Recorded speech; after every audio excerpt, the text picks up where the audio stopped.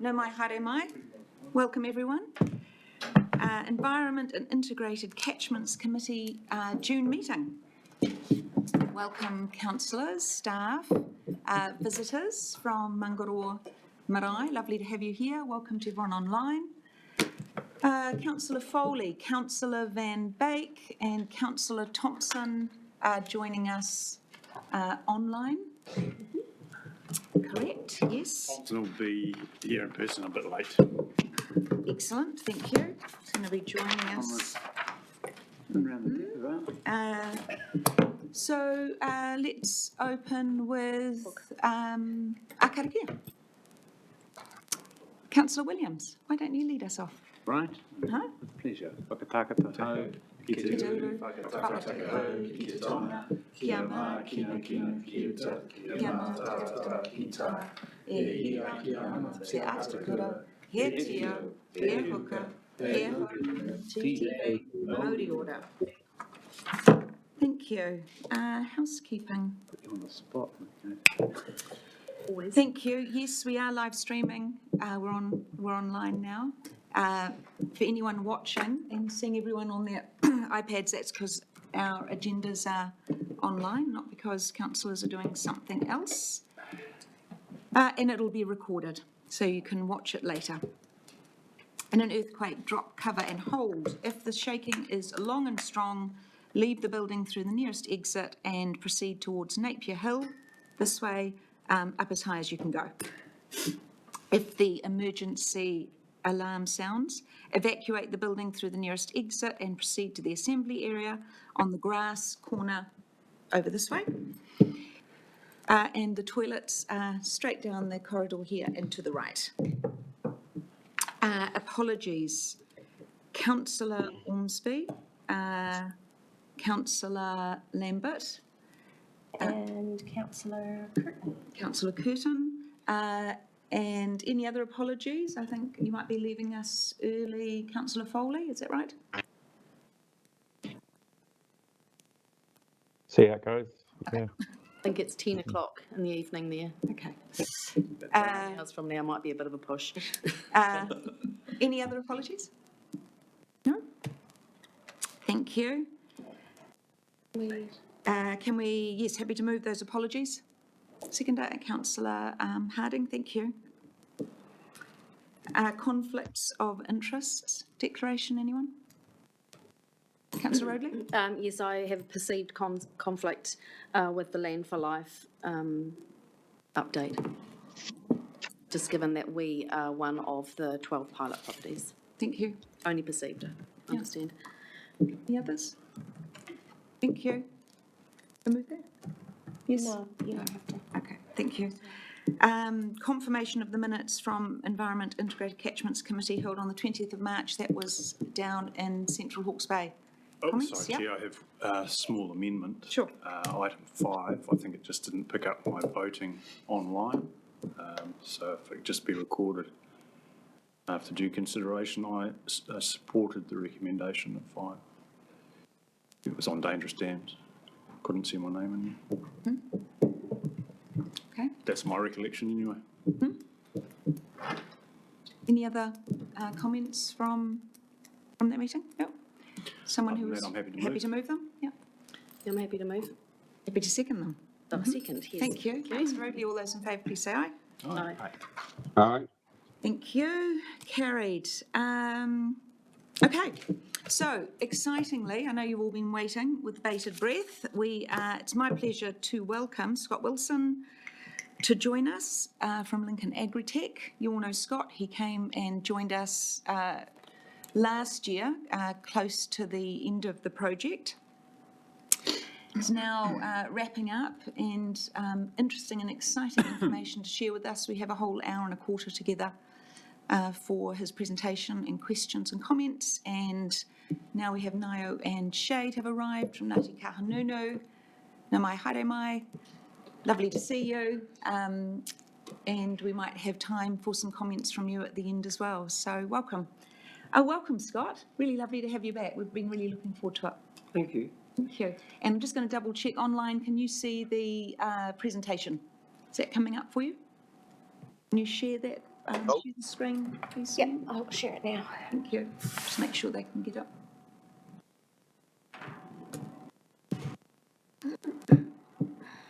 Okay, Can everybody Yep, see? excellent. I feel like I'm sitting in front of the presentation. Okay, everyone? That's all right. Okay, Okay. great. See you perfectly. Over to you, Scott. Thank you. Okay, kia ora koutou. So I'm Scott Wilson and I'm from Lincoln Agritech, which is at Lincoln University. And I'm here to present some of the work that we've been doing on an MB-funded 5-year research program called Subsurface Processes in Braided Rivers. So I'm going to just present the work that we've been doing on the Ngātaroa River. We're almost at the end of the program, so this is essentially a wrap-up of what we've found.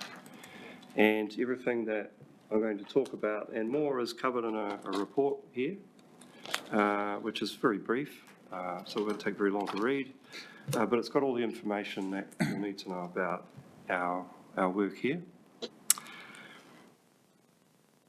Nobody's seen this report before, by the way, or this presentation, so this is entirely independent. It's not influenced by anybody apart from the research team. So the research team is quite broad. I'm leading it as a science lead at Lincoln Agritech. We've got quite a large input from river geomorphologists at NIWA, Joe Hoyle and Richard Measures. And there's also involvement from universities both overseas, in Australia, in Germany, Denmark, and also in New Zealand, University of Canterbury, Lincoln University. I have to acknowledge some input from Ngāti Kahungunu Iwi, and also from our sponsor councils, Environment Canterbury, Old District Council and Hawke's Bay Regional Council. So we had several research questions, 3 core questions when we started the program. Firstly, how do braided rivers work beneath the surface? So you see you've got all this complexity on the surface. How do they actually work underneath? And that's really important because it's difficult to understand how to represent such a complex river system within, for example, a model. So our second question is, how can we represent these types of rivers in a regional scale model, like the type of model that's used by the councils for modelling, usually ModFlow, the groundwater model? And then the third question is, what impact is river management having on the river exchanges? So that's the exchanges between the river system and groundwater systems. This is the study area that we looked at. So we looked at what's called the major recharge reach between Roy's Hill and Fern Hill on the Ngātaroa. We kind of see that the study is in 2 parts in terms of the spatial aspect of it. So you've got Roy's Hill down to a hill which we're calling Ngāpuki, which is on the true left bank, and it's a basement outcrop of siltstone. And then downstream of there, between Ngāpuki to Omahu, Fern Hill. And we've focused most of our work on that Roy's Hill to Ngāpuki stretch of river. Now, the motivation for this work is that in some places around New Zealand, we're seeing long-term declines in groundwater levels. So I've plotted 2 long-term groundwater records here that go back to 1980, so we're looking at about 40, 45 years of record here. And you can see the substation well, which is near, just downstream of the Ngātaroa recharge reach. You can see it's got a long-term decline in the groundwater record there. So on the y-axis, we've got groundwater elevation, and on the x-axis, we can see the time in years. So on average, it's around about a 0.9 metre reduction in groundwater levels since the 1970s, 1980s. And what I've done is I've plotted an arbitrary restriction threshold, which was used for some subsequent economic modelling. And those have just been plotted on there to show how that threshold is being reached more regularly now than it was in the past. And it's the same for the Wairau aquifer. So the red curve there is for a well in the Wairau aquifer in Marlborough. And again, you see this long-term decline in groundwater levels since the 1980s. And in that case, there's about 0.7 metres reduction in groundwater level. And the big impact that has, particularly in the Wairau aquifer, is a reduction in spring flows. and in particular in the Waira aquifer, the springs which discharge to the coast are of really high value. So this has translated to quite a big loss in flow from those springs. So that's the motivation, try and understand whether river losses are actually responsible for that long-term decline. So I'm going to start to answer the first question, how do braided rivers work beneath the riverbed? Essentially what we've found is that during the process of flooding, the flood flows, they loosen up the sediments in the bed and they move them. And what they do is they winnow out the fines. And what you end up left behind is within an active braid plane, you end up with a really high permeability, high porosity sediment. So that's, it's a very transmissive aquifer which is sitting there in the riverbed. And we're calling that the braid plane aquifer. And the flow within that system is subparallel to the direction of the braid plane. It's difficult to see how you can separate out that braid plane aquifer from the river itself.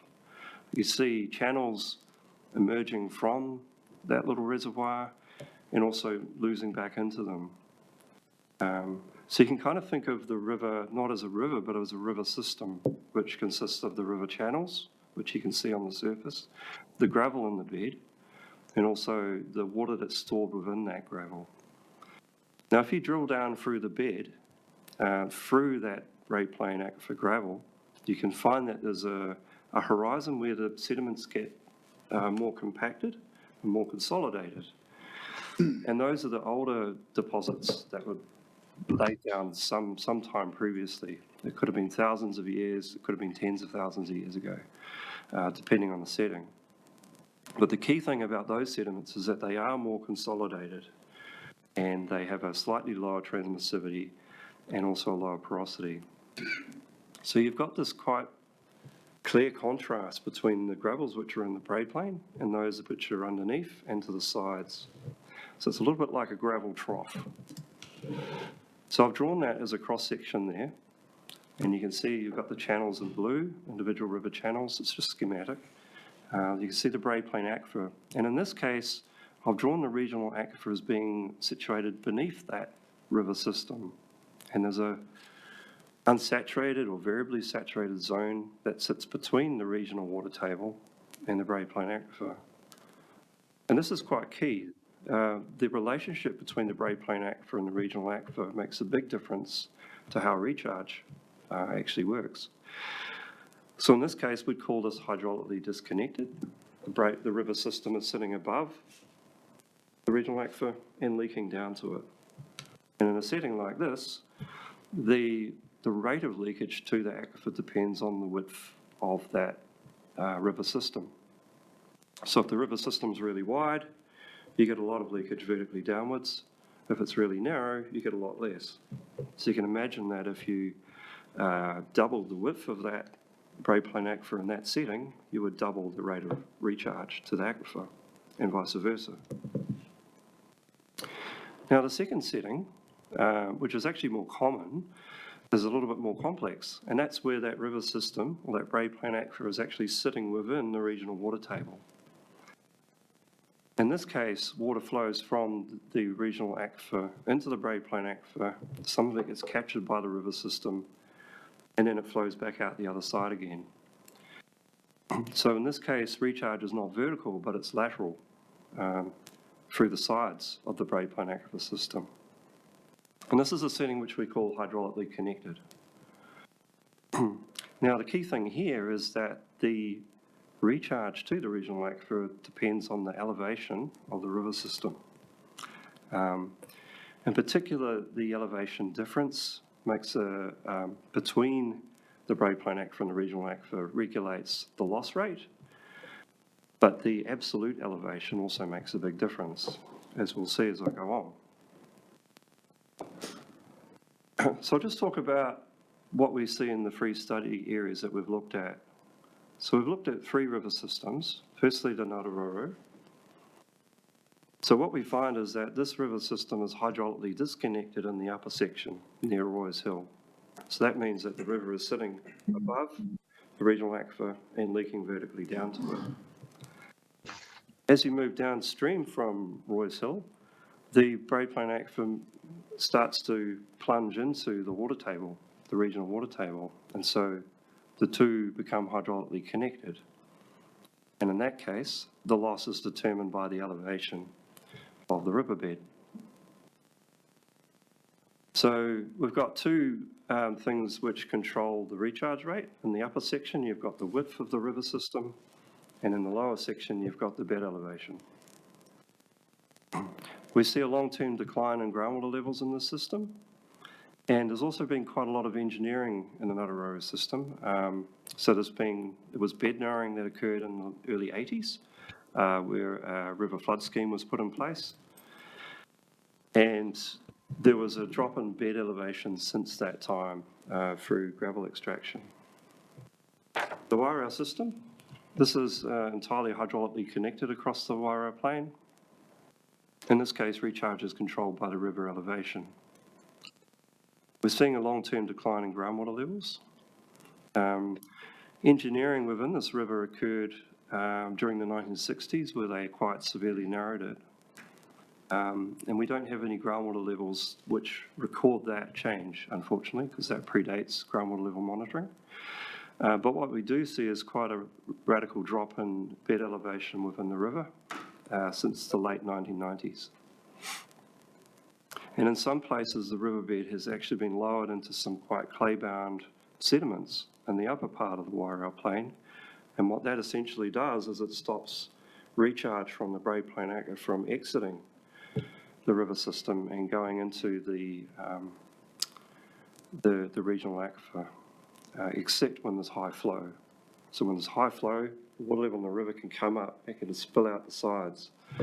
But essentially it's been strangled by the bed sitting into those low permeability sediments. In the Selwyn Waikirikiri, this one's quite different. So this river system is hydraulically disconnected. So recharge to the regional aquifer is controlled entirely by river width, and it gets limited by the permeability of the underlying sediments. The interesting thing about this particular river is that ECAN have a stream depletion policy in place, which is essentially ineffective because you can pump all you want and you won't affect the river because it's sitting well above the aquifer system. Now this river system is ephemeral, which means that it dries up during the summertime. Not all summers, but some summers, dry summers, it will actually dry up. And what we've done is we've used the drying front to develop a method to determine the loss rates from the river and the vertical conductance based on satellite photography. So if you have ephemeral rivers in Hawke's Bay, you could apply the same method to those. In this case, the river is essentially unmodified by river engineering.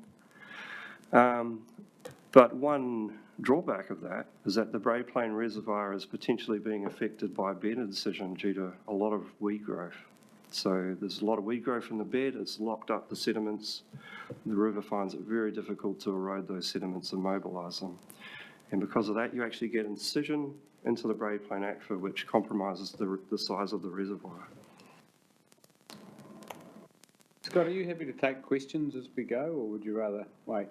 Probably better to go to the end. If I think you might be going to answer the questions I've got. But, Yeah, okay. What would people prefer? I can...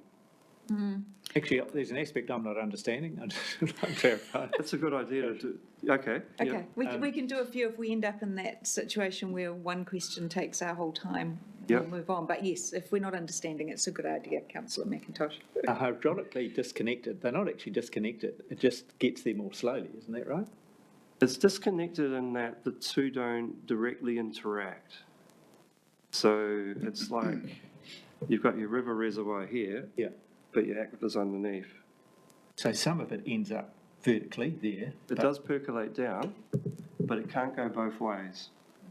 So if it was hydraulically connected, potentially the water could go between the two, but because it's perched or sitting above the regional water table, it can only leak down, and there's a gap between the two.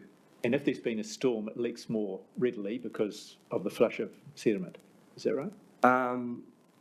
If it's hydraulically disconnected, a flood flow won't make that much difference unless the water spills out over the berms. Yeah, but the conveyance channel is basically a set width. So if the water level's going up and down within that conveyance channel or the active braid plane, the level of the river level won't make any difference to the leakage essentially. Whereas when it becomes hydraulically connected, that makes all of the difference between how much you lose and how much you don't. Yeah, that makes sense. Yeah. Councillor Williams? did Oh, you want wait. to- Okay. It's kind of like, you probably have to study these diagrams a little bit. But if you look at this scenario, the river can't move beyond the confines of the conveyance channel, which is drawn there by the dashed lines. Yeah.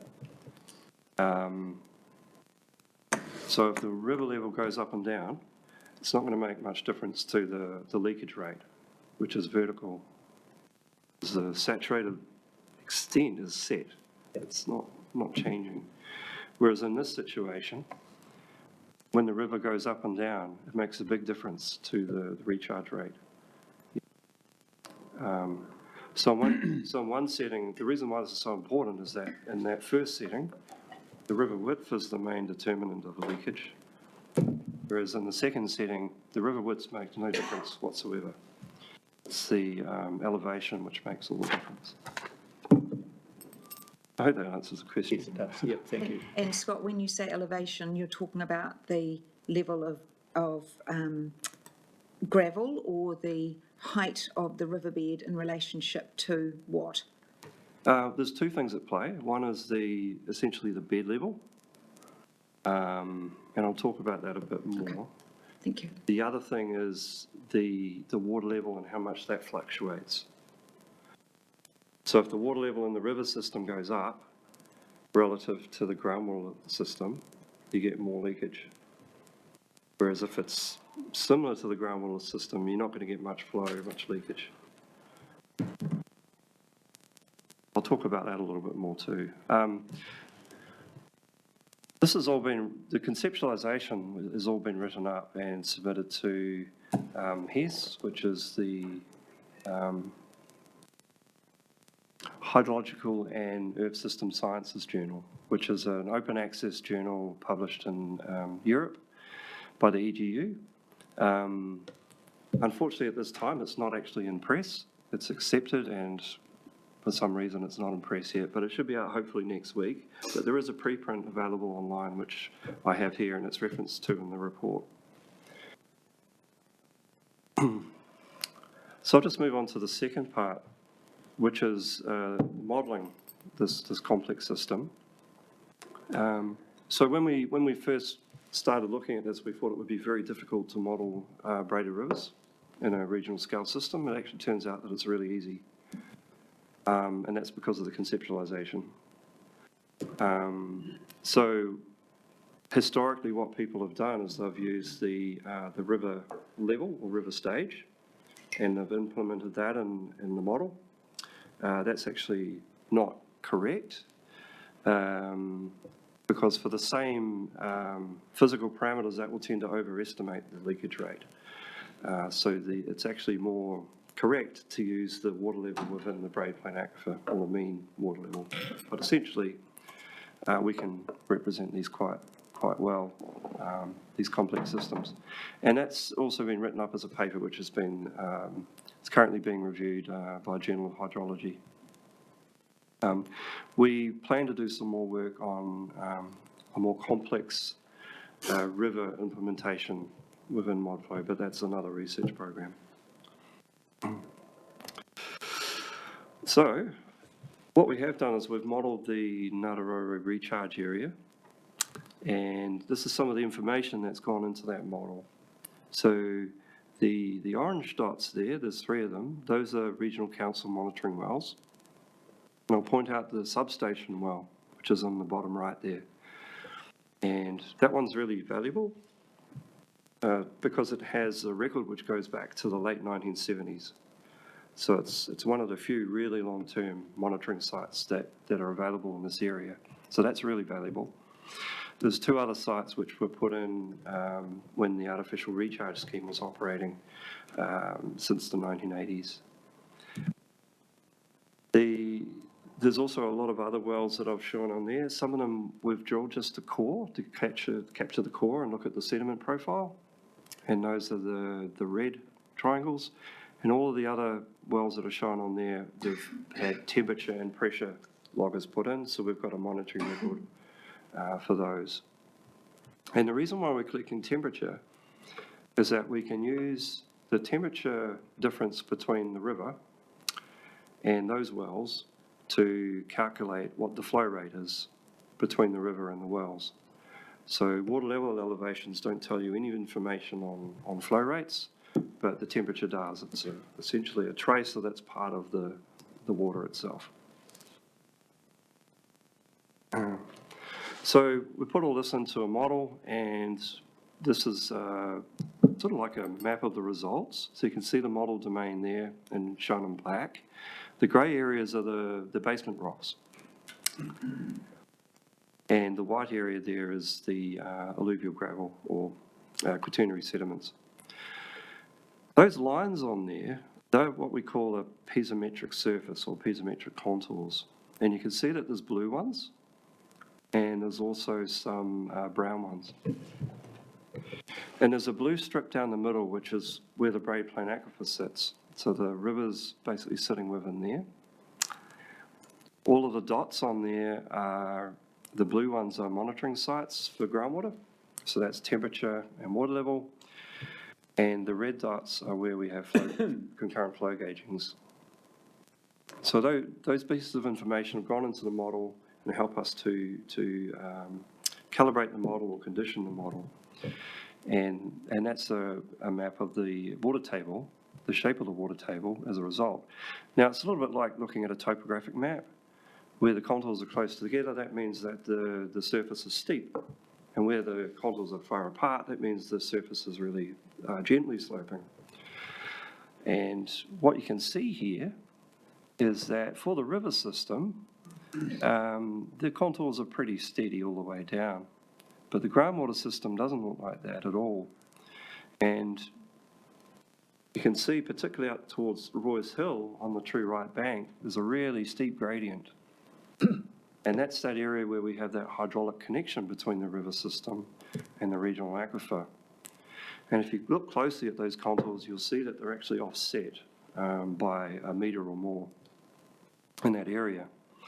So that means that the Braid Plain Aquifer system is sitting up above the regional water table by an average of 1.5 metres or something like that.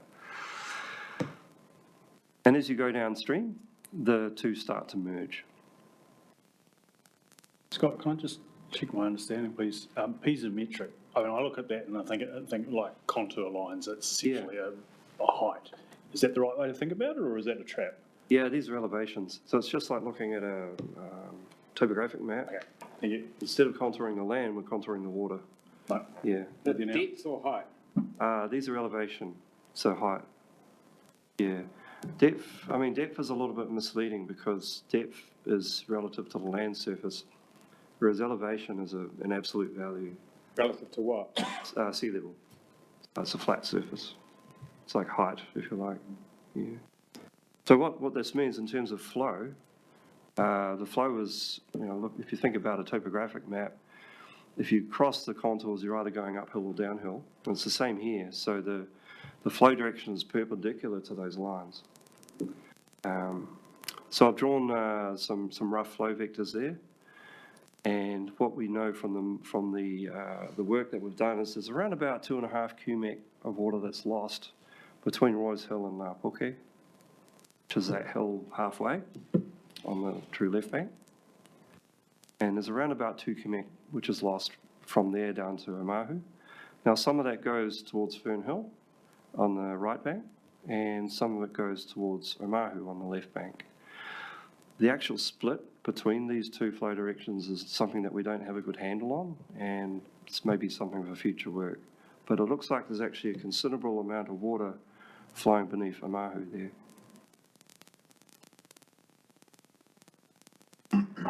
anybody have any questions on this before I move on?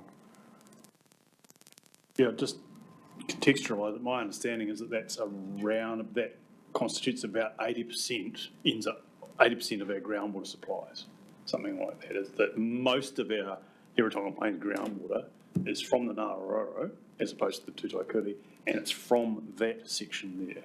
Yep, that's correct. And I think I've seen in the past it's usually said it's about 70% or Right, something. okay, 70. Yeah, something like that. Yeah. 70, 75%. One of the tricky things, though, is that because we have this Bray Plain aquifer there, there's also a certain amount of water that's flowing within that. And of that 2 cubic that you see there on the downstream section, we actually think that quite a lot of that is actually sitting within that Bray Plain aquifer. So what that means is that there's potentially quite a bit less recharge going into the Heretaga Plains than previously thought. So previously people thought it was maybe like 4.5, 5 cubic. It might be a little bit more like 4. And it doesn't sound like much of a difference, but when you consider that this amount of water is being lost every second, every minute of the day, it actually adds up to quite a lot of water. So small changes can make a big difference to the actual volume that's received in the aquifer. Yeah, and just to follow up on that point, you mentioned the recharge scheme before. I think that was 400 litres a second. So that 0.4 cubic. So, that at a point in time must have been making a significant difference. Yeah, that was, I think that was the operational rate was, I think, yeah, about 400 cubic. Yeah, and you can actually see the difference that makes in the record, which I'll show next, I think, or soon. Yeah. Scott, can I just check the blue arrows that you've put on as the flow? So does that mean that up by Omahu, underwater flow is actually against the flow of, it's got nothing to do with the river, the flow, the sea, any of that other? Oh, this is River's flow. going that way, isn't it? Yeah, but And so the groundwater is actually going in completely opposite direction. yeah, groundwater's sort of flowing northeast, whereas the river is flowing more east. Mm. Yeah. And same, I guess, in the, to the south there and towards Roy's Hill, the flow direction is kind of east, whereas the river's going northeast. So the groundwater, I guess if you look at those contours, what you see is that up towards Ohiti, the groundwater flow direction is kind of roughly parallel to the river. But then it hits that hill, Ngāpuke, and it can't go any more further that direction. So it gets pushed back beneath the river. And then it flows down towards Flaxmere and Hastings. Scott, just one further question on this. Why does all this action happen just here? And my theory, living just on the other side of the hill where the river used to be, is it's because the river's only been there for a fairly short period of time. It's only been there since the late 1800s, I think it was, when it chose to go on the other side of the hill. Why is it so leaky just there and nowhere else? You see, that's a good question. What this map shows, if you study it for a while, you can actually see that where groundwater flowing is really strongly influenced by the location of the basement rock. So where you have an absence of basement rock and you have a large volume of gravel, that's where the water's going to move. So the basement rock's kind of acting as a barrier. So you can see as soon as you leave Roy's Hill, all of a sudden there's this huge plain of gravel out there. So there's a lot of space that the water can move into. So that's why you get that huge loss rate just past Roy's Hill. All of a sudden there's a large space which the water can move into and occupy. Whereas elsewhere there's these flow barriers that are put up that can't go in that direction. So it's just it's entirely due to the geometry of the basement and where the gravel sits relative to that basement. Scott, just to be clear, when you say it's lost, from what or going where? Just to. Oh, when I say lost, I mean lost from the river system to the aquifer. Yeah. So you might call that recharge, but you could also call it sort of, it's often called river loss. But essentially it's just water that's lost from the river system to the aquifer. Into the aquifer. Yeah. So not lost, really. Not lost Stored. entirely. But not in the river. Okay. Yeah. Transferred. Transferred, yeah, that's a good word. I like that better, yeah. Thank you. Often just called recharge, yeah. Oh, Councillor Van Beek? Yeah, thanks, Scott. Really interesting. Past Fern Hill, the another reach there is supposedly taking water back in again. Is that part of your study as well? Are you aware of it, or is that something that is actually not well known, or is actually doesn't exist? Thank you. Well, I can't really comment on that. We haven't looked past Omahu. We haven't looked past Fern Hill, so I don't know. Okay, thank you.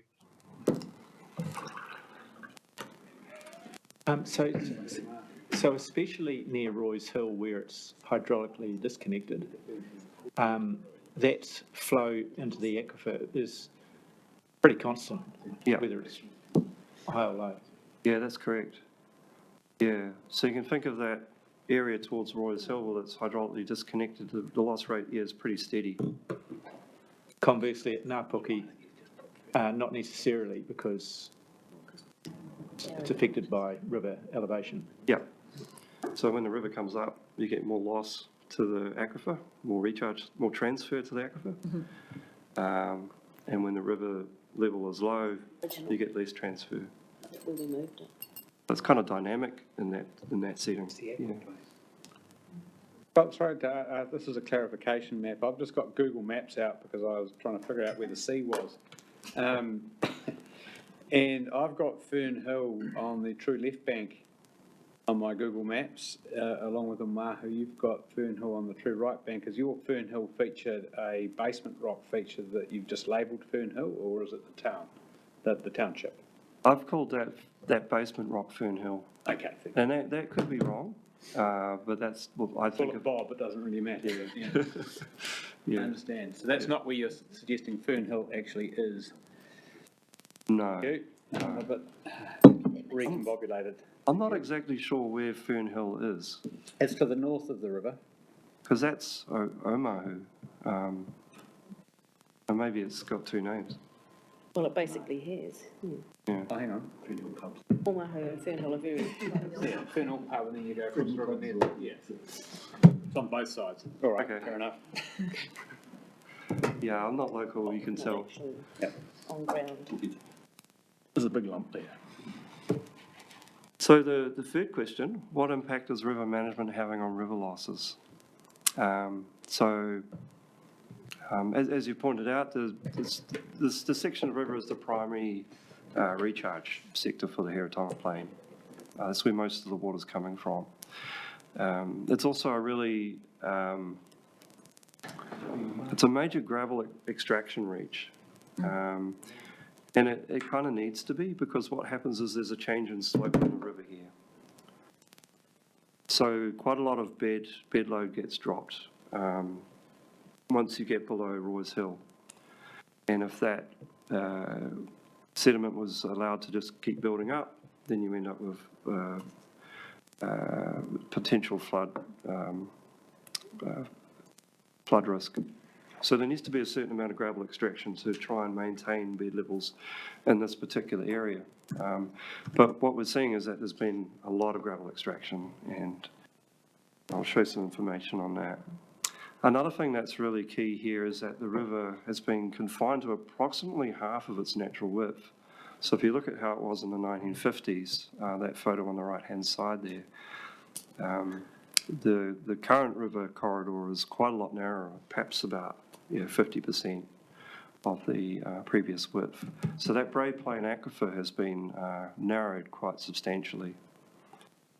So this, just for perspective, these two photos are drawn exactly the same scale, and flow is from the bottom of the page up to the top. And you can see Ngāpuki there for reference about 3/4 of the way up the page on the left-hand side.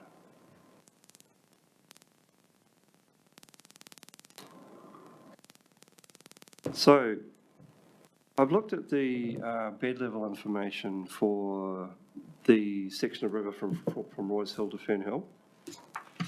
And what we see since the 1970s is about a 1.1 metre reduction in bed level over a 50-year period. So this is a plot of the bed level change from 1977. So if we use 1977 bed elevations as a baseline, we subtract all of the subsequent bed level surveys from that, we can see the change. And the mean change is shown by that green line and the green dots. And the box and whiskers there are showing the median, the upper and lower quartiles and the extremes for those surveys. And I stress that this is across the whole reach of the river. It's not any one particular segment. So these are statistics for that whole reach. So that's a pretty substantial reduction in bed level. And what's causing this is that there's a really high demand for gravel in this particular area. And you can see the demand for gravel has gone up since the 1960s, and it seemed to really gain momentum in the mid to late 1970s. Now this is for the total Ngātaroru River, and these figures have come from a report by Richard Measures from NIWA. It was a report that was done for the council. And the graph on the right there, the line graph, shows a blue line which has where that gravel's been taken from. And there's a fair amount that's been taken from that sort of Fern Hill, Roy's Hill area. So that's a lot of gravel demand in that area, a lot of gravel extraction that's occurring there. So that's the cause of that reduction in bed level over that 50-year period, is just the rate of gravel extraction is exceeding the natural replenishment. A question, is there a reason why the last 13 years of data isn't in that table? The report was old, yeah, but I don't have any. But we've got it all. Okay, yeah. Well, we could update it, yeah. I mean, it's possible that the bed's stabilising a bit. The last two plots there in the 2021, 2022 look like things might have levelled out a little. Scott, for a scientist, that's a pretty definitive statement you made just there. How can you justify that? I mean, you've shown us a couple of graphs. I mean, how do you know it's causal? How do you know there are not other things going on? Have you done like a mass balance kind of a calculation to reconcile? Or No, I haven't. But what would be the other mechanism for the reduction in bed level? natural river processes, possibly? I don't know. Yeah, it's a depositional reach of the river. Yeah, look, it sounds right. I'm just trying to test you because that was a pretty strong statement you just made. And it's more solid than chlorine and driftwood causing boxes. Thank you very much. That'll come up later. I mean, it's a fair question. Because it's important. Yeah. It's really important. I'd have to say that given that this is a depositional reach of river, and if there was no gravel extraction, the bed level would rise. And it's difficult to see any other mechanism that would cause that long-term decline other than gravel extraction. Right, okay, because I mean the interesting thing from my perspective is that our understanding is that our gravel extraction program is based around maintaining to a target level, right? And that relates to the flood capacity of our system, right? Yeah. So there's quite a lot tied up with that. So what I can add, Zan, to help you there is in the early 2000s or maybe around 2010, there was a decision to lower the grade line through that section. Right. And that's the current grade line that we're working to. Right, okay. That makes a lot more sense now. Support that data set. Yeah, okay, thank you. That's good, I think. I mean, I'm not a river engineer. I'm a hydrogeologist. I'll make that really clear. But I do understand that determining a sustainable extraction rate is very difficult. And what I have seen is that there is a move to doing LiDAR surveys rather than relying on cross-section lines, Because when you do cross-section lines, there's a lot of information that can potentially get lost between the cross-sections. So if you're using cross-section lines to do a sustainability assessment, it's quite difficult. Yeah. But LiDAR is amazing for doing gravel balances. Yeah. Just a comment. It's not my field. Thank you. Very good. Probably Chris, are we using the LiDAR for gravel? We use it for other things, I know. So we're currently researching it. The issue with the LiDAR is there's still not reliable technology that can see the underwater part. And so it's very good for the in the air part, but we need the full. And so we're working actually with ECAN to work through the technology stuff, and we recognise its value, but until it's sort of proven, we're just using the older technique. So we're working on it, is the short answer. Yeah, great, thank you. I've been using stuff from James Brasington. It seems pretty good. Yeah. Okay, so what we've done is we've set up, as I said before, a groundwater model for the Ngātaroro system that represents the groundwater system and the river system. And that's been written in a report, which I can make available, and that's this one here. That's quite technical in nature. There's also a similar model which was made for the Wairau system, and that's been previously published back in 2018. We use that same model to do some scenarios. So what we did was we put some scenarios into these two models. We said, well, what would happen if we widened the riverbed or raised or lowered the bed elevation? What would that do to groundwater recharge, and what would that do to groundwater levels? And we also fed that information into an economic valuation to see what values are associated with braided rivers and how the balances play out. So if you widen the river, how does that valuation look? Whereas if you raise or lower the riverbed, how does the valuation look there? So we've got some hydrological information which is feeding into this economic valuation. And that economic valuation is a massive report. It's 120-something pages by AERU, which is a bunch of economists at Lincoln University. So we'll have a look at some of the scenarios. Actually, before we do, I'm going to look at... Can I just ask, on the economic valuation, are you covering that now, or are you just noting that that has been done? Oh, very briefly, yeah. But I'm noting it's been done. And was that basically saying if you did this to the river, this is how much water would be in the aquifer, so this is how much more water is available for irrigation and other purposes? Yeah. Before I do that, I'll just quickly look at the influence of bed changes on groundwater levels. So we can use the model to look at that. So if we take that 1.1 metre reduction in bed level, which gives us this long-term decline in groundwater levels, it turns out that long-term decline is equivalent to about half a cubic, or 500 litres per second, loss of recharge. So that's giving you that 0.9 metre reduction in groundwater levels. If we adjust the riverbed levels to what they were in the 1970s, 1980s, we can apply that in the model that we've built and see what it does to groundwater levels. And this is what happens to that groundwater monitoring record. So this is what we think the groundwater level would look like if the bed was stable since the 1970s. There's a couple of things I will point out in this record is that there was that bed narrowing that occurred in about 1983, 1984, and you can actually see a bit of a step. There's a bit of a jump down in the groundwater levels there, which seems to occur around about that time.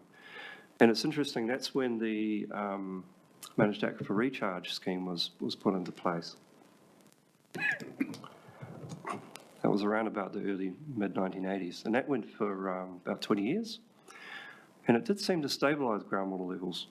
But then when that scheme was turned off, it seems that groundwater levels started to decline again.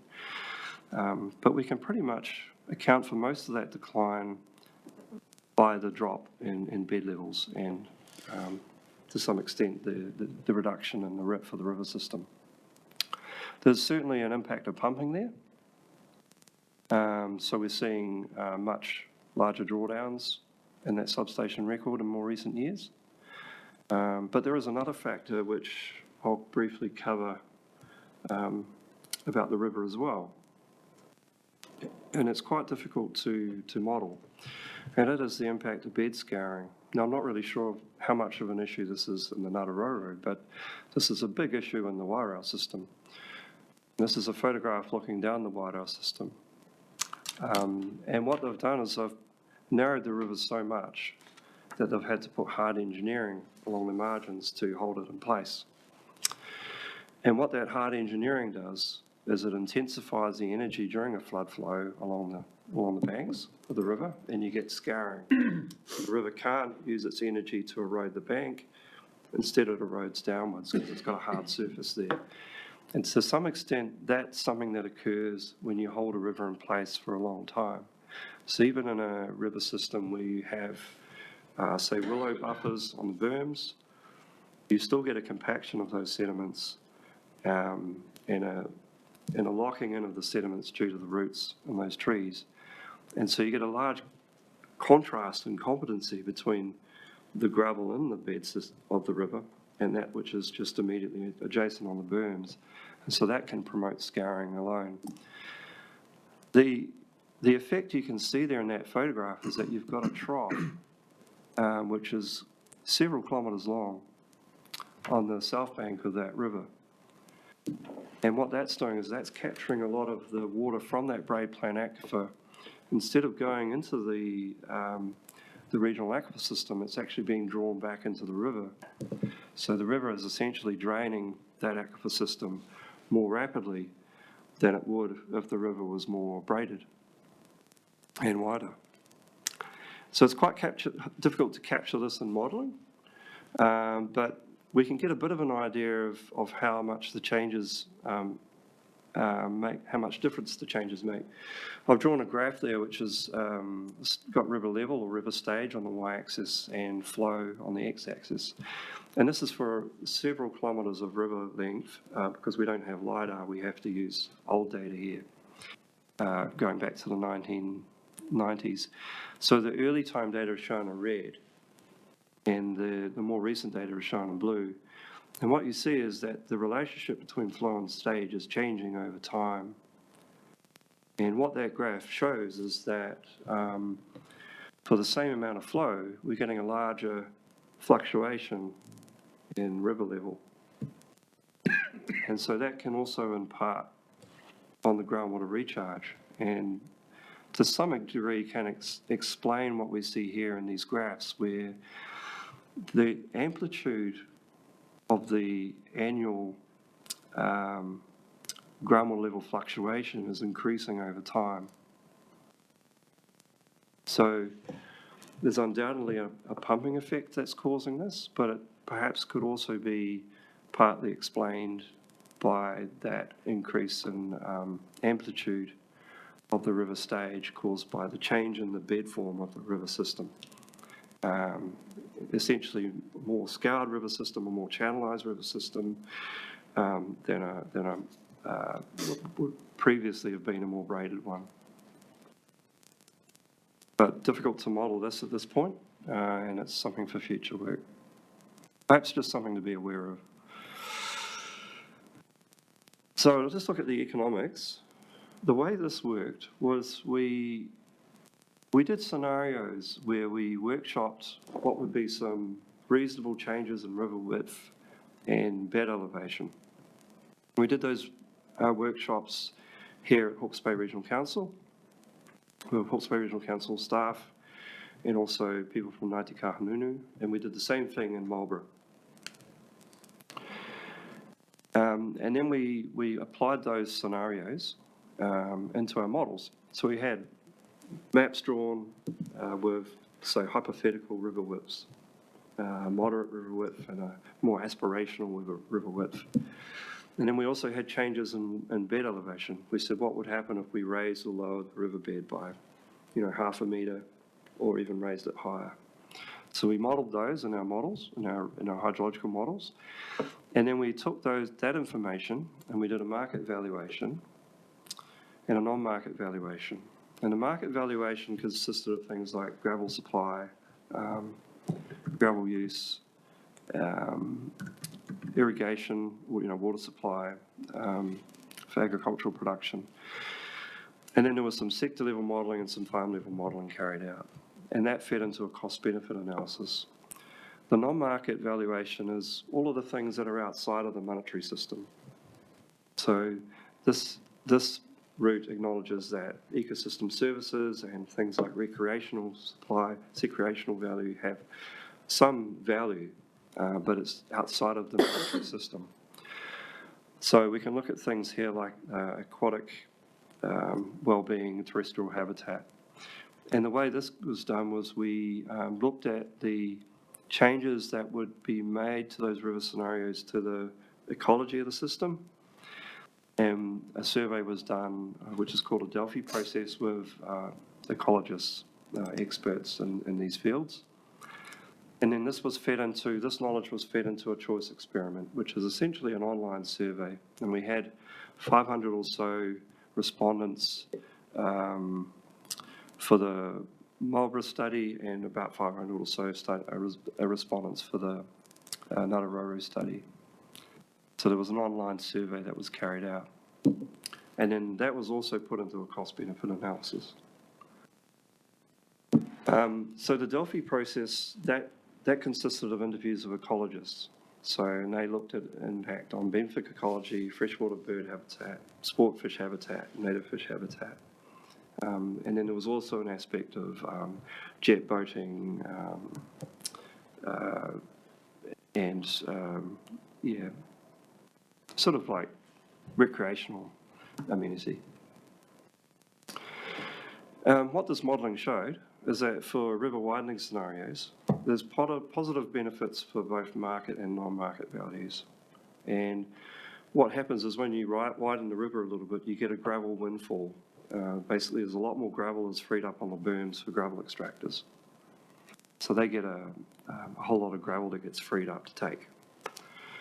Now, the modest river widening scenarios can easily be achieved with an existing stop banks. The bed raising scenarios, they also had positive benefits for market and non-market values. The main cost was that of reduced gravel extraction. But that tended to get offset by the environmental and cultural benefits. The benefits of those tended to offset the cost of reduced gravel supply. Scott, did that bed raising take into account flood protection? Yep. In a fairly rudimentary way. What we did was we just increased the height of the stop banks a bit. And you costed that? Yep. Yeah. Thank you. Yeah, so it's quite comprehensive. And then the bed lowering scenarios that revealed that there were negative benefits for the market and non-market valuation.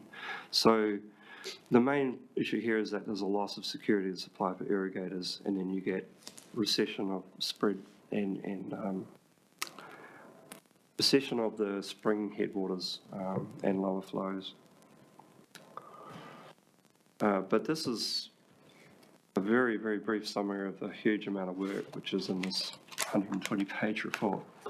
But can I accept that's really brief, but nevertheless, on the river widening and bed raising component, isn't there a big chunk of economic benefit missed out on that because it potentially accommodates more water for irrigation? Because the aquifers getting more. Yeah, one of the tricky aspects of the valuation was that we had to choose a threshold to base that valuation on. And that threshold is fairly arbitrary. I showed it early on, and it's not actually real. But you have to put a threshold on in order to do a valuation, because the benefit to irrigators is not really revealed unless there are restrictions put in place. It's like hard to know what the benefit of continuity of supply is. I don't know if that answers your question, but that is the key issue that I saw in the modelling that we did. So it becomes very, very sensitive to the threshold that's chosen, Yeah. the result. Presumably inherent in the converse, though, Jock, with bed lowering, so, loss of security supply, so presumably bed raising is an increased security of supply. Yeah.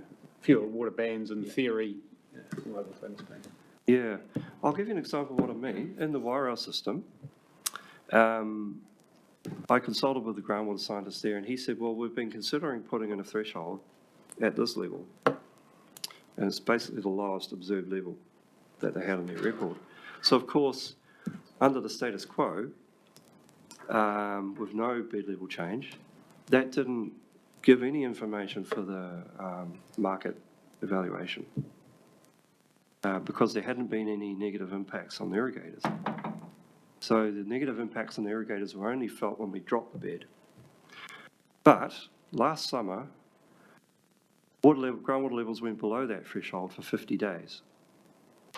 And the effect that would have had on the irrigators would have been massive if that policy was put into place and enforced. It would have been catastrophic for the Marlborough vineyard industry. So it's kind of, you see what I mean? Like it's easy to value the impact that a loss of water would have. Yeah. If you have restrictions, you can do an economic valuation. But if you don't have restrictions, difficult to know what the positive value is of irrigation or continuity of supply.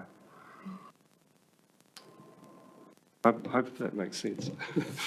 Possibly you could compare that against alternatives, for example, water storage.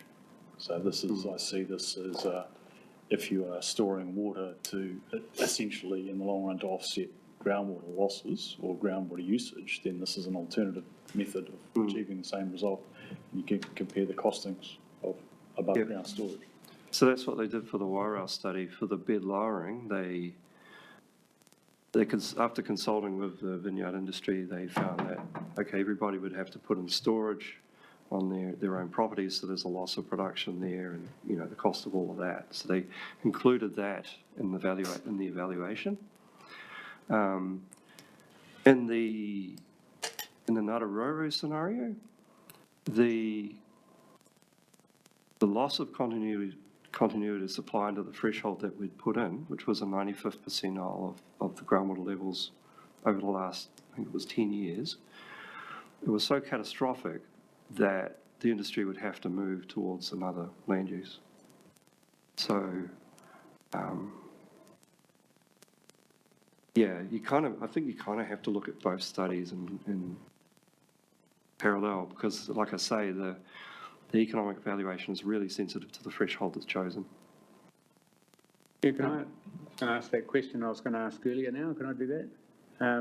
It seems to me, Scott, that what you're basically telling us is that everything we're doing for flood protection is having adverse impacts for water security. But what I'm interested in here in terms of narrowing and taking out gravel, and sorry, Will, but that seems to be the situation. The issue of mechanism. Could you go back to those slides right at the beginning? And I read it in your paper, there's a sort of loss of gradient or something like that. These ones? Yeah, that one there. And given that Roy's Hill, you said, goes from connected to disconnected, I mean, the Ngātaroru does from Roy's Hill down to Fern Hill. I'm just interested in mechanism where it's not connected. How does the amount of gravel vertically sitting above that horizon influence the rate of recharge of the underlying aquifer? Or am I missing the point there? Is it just, can you just tell me about the mechanism for why the amount of gravel as opposed to the width, I understand that, the height of it affects recharge for both connected and disconnected? So in the, back to the map, so we've got that disconnected section near Roy's Hill, and the damage that's been caused there is the narrowing of the river. So that's had a big impact on recharge to the aquifer. Because it can't get down the side. Yeah, because the saturated width is smaller. Whereas in the downstream section around Ngāpuki and further downstream, it's more the bed elevation that's the main factor. Right, so bed elevation matters where it's connected. Yeah. And less so if we set out grade lines for extraction for flood protection where it's disconnected, better off. Yeah, so it's about knowing where it's connected and where it's disconnected, because then you understand the factors which control the leakage rate, transfer rate. Yeah. And then, you could potentially adjust the river management accordingly with that knowledge. If you widen the downstream section too much, what could actually happen is you get recapture of some of that water that's lost from the river. Yeah, so it's better to not widen the downstream section much at all. Ms Nicol? Yeah, just trying to understand it in plain English. So the primary source aquifer, the Heretaunga Plains is that area, and it's been narrowed, and the gravel's been extracted. So, and that supplies 70% of this rohe. So by those actions, they've gone and reduced their water supply. Yeah, But if you widen it, so you were saying you can widen it by the heightening the banks, the stop banks or something, and you leave the gravel alone, it will slowly replenish itself. So some of the aquifers, a lot of the aquifers not being replenished. yeah, And so the water, the saying that the water's going out to the sea, well, that's true, and it's a lot more of it is going out because of those actions. So plain speaking, shouldn't have taken the gravel out, shouldn't have narrowed the channels, and now you're endangering the water supply for both the environment and, eventually. The environment, you're saying in your report, there's negative environment and economic yeah. outcomes if nothing is done. I wouldn't say that what's been done is necessarily bad, because it's been good for flood protection. No, that was a Well, I suppose they beat the different or mahu. Yeah. But it was a necessary thing to do, and a lot of the rivers and throughout the row have been it's been the same kind of flood protection scheme or similar design has been put in place. It's It was put in place for what it was put in place for, but Yeah, if yeah. it was a natural Yeah. state, there wouldn't be that problem of. yeah, So I think it was everything's been based on the river flows, but not what's Yeah. going in, what's recharging, and it's those two, what do you call it, the braid plain or whatever it is? Great Plain Aquifer. Braid Yeah, plain aquifer, yeah, it's been narrowed. yeah, So it's really interesting, yeah. to read this report, and thank you, because it's just pretty eye-opening. Yeah. For the community, really, and devastating. Yeah, I mean, I have to stress that I don't think there's been anything wrong done. Essentially, this is a case of unintended consequences, and when these flood schemes were put in place, they were put in to protect people. But by taking away the gravel, it's taken away the opportunity for the aquifer to recharge. So they've been taking, I'd be interested to see how many tonnes of, Yeah, gravel that's been extracted from the area over decades, yeah, and how that's made a difference. So you're showing the decreased elevation, so. yeah. It just has that effect. I guess the main thing that I'm showing here is that it has impacted on groundwater recharge. Yeah. Scott, did you have more slides? Oh, just last one, which is essentially a wrap up. Maybe let's have the last one, and then, Jock, we can go back to you. We've still got 10 minutes or so. Yeah, Yeah. so I've covered that. Yeah. So just to basically revisit everything. So braided rivers have a braid plain aquifer, and you can kind of consider them as a river system rather than a river. So that's river channels plus gravel plus the reservoir, those gravels. The river system can be perched above the regional aquifer or hydraulically connected to it. In perch settings, narrowing of the river system reduces the recharge rate to the aquifer. And in connected settings, gravel extraction can reduce recharge to groundwater if it lowers water levels in the river system. That's that dropping of the bed level. In both Ngātaroa and Wairau, historic records and modelling show that gravel extraction resulted in reduced groundwater recharge by about 500 litres a second on average. And continued lowering of the bed could have a negative impact on the market and non-market values. Whereas raising and widening the riverbed in the right places could have a positive market and non-market benefit. Yeah, Tanako. Yeah, kia ora. Just talking to Ian Maxwell, talking about our investigations and discussions around the nature-based solutions and a flood review that's coming in July and how we're going to be looking at what the next steps in that are. And we were quite lucky that the Ngātaroa ended up in the study because it just happened at the time that there was someone here on staff who left quite soon afterwards that Scott connected with, that Ngātaroa became part of the study, which seems to me will be pretty fundamental in our understanding of some of those discussions around nature-based solutions. So, I mean, that was really good luck, wasn't it? Here we are. So, Ian, did you want to make any comments on it? No, I think, Chair, you probably summed it up nicely. I think the important point Scott made is that this is not about, there's nothing bad or wrong necessarily that's been done. This is new knowledge that's really important, contextual information to inform where we go from here. And yeah, good luck or good management. It's serendipitous that it's arrived at the right time for us to feed into these discussions. And that's why we thought it was really important to bring it to you so that you have that understanding as it feeds into the work that Chris and his team do and as the reviews roll out.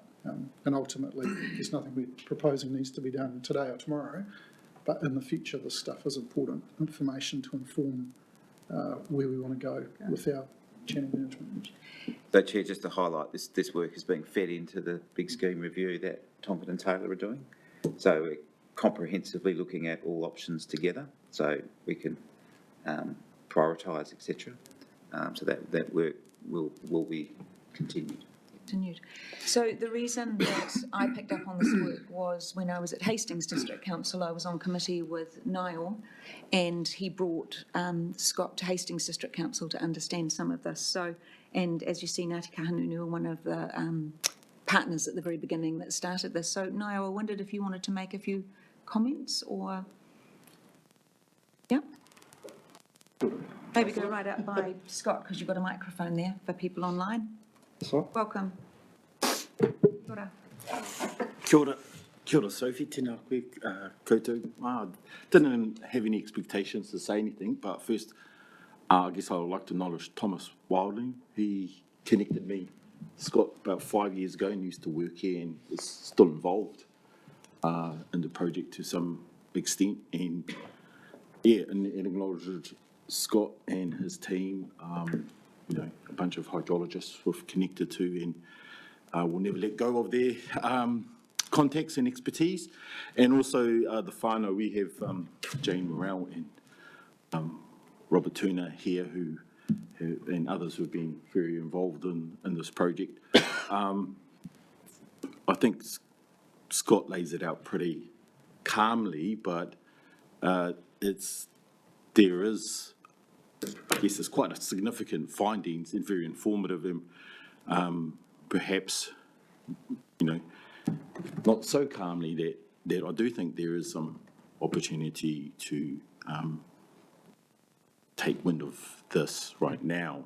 We're involved in the global gravel consents for this river, and so looking at what is sustainable gravel extraction is very much, and to be honest, don't have to wait for reviews. Every piece of information is informative, but these sustainable gravel extraction decisions are being made right now in river management and gravel extraction. So, we're just chomping at the bit to look and improve it in the solutions, but very much interested where the native-based solutions works is headed. We're involved in some other further nature-based or native-based solutions as well in terms of river management, and there's probably we could state more about the benefits, the additional benefits to more natural processes of the riverway. So I did hear this discussion about the artificial recharge, and we've looked quite in-depth into that over time, but there is opportunities for more natural-based solutions, which actually cost less. And if you read the report and look at the cost-benefit analysis, it's quite in-depth, but there is arguably more that could be added into benefits for tangata whenua, cultural benefits, and a mahinga kai and a more natural system of the river. But I don't actually think we even need that justification to look at some changes.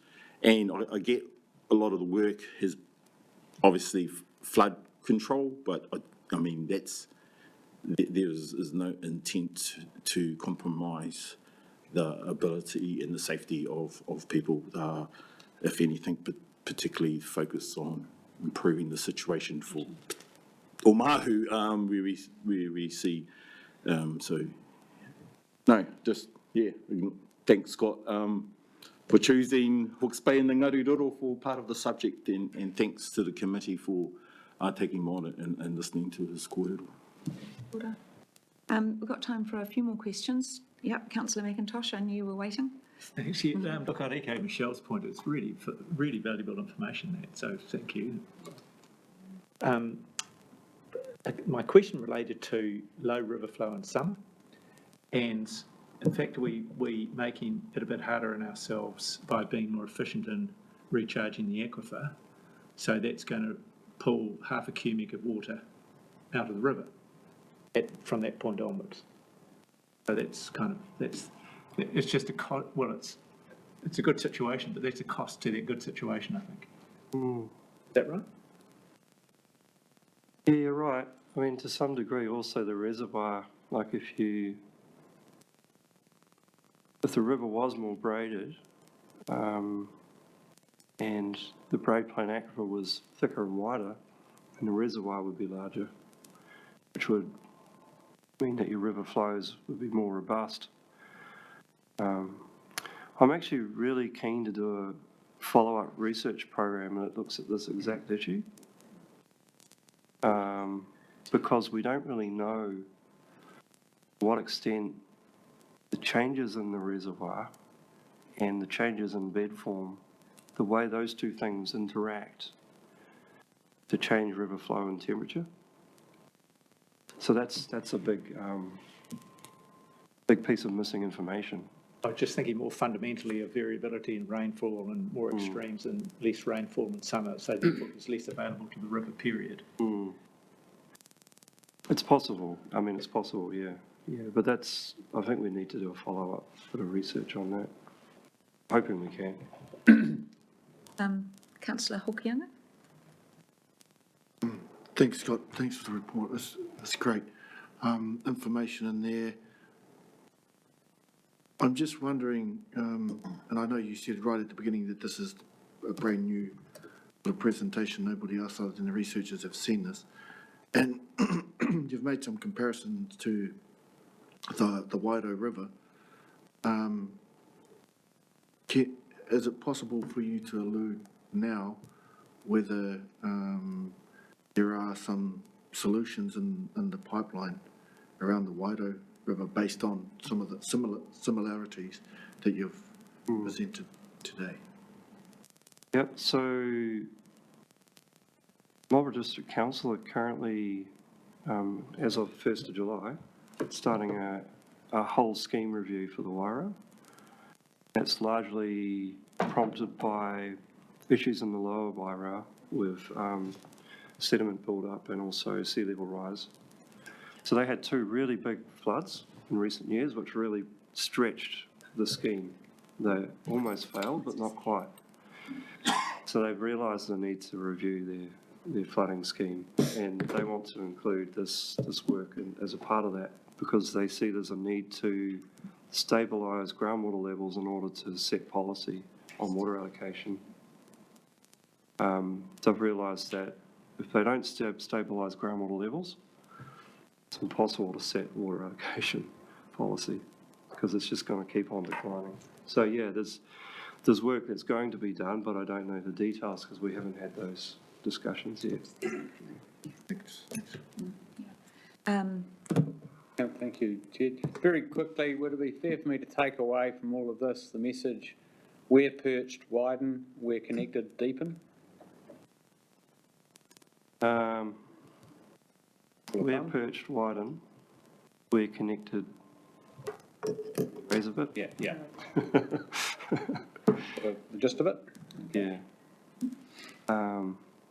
But, yeah, I mean, there's also this very good point about what that would actually do to flow, and we don't know that. There's potentially more work to do in that space. Morena Katarina, welcome. Morena. Councillor Roadley. Thank you, Chair. Scott, the river systems that are disconnected or connected to the aquifer, is that a natural process or is that something that mankind has done? Well, that's entirely natural, yes. Yeah. And so there's no desire or opportunity to change that in any way or even ability to change it in any way? No. I mean, if you raise the bed elevation, it would increase the length of a river that's hydraulically disconnected. So you can make small changes like that. It's just a natural phenomenon. Councillor Harding, I'll come to you, but I did, you need a lot of zeros, but I did do the 500 litres a second into minutes, hours and days and year. I got to 15 million cubic metres a year. Does that sound about right? Unless I got a zero wrong. There was a lot of zeros. It's about 15 million cubic metres a year, yeah. Councillor Harding. Kia ora, Chair. Scott, this has been fantastic. You're not a planner. I'm about to ask you a planning question, though. Are you aware of examples nationally or globally of planning protection for recharge zones, such as the Royce Hill recharge zone? I'm not, sorry, no. Thank you. We've got planning protection for the recharge. The integrity of the recharge system is in the regional policy statement. Right. Source protection, but I think, Chris, did you want to comment there? Were you nodding? No? Not formally, no. No, okay. Source protection you're talking about is, No. anyway. Yeah. Separate from source protection, there is a protection of the integrity of the recharge system, and particularly here is in the regional policy statement. Where I'm heading with this one is that there's no specific protection for that part of the river. I think there's a generalised protection for that benefit, if you like, but nothing that specifically targets the most critical areas at the moment. Point. So probably back to you, Chief Executive. Questions just around, we're just accepting the paper, but is there an opportunity to look at how we might make a recommendation around formalising some of this into how this might be linked to Kotahi plan or planning further on, additional to anything we currently have in place, given how significant it is? Through you, Chair, I think there's a couple of avenues. One is the flood review work that Chris has talked about via Tonkin and Taylor, and because in all of these things there will be what we all do every day in terms of weighing up that safety and protection of people with more natural options for rivers. So I think there's one avenue through there. The other avenue will be through the development of a new regional policy statement and Kotahi more generally. So if the committee wanted a more kind of active resolution, it might be something along the lines of directing the chief executive to consider the results of the study via the kotahi planning process and the flood scheme review currently underway. Something like that, I think, would capture something quite Happy to move? directed. Yes, yeah, bit more formal. I'd like to move an alternative. Okay, yes, what were you thinking, councillor Hay? Well, thank you, Chair. Look, I can't help thinking, look, I've been aware for quite some time of the significance of this part of the river, and it's just so fantastic to see the work that Scott and his team have brought to not only providing more and better understanding of it, but actually illustrating it in a way that I haven't seen illustrated as well before and defining it. And my overwhelming reaction is that we would be far better as a community to recognise that and protect and strive to enhance that area. It's just such a taonga for our community across the Hiratonga Plains when you understand that 70% of all the water that we rely on is coming from just a couple of kilometres, maybe 4 kilometres of the river, something like that. And it just seems to me, so I can't let this go without trying to give the strongest possible expression of the importance of that and the value to the entire community of protecting, enhancing that part of the river and generally bringing that kind of framework. So my conclusion is that we should recognise aquifer recharge protection and enhancement zones in our regional policy statement. Now that sounds quite directive, and I understand that that might be too prescriptive, or as a direction to give from this. But I think we want something really, really firm that lines up with the gravity, the central importance of this science, with this new understanding. So we need to capture that in some way. And so my preference would be to move a recommendation that, or to accept the paper and recommend that the chief executive considers the incorporation of this into both the study, the scheme reviews, kotahi, and I would like specifically the consideration to be given to recognising aquifer, recharge, protection and enhancement zones. That's my preference. Some views on that? Comments on that? Maybe the chief executive could respond and say whether that's a bit too constraining. Look, I wonder if there's a happy place in there without getting too semantic about it. The committee notes the critical significance of this area of aquifer recharge and directs the chief executive to ensure that that's considered through the kotahi planning process and the scheme reviews, which is a bit more directive than my version. Does that help? I'm happy to move that. Happy to move that? How about if we get some words? Please. So I've got notes, the critical importance of this work. Do you want me to go or you go, Councillor? Oh, no. Can I help? You're going to have to do it. Chair, can I help? We're making an absolute meal of this. That the chief executive consider the implications of this research for flood protection and kotahi planning with a particular focus on recharge zones and the Nararoro stretch in particular. All right, something like that. All right, perfect. Got that, Say Leanne? it again now, for Leanne, It'll be on the tape. something like that. Also, let's just note that this is a recommendation to full council where it can be considered and recommendations or otherwise can be changed at that point. So, you happy to pick up on that from tape? Yep. Everyone hear that? I'll come out and see it. Everyone happy with that direction? Happy with that kind of wording? With the intent, So who yes. can I move and second? I'm just checking on screen if there are any comments, yeah? So you're moving that, councillor Williams? Yes. He's writing it down for you. We're going to read it again. You got a seconder? Yes, councillor Harding? Wait, do you want to wait till you've got the words and hear them back again? Everyone? Look, I read it again. if you like. Everyone happy? Okay. All those in favour, please say aye. Aye. No other comments? Okay. Yeah, and on screen. Okay. Scott, do you want to? I'll leave these reports here. Oh, yeah. But I've got digital copies. Who's the best person to send those to? That would be great, thank you. Okay. And there's going to be we're going to hold a workshop, I think it's on the 2nd of July. Does that sound right, Simon? It's coming to Yeah, that, so, yes. 2nd of July, I've invited, some asset management. Oh, Simon, can I just ask you to come to a, Just, microphone? just Hold introduce, along, Oh, and introduce yourself too, Simon. Just if you could, thanks. Sorry, Chair. Take your seat.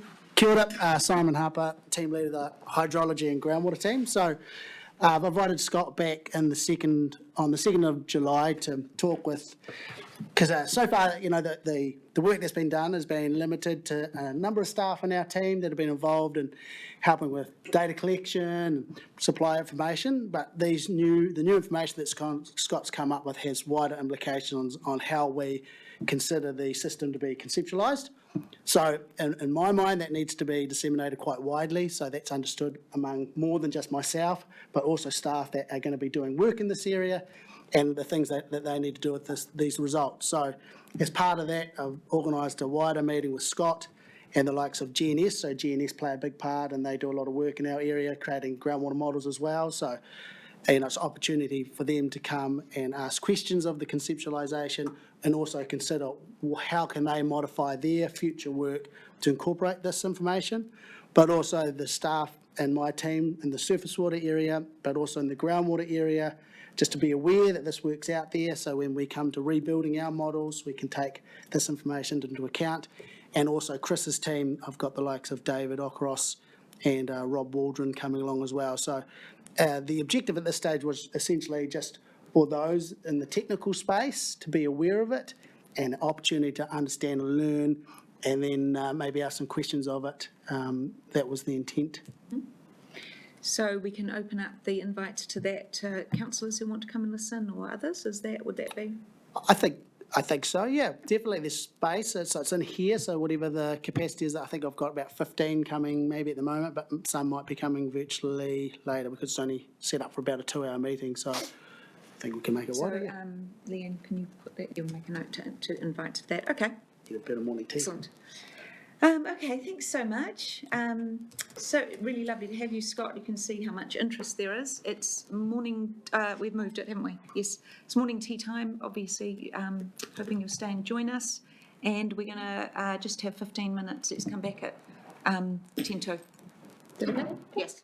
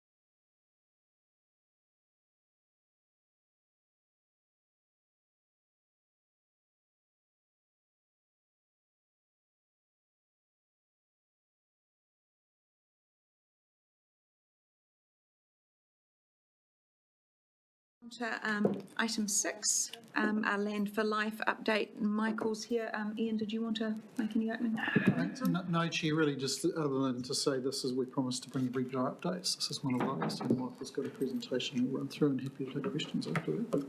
Thank you. Thanks, Michael. Welcome. Kia ora tātou, Chair, councillors. I'm going to take the paper largely as read. I've only got a half dozen slides, so we'll rattle through that. I really look forward to the discussion, but I do want to just do a quick dive into a couple of things.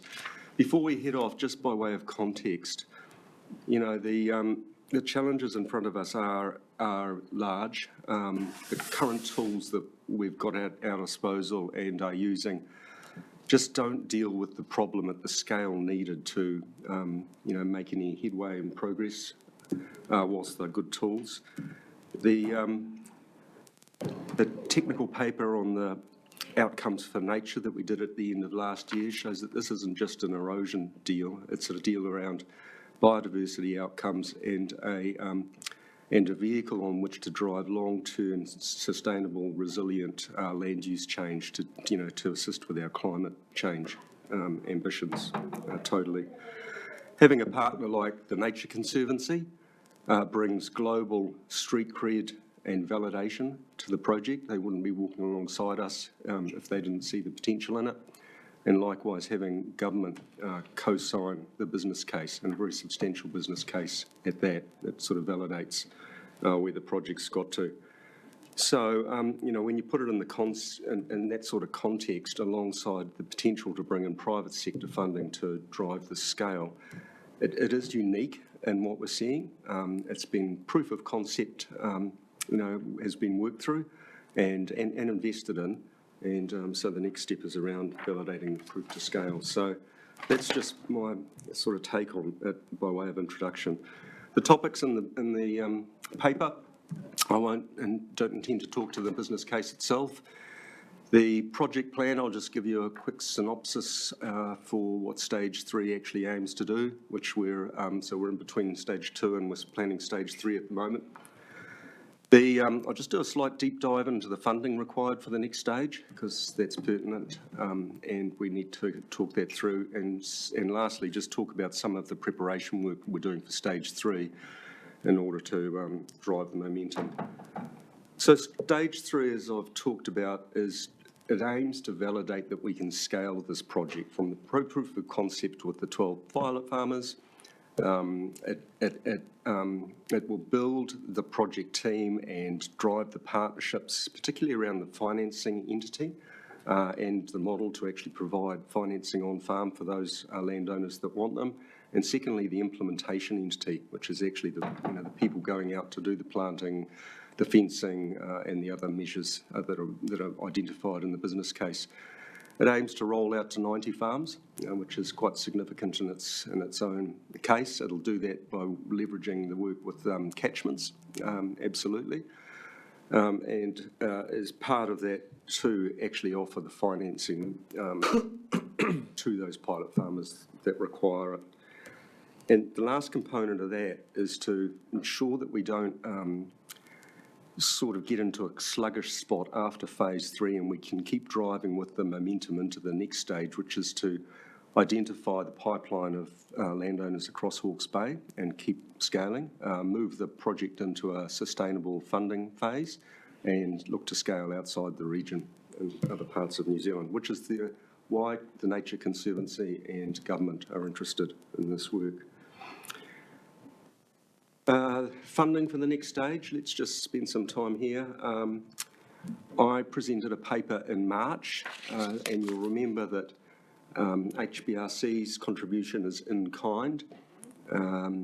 There is a large chunk, 800,000 from corporate sponsors and donors that TNC have been leading the charge on, and application in place for the SFFF. In terms of the SFFF application, it's gone through the first layer of assessment. Well, actually, there's a subsequent layer where you deal with a person that helps you frame up the proposal. The next layer is at the management layer, and multiple managers look at this and say, is it worthy to push up? It's gone up to the investment committee, which is where the big decisions are made, and it's sitting with them at the moment. In relation to that, they require letters of funding commitment from other funders into the project. The Nature Conservancy, of the 800,000 that they aimed to bring to the table, have so far secured 400,000. So they're prepared to write a letter of confirmation for that 400,000. The Regional Council, subject to the long-term planning process, can write a letter of commitment for its contribution. And also the discussion point we need is to actually underwrite the other $400,000 worth of corporate and donor funding. The reason of that is to satisfy the SFFF process and allow TNC and ourselves time to find the remaining $400,000 that's required from private sector funding. If all of that is not actually found, it's not planned that there'll be an increase or extra ask from HBRC's budget. It'll just come out of the integrated catchment management budgets by reprioritisation. So the last slide, which I can rattle through and look forward to some questions. Engagement is underway. We're going round again with our partners in this project.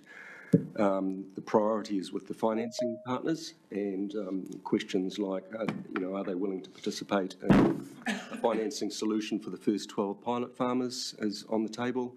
And they're certainly willing to come to the table and actually work with us around what that financing model looks like. I've mentioned before that we're on the back foot with our engagement with pilot farmers, and so that needs more work and, to assess their interest to actually move forward into the next stage of the process and act as champions like we initially envisaged.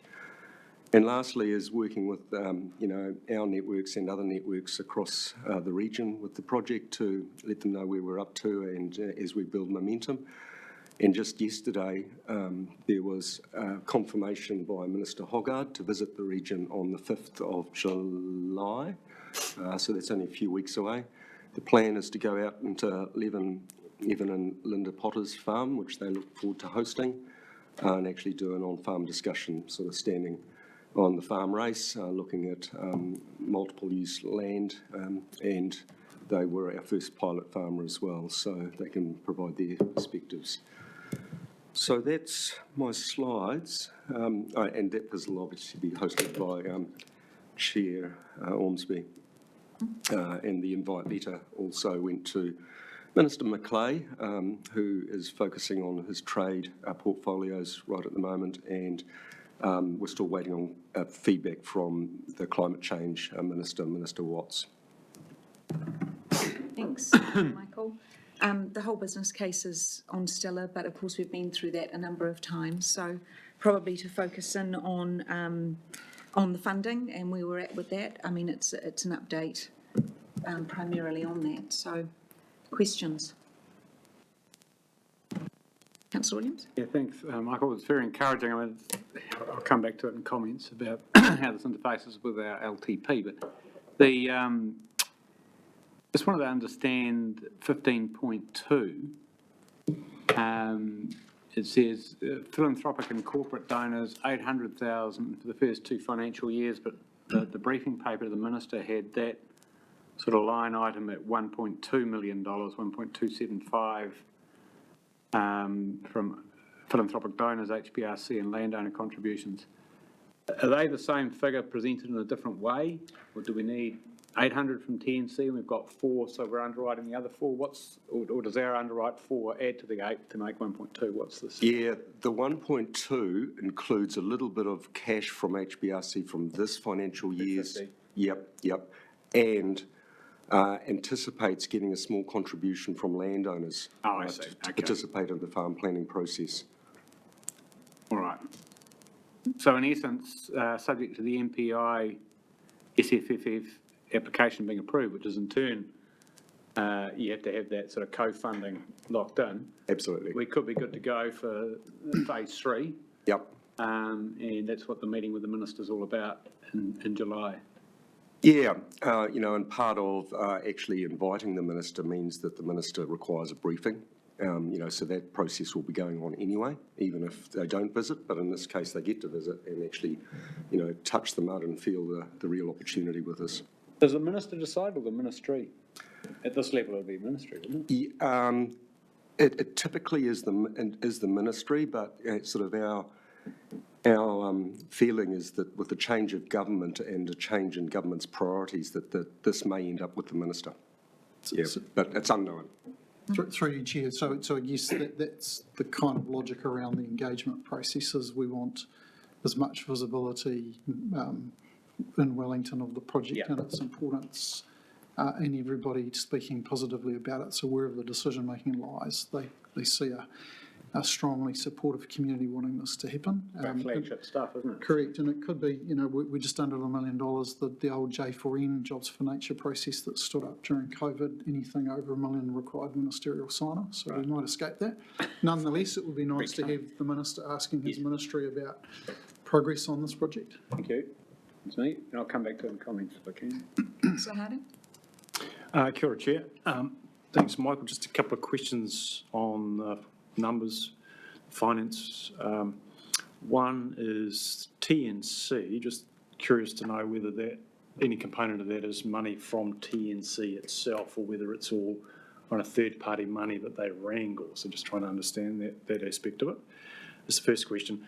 And the second one is just around the cost to farmers. So targeting 90 farmers, do they have skin in the game and are they contributing under this model to the cost of those comprehensive farm plans you're developing? Please, thank you.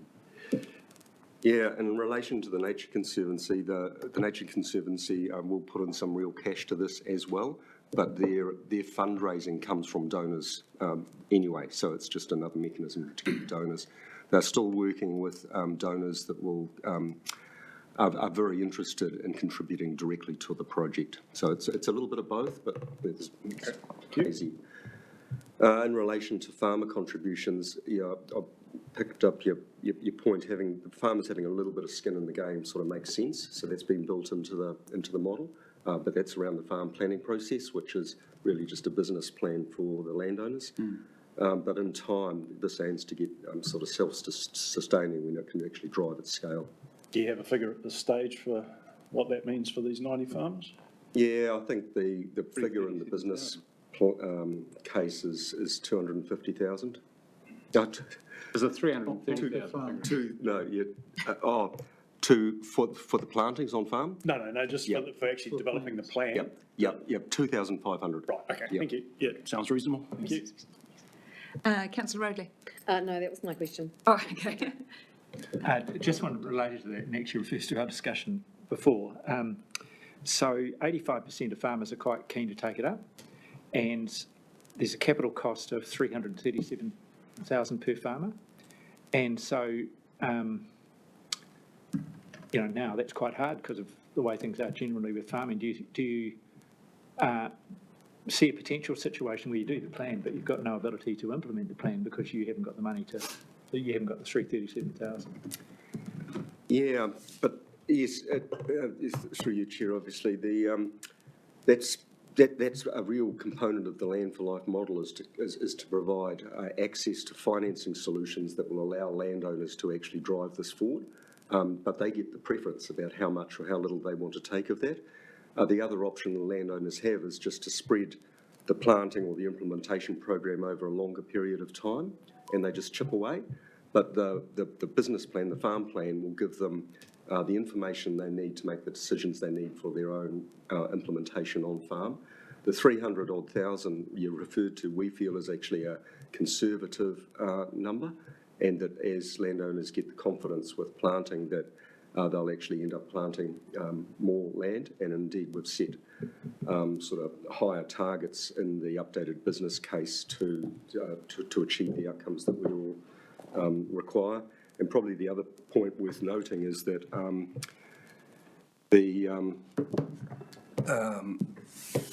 there was feedback from landowners around the interest in native plantings, and of course that'll push up the price.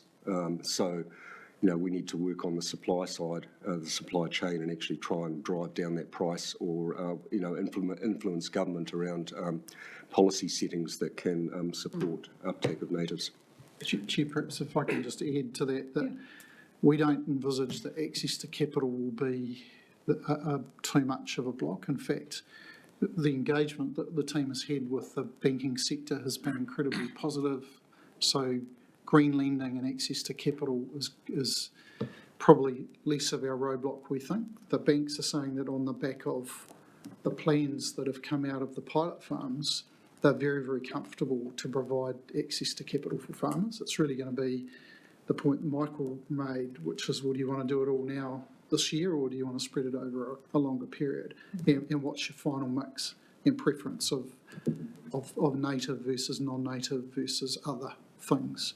But certainly access to capital is very much built into the model in the design, but early signals from the banks is that they are very, very eager and keen to participate and provide capital. I think also with things changing around, we've got the biodiversity credits conversation happening at government level. We've got soil carbon research projects, etc. There's a lot happening in this space that the model can be year by year updating to optimise those different opportunities. I think that's an important aspect of what's going on, and it's iterative, isn't it? You can take a small piece and wait 3 years for your first carbon payments to enable perhaps your next part of it. I don't think implementation all at once is necessarily a priority or an important part. Am I right? Yeah. Correct. Councillor Van Beek.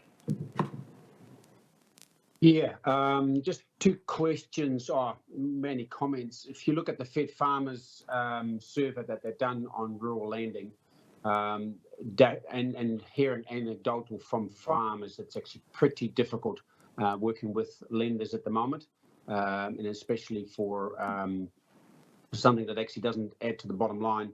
And then secondly, my question was,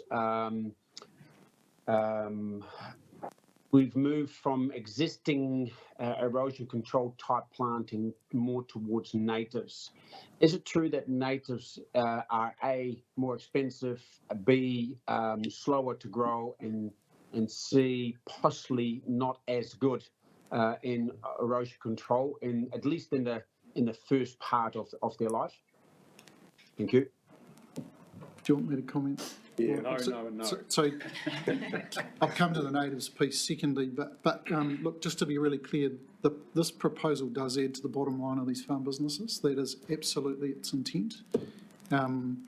Worst case scenario, this would be cost neutral, and the more real option is that this is actually going to drive on farm economic value. Okay, so that's been the premise of this. Mm-hmm. So I absolutely understand and accept that for particularly the hill country pastoral sector, things are tough and money is tight.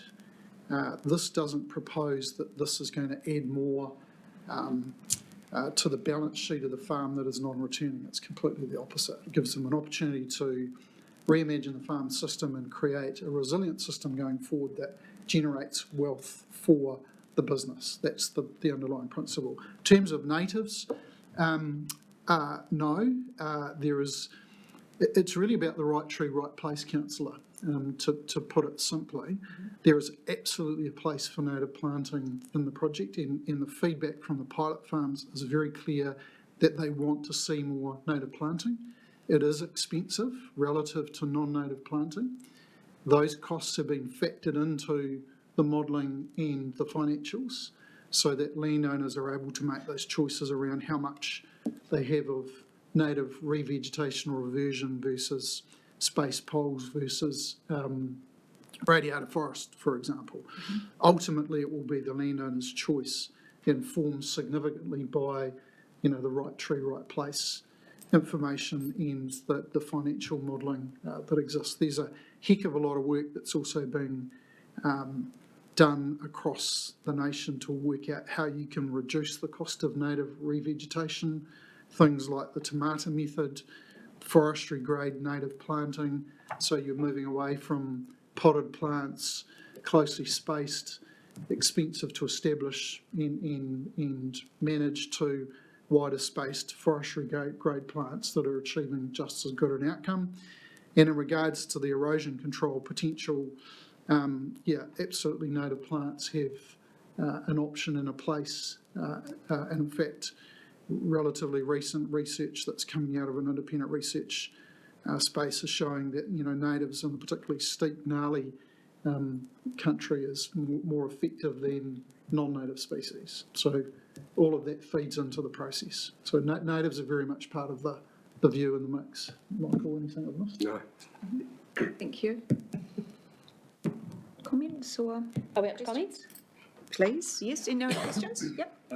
Councillor Rodley, yeah. Thank you. Thank you, through you, Chair. Thank you, Michael, for that.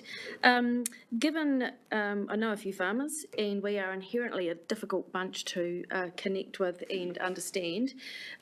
So the 12 pilot farms that are currently in the project, from them, what have you learned about the communication and their level of engagement and their level of willingness to participate, and how might that create any future risks to scaling this project up to the 90 properties, the 300, the 600 aspirational? Yeah, farmer engagement is, through your chair, is noted as a risk in the project and needs to be a key focus. What we learned with the initial 12 pilot farmers, we're indebted for the information that they provided us through this project and the learning that we went on. I think at its heart there were two main components that we understood from farmers. One is that they lacked the knowledge and the confidence with which to actually start on the journey. And secondly, they lacked the resources, being finance and time, to actually get on farm and actually, move away from their business as usual and plant some of that gully that they know really needs planting. We also picked up through time that there was uncertainty in the carbon markets, changes in some of the policy settings from government, overburdening of regulation coming at them, and a range of other challenges.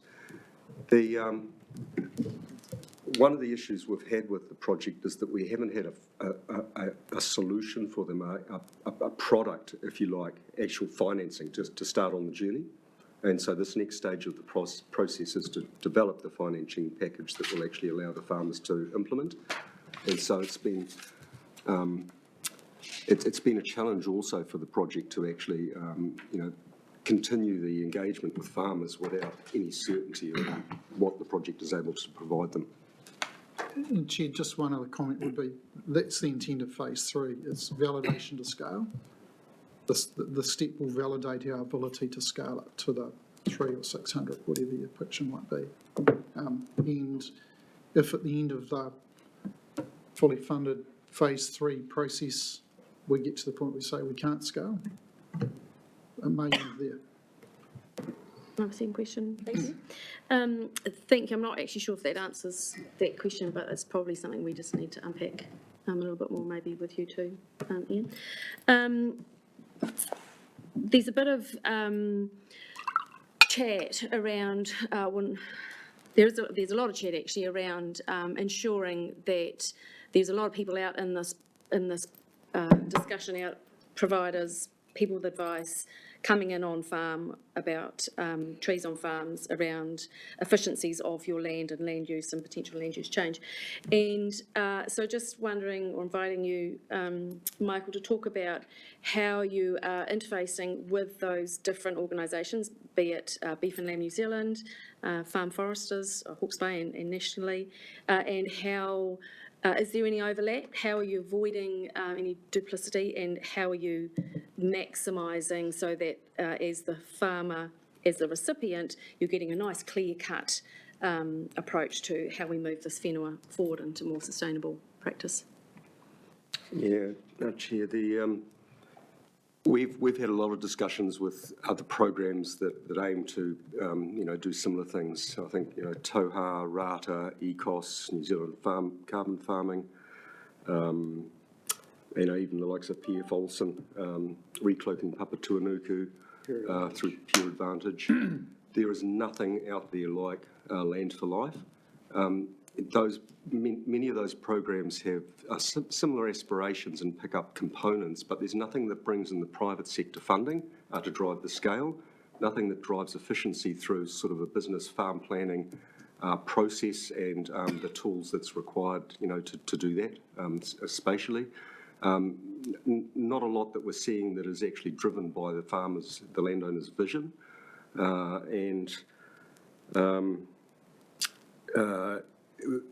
Land for Life offers the proof of concept and the validation from the TNCs and the business case, to validate that it's good to go. So that's how it's portrayed in the SFFF application.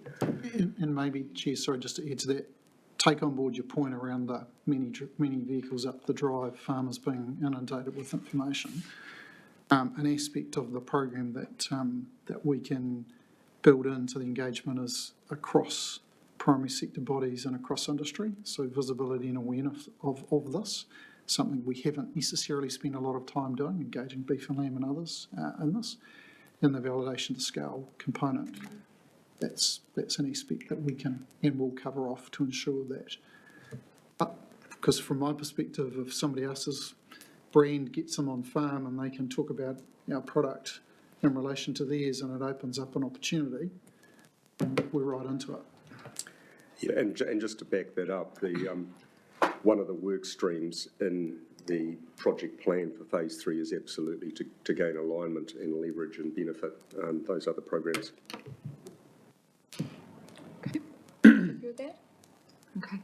Councillor Harding? Kia ora, Chair. Look, just a question on governance. That's just where we're at with the thinking around that. So I made the point before that I think that's one of the many keys to success of this, and particularly to Councillor Rowley's points about farmer engagement and selling in. I think that will have getting the right governance structure will make a massive difference there. Where are we at, please? Yeah, it's actually the first, the governance structure. Yes. Yeah. It's one of the first components of work in the next work stream, and it's something that we can actually move on without committing funds. So the governance structure is described. We haven't actually filled the places in it yet. Involves, as outlined in the business case, involves farmer representation, tangata whenua representation, as well as the right sort of governance and street cred for financing models. And just a reminder, Councillor, that I agreed, if we get to the point where this project goes to phase 3, because we secure all the funding, it will come in as a line item into the LTP, so budgets and visibility of our work will be available for you. Yep, no, sorry, I've taken that as granted. It was more that external, and just I see the value of really strong external governance from the primary sector and probably from the banking sector as well as being really instrumental. Yeah, agreed. I was going to move that we receive. Yes. And Councillor Harding, second, happy to second. Any other comments you want to speak, Yeah, I was Councillor? going to speak to that. Look, I thank you, Chair. I just can't help but observe and reflect on the long-term plan conversation we've been having with this in the centre of it, and in fact, more correctly, tucked at the back of it. When I look at it in retrospect, it's a real shame this wasn't the front 10 pages of our long-term plan. We had all sorts of messages coming through, when we're talking about a 400 grand underwrite, for example, that we should stick to our core business, tick. That your staff are too overloaded and, there's too many staff and they're unaffected. Well, this proves that completely wrong. This is about leveraging everything from outside this organisation, so our foot soldiers on the ground, our farmers in the private sector and philanthropists can leverage huge returns for 1.1 million of in-kind contribution, all right? That we should reduce erosion control and biodiversity, but increase funding for tourism or keep funding for tourism in Tomato Park. And I just find, it's quite bewildering in some respects that that's the message we were getting. Reduce funding for erosion control and, stick to your core business. And with this, sitting in the wings, almost forgotten about in the context of that long-term plan. I really just can't help but observe that this is actually everything our communities are telling us to do in the way they're telling us to do it. And yet we didn't really celebrate it and acknowledge it enough in the long-term plan because it wasn't such a big line item in the long-term plan, which is precisely the point, through what we can leverage from it. So it's that to round it out in case it was very garbled. I'm fully in support and excited about this progressing to stage 3, and I hope the farmers do come on board, are able to access the funding and continue to prove the model that the 12 pilot farmers have shown so far. Well, Councillor Williams, I think part of the point is, as councillors, we have the opportunity to be talking about this a lot more and being out in our communities more and communicating more and using our social media more, because as we cut costs and we have less resources for our own communications from the organisation, we're certainly not limited ourselves in telling these stories. So I think probably that's something we need to do more of ourselves, yeah. I mean, how often have any of you talked about this project to your community in the last 6 months? I try wherever I can. Heaps. I There we try go. wherever I can, but Nice. it doesn't, it's hard to get a word in. Yeah. Okay, Councillor Harding, and then we'll wrap up. Yes. Kia ora, Chair. Look, just to Councillor Williams' point, I think one of the peculiar features of our LTP is just that the blip. We're picking up the investment in erosion control is just a blip, and that we've got, on the one hand, we've got a cyclone-affected primary sector that aren't as able to buy, to use that existing scheme as we have, and we've got a new scheme which is trying to take off, which relies on a whole bunch of partners. So there's a lag effect there. So whilst it looks peculiar, you can explain, and it is rational and it's reasonable to see a year one dip in our investment. It would be nice in a parallel universe that didn't have a massive flood that we saw a great leap forward in investment. Current investment with farmers in this. That's not the reality we face. Look, I just want to endorse, encourage and thank Ian and Michael and all the team for the fantastic work, and we look forward to success. Thank you. Thank you for wrapping that up. So mover, seconder, all those in favour, please say aye. Aye. Any against? Carried. Thank you very much. Thanks, Michael. We have Becky Shanahan coming up to present, maybe with others. Yep. And if you could introduce everyone, or Ian, would you like to introduce the team? So I'm not sure whether you met Becky, one of our senior scientists in our coastal marine space. Becky's admirably led this from council's end. I think there might be an online team that she will run through and a presentation to go with it. Yeah, fantastic. Thank you, Becky. I think we have about 30 minutes with you. So if you have a presentation, make sure you leave us a bit of time for questions. Kia ora. Yeah, so originally the runtime sheet said 40 minutes, so the presentation is 30 on the nose. We have two people presenting, so I'll introduce them in a minute. I was also just going to introduce myself because I've not met everybody, so those of you that haven't met me before. I'm the team leader for the freshwater and marine science team, but I'm a marine biologist by training, so that's where my expertise lies. In my role, I have to enjoy facilitating a coastal group that HBRC is a part of, the Hawke's Bay Marine and Coast Group, and I've presented about them to the EICC before. So NIWA presented this work to the Marine and Coast Group, and the Marine and Coast Group said this absolutely should be seen by the councillors themselves. So we appreciate you adding this to your agenda, because the group's actually really excited about that. So the work that they're going to present today is the post-cyclone work that NIWA did sort of in the months immediately following the cyclone. We were incredibly fortunate in that HBRC, prior to the cyclone, had actually commissioned NIWA to map parts of our Hawke's Bay coastal marine area in years prior. So that gave us some pre-cyclone data that we were able to compare to. So that was incredibly fortunate that we had that. And we also have an ROV, or an underwater drone, that we look at some of our subtidal habitats with. So that was also used in their report, and they'll refer to that. I'll hang around if you have any post-cyclone coastal questions for HBRC's work in particular. And other than that, I will hand off to our two presenters today. So there were 2 reports that came out of their work, so that's why there's 2 presentations. So Daniel, I think, will be up first. So Daniel's a benthic ecologist from NIWA, and he project managed the entire, the several voyages that NIWA did. And then Andrew did the sediment work as part of that, and following on from that, he's doing some more work with us that he can talk about if you're interested in hearing about it. And with that, I'll hand over to you, Daniel. Thank you. Thanks, Becky. Can everyone hear me okay? Yep, perfect. Great. I'll start us off, and Andrew will follow on talking about his project. So I'm Daniel Leduc. I'm a marine biologist based in Wellington, and I'm going to share my screen.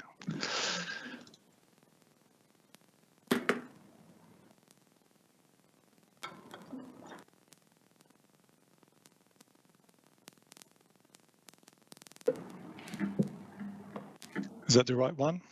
That's the other one. Oh, yeah. Swap? Okay, great. So following the cyclone last year, MPI set up the North Island Weather Event Recovery Fund to support some recovery work for primary industries, including fisheries. And they came to us to do some work out in the marine environment. And this work is all related to the effect of sediment in the marine environment. So it's been estimated that about 300 million tons of sediment was washed out to sea during and after Cyclone Gabrielle. You can see on this map the red areas are where most of the erosion happened. There was a significant amount of erosion, obviously, in the Hawke's Bay region. And a lot of it went all the way out to the ocean. We don't know exactly how much, but we know that it was a lot. You could see it from space. These are before and after the cyclone images of 2 different rivers in the region, and those plumes were pretty large. So the big question on some people's mind was, what kind of impact is all this going to have on the marine ecosystems and the fisheries? So the first project, which I will be talking about, it was called the Cyclone Impact on Fisheries Project, and it's to understand the sediment impacts on the ecosystems that basically support fisheries in the region. That concluded in January of this year. We've got a report out available online, so everybody can go and have a look for more detail. And the second project is my colleague Andrew's project, Cyclone Gabrielle Sediment Analysis. So it sort of tacks on the other project, but also goes out on land to look at the contribution of different land use and soils to sedimentation out in the marine environment. And that will be the next presentation. And that concluded in February this year. So the first project on the cyclone impact on fisheries has a few major components. So first, we wanted to make use of the satellite imagery to try to get a sense of the sediment plumes out in the ocean. We conducted 2 boat surveys, one in June and one in October 2023. And then we did some modeling, look at the hydrodynamics, the freshwater plumes, sediment transport, as well as the seafloor disturbance modeling, which I think I won't be talking about today because I think it's been covered somewhere else. We also did some mapping. NIWA did some mapping in April to try and get in there as quickly as we could to look at the seafloor topography, see if there had been any changes compared to before the cyclone. And that's what I will begin with. So this survey in April looked at 5 areas in the Hawke's Bay, shown on the right-hand side. So the idea is to look at the data pre-cyclone compared to post-cyclone, look at the difference, and to see whether we are seeing deposition or erosion of sediment. First area I'll cover is Tangoyo Reef. So this map and sort of this green and orange shading shows you the difference between the 2 surveys. The green shows less or erosion of sediment, whereas the orange areas and the yellow shows deposition. So there's a mix of both erosion and deposition happening there in this particular sort of rectangle. And the deposition is up to 1 meter thick, which is quite significant. The pre-cyclone survey was conducted in 2022, so a year or so before the cyclone. So we can see that there's quite a bit of change happening there in this particular area. At Pannier Reef, we see another pattern of a mix of erosion and deposition. The pre-cyclone survey was in 2019, so we've got 4 years between the two surveys. The question there, as with the other one, but particularly with this one, because we've got 4 years, is whether all of this accumulation and erosion actually linked to the cyclone or some other event that happened during those 4 years. We did get a core sample from one of those deposition area, again up to about 1 meter thick, and that patch of sediment was actually sandy, not mud, so fairly coarse and very little life in it in terms of the sediment fauna. So it could be indicating that there was some kind of impact there, but it could also be that because it's just shallow area and sandy sediment, that there's a bit of disturbance from wave action. But whatever it is, it's quite dynamic. Looking at Clive outfall area, we were able to map again a strip of seafloor parallel to the seashore. And what you can see is this green area, which we believe is actually a channel that's being sort of eroded out from the river mouth. And then surrounded by areas of accumulation on either side in orange and yellow. So again, another area that's pretty dynamic. The other two areas, the Werribee Hard and the Clive Hard areas, we didn't see any change in seafloor topography, so no accumulation or erosion happening there. But in those three areas, quite a bit of change. The question is still out. Is it cyclone related in all these three areas? We're not sure. Are these deposition events, sand or mud? We know that at Pannier Reef, it is sandy, sort of relatively coarse sediment. So there must have been quite a bit of physical force to make this happen. And Wairoa Hard, I didn't show this data, but we detected some large logs. So, about 12 meters long. We didn't know we could actually detect logs because what we can detect is about a half-meter difference using this tool. So we're only seeing the really big logs, and I'll mention this again when we go back to we get to the camera data. In terms of the remote sensing, so we used imagery from satellites to look at the short-term and long-term impacts, which we can see from space using ocean colors. I'll just give you a couple of examples here of before and after cyclone images. So these are images showing the amount of sediment that's in the water at the surface. On the left is pre-cyclone in December. There are plumes, but they're not very big. Whereas on the right, we've got this post-cyclone image taken 5 or 6 days after the cyclone, because immediately after there were too many clouds to actually see anything. The plumes are quite large. They extend tens of kilometers offshore. This sort of reddish, orange, yellow color is where most of the sediment is concentrated, and very much near the mouth of particular rivers along the entire coast. So quite obvious acute impacts.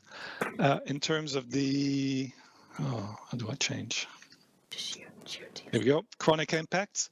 So what we've got here is we've got access to 20 years worth of data, satellite imagery data from New Zealand, which we were able to process and make sense of. So this graph here shows average values of sediment suspended in the water for the entire coastal marine area of Hawke's Bay. There's a lot of information there. So the months go from left to right, from January to December. We've got different seasons. The red dots show the summer season, the yellow autumn, the blue dots show the winter season, and then spring and back to summer. And then for each month, we've got 21 data points. Each one is the average for this particular month. For example, January on the left-hand side, and then with the 2023 point is a square with a sort of a black highlight.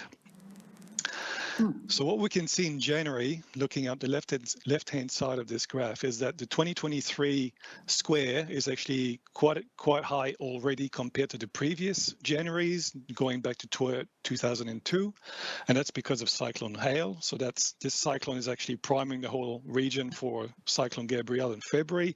The value in February, so under 2, next to it is actually really, really high in 2023, is higher than anything else that's been recorded for the region in the 20 years prior. It's still high in March and April, 3 and 4 in yellow. And then in May, under 5, is the values for suspended sediment across the coastal marine area is back to normal. So the influence that we could see from space at the surface lasted 2 to 3 months and was pretty much over by May. The main trend is actually a seasonal trend. You can see this huge peak in sediment suspended in the water in the winter months. And the values that we saw after Cyclone Gabrielle were actually pretty average compared to your normal June, July, August values. And that just helps us put this into context. But what this did is that it increased the turbidity of the water quite early in the summer, and that turbidity stayed high all the way through the autumn and in the winter. So we had a really long period of high turbidity.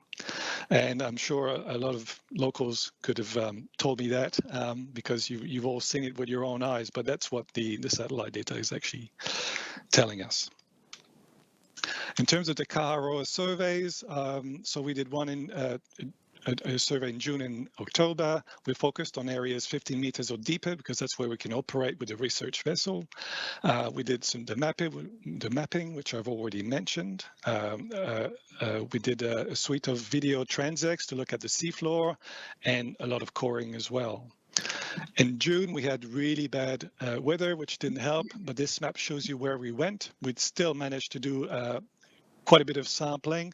The yellow areas shows where we did some mapping. The circle shows you where we did some sediment coring. So there were 3 transects of the T1. Transect 1 was off the Naruro River, transect 2 of the Wairoa, and transect 3 of the Nuhaka or the Mahia Peninsula.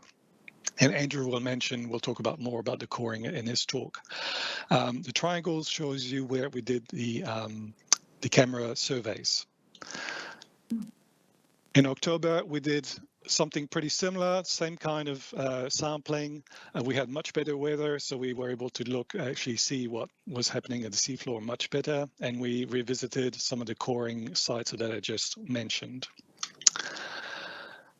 This is a summary of what we saw with the camera surveys. So basically, the areas in green are areas where we don't really see any obvious impacts of sedimentation.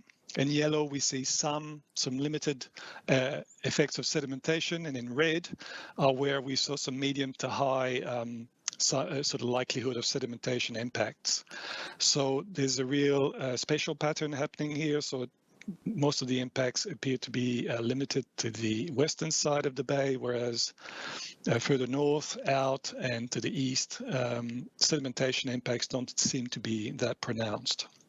I'll just give a couple of examples of impacted sites. So Cape Kidnappers is sort of a medium impact area.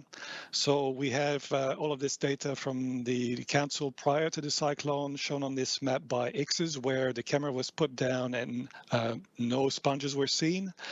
If the sponges were observed, there's a brown circle. So there were some sponges before the cyclone, and we did observe the same kind of sponges shown in the image at the bottom of the screen there during our survey in June and October. So that's good. Kelp was actually absent before the cyclone already. It was also absent after the cyclone. The transect that we did are shown by those wriggly blue lines, by the way. Yeah, so, and most of the fauna that we could see on the video were really limited to the top of those big boulders that make up much of the seabed there. Not much in between or on the sides of the boulders. We did see the odd crayfish. The sediment, there's a fine sediment layer over pretty much everything, which is kind of what led us to sort of classify this area as a sort of a medium impact area. The Wairoa Hard was, in terms of impact, was probably the most impacted area we saw during the whole project. Again, we've got data from the council pre-cyclone. These green circles shows you where algae were seen pre-cyclone, and those yellow circles shows you where kelp was present pre-cyclone. We did a number of transects shown by these wiggly sort of purple and blue lines in June and October with those number sort of labels. And what we saw was basically hardly any kelp. Even in areas where there was quite a bit of kelp before the cyclone. Same thing for sponge. I'm not showing the data here, but again, kelp was present before the cyclone, but not after, and pretty much same for sponges. And I'm talking about sponges and kelp because these are important habitats for fish and other organisms. So the fact that they're not there anymore is a concern. Logs were pretty common on the video transects. They were seen by the multi-beam echo sounder surveys. So it seems to be that, yeah, there was a bit of deposition, or quite a bit of deposition happening of logs, but also probably sediment in this area. And turbidity was just high during the whole, during both surveys. In terms of the animals that live in the sediment, we did some coring to look at them, and this is the data on the right. So the bigger the circle, the more animals were found in the core samples. Broadly speaking, the further offshore we went, the more animals were in the cores, and that could be just a natural pattern. It could reflect some sort of disturbance, maybe from wave action in the shallow areas. But what we did was that we revisited some of these sites in June and October and compared the data. And what we saw was a fairly obvious difference. So the data showed by yellow, these anti-circles are from June.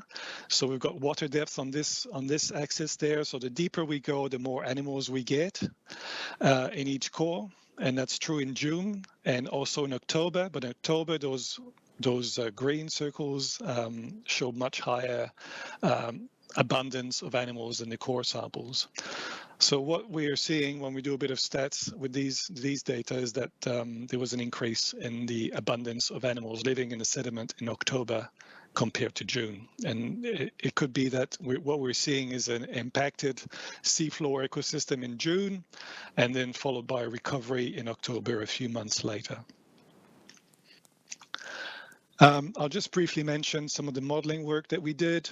So this is physical modeling looking at the freshwater plumes. So this is a model that was run for 15th of February, so the sea conditions just after the cyclone on the 15th of February. We've got the water plumes modeled out in the bay, and for each river, the mouth of each river is shown by a yellow X. So we've got different rivers in different parts of the bay. And then the color shows you where the fresh water went. So the highest concentration of fresh water is shown by blue and green colors.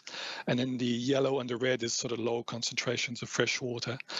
And if you look at each of these river sort of freshwater plumes, basically what it tells us is that the water is being basically carried along the shore and towards the east.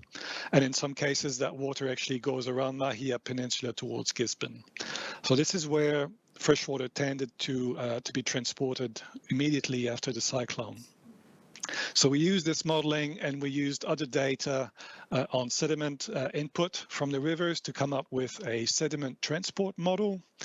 And this particular, so this graph shows you a time series from the 3rd of February going through to the actual event itself on the 14th, so from the 13th to the 15th of February, and then a couple of days after the cyclone.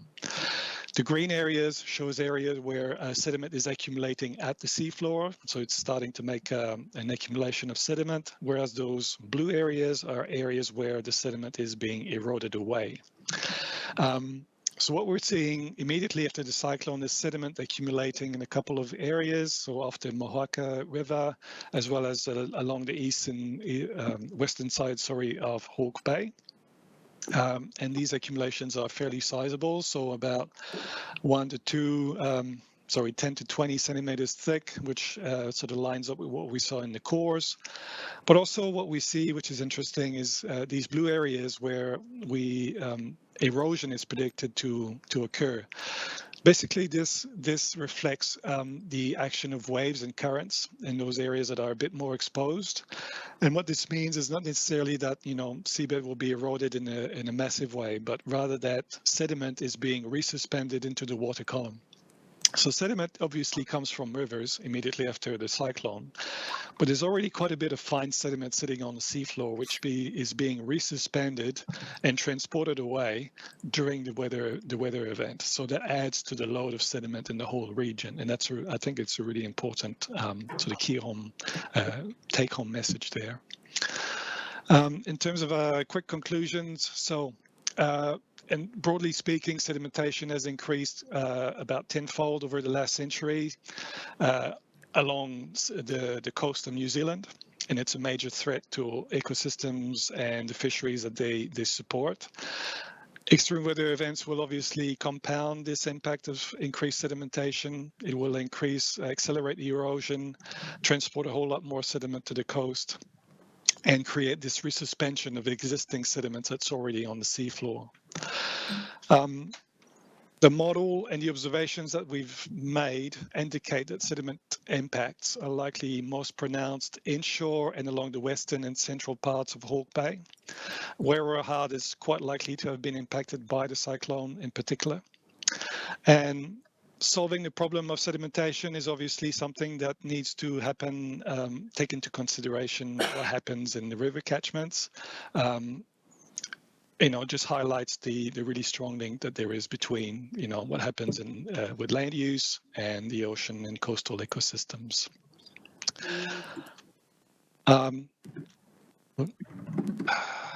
Okay.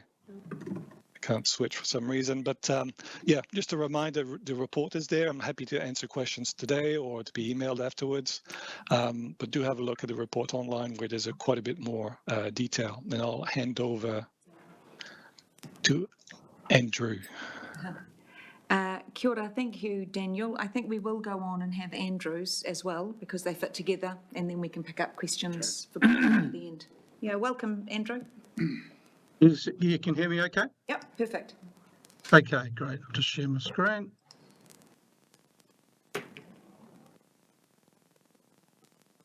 Let's go on here. Oh, sorry, wrong number.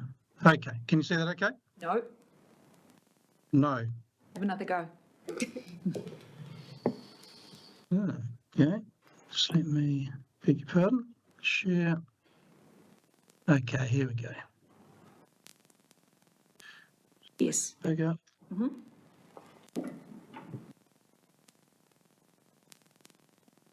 Okay. How's that? Perfect. Okay, yeah, so following on from Daniel's presentation, I want to talk to you about the contribution of different river sediment sources. So, yeah, the MPI Cyclone Gabriel sediment sources study, that was a sort of a sister project to Daniel's work. The primary objective was to look at the contribution of major river sediment sources to the marine sedimentation that Daniel talked about during the cyclone and provide information to inform future management. So in the last couple of days, I shared the draft MPI report with the council, so that should be available to you. And basically, the council is going forward is supporting work to take it to a next level this week. So start to look at actual land use contributions to the sedimentation. So more discrimination, not just the river, but the land uses within catchments and also stream bank erosion, which is often a very important source. So that'll be based on samples that we've collected previously, primarily during the MPI study in the Ngararoro, but also some additional work with the council and the Mohaka.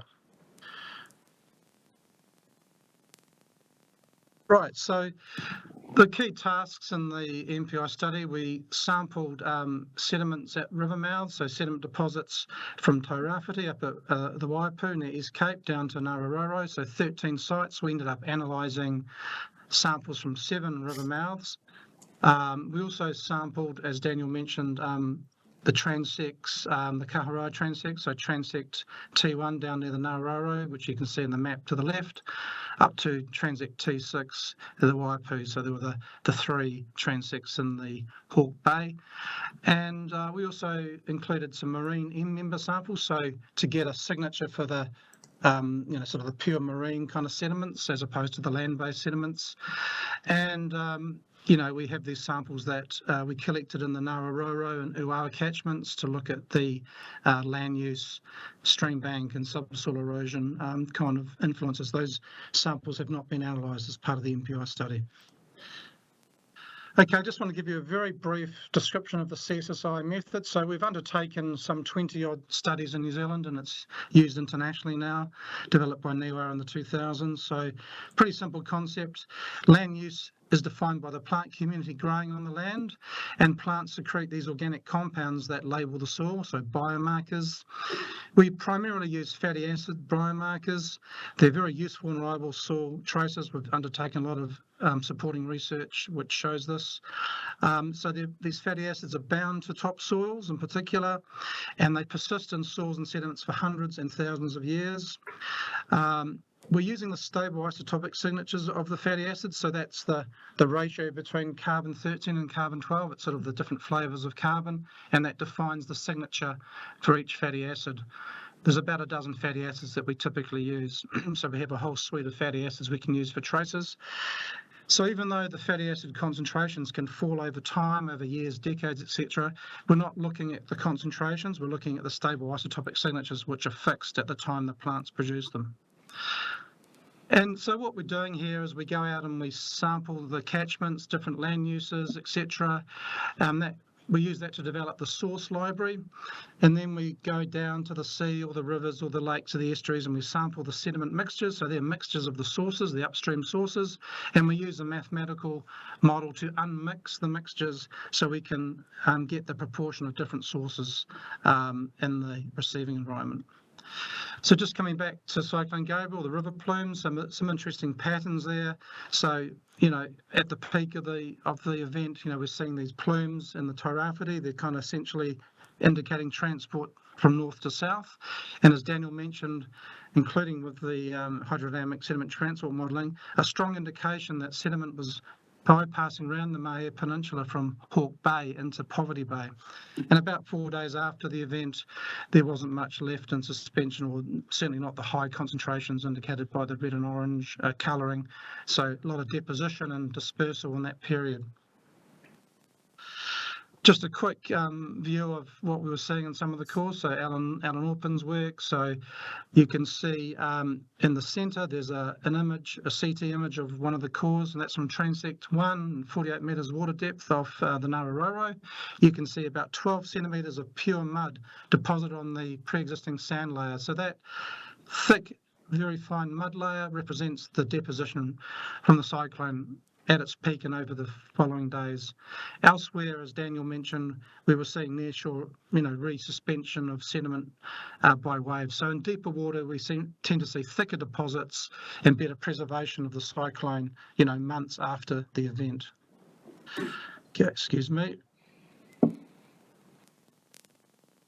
So going now to what we saw with the sediment source information. So this is for Transect 1 off the Nararoro. The top left panel just shows the location of the transect. The bottom left panel shows pie charts of the contributions of the different sources. So orange is Mohaka River.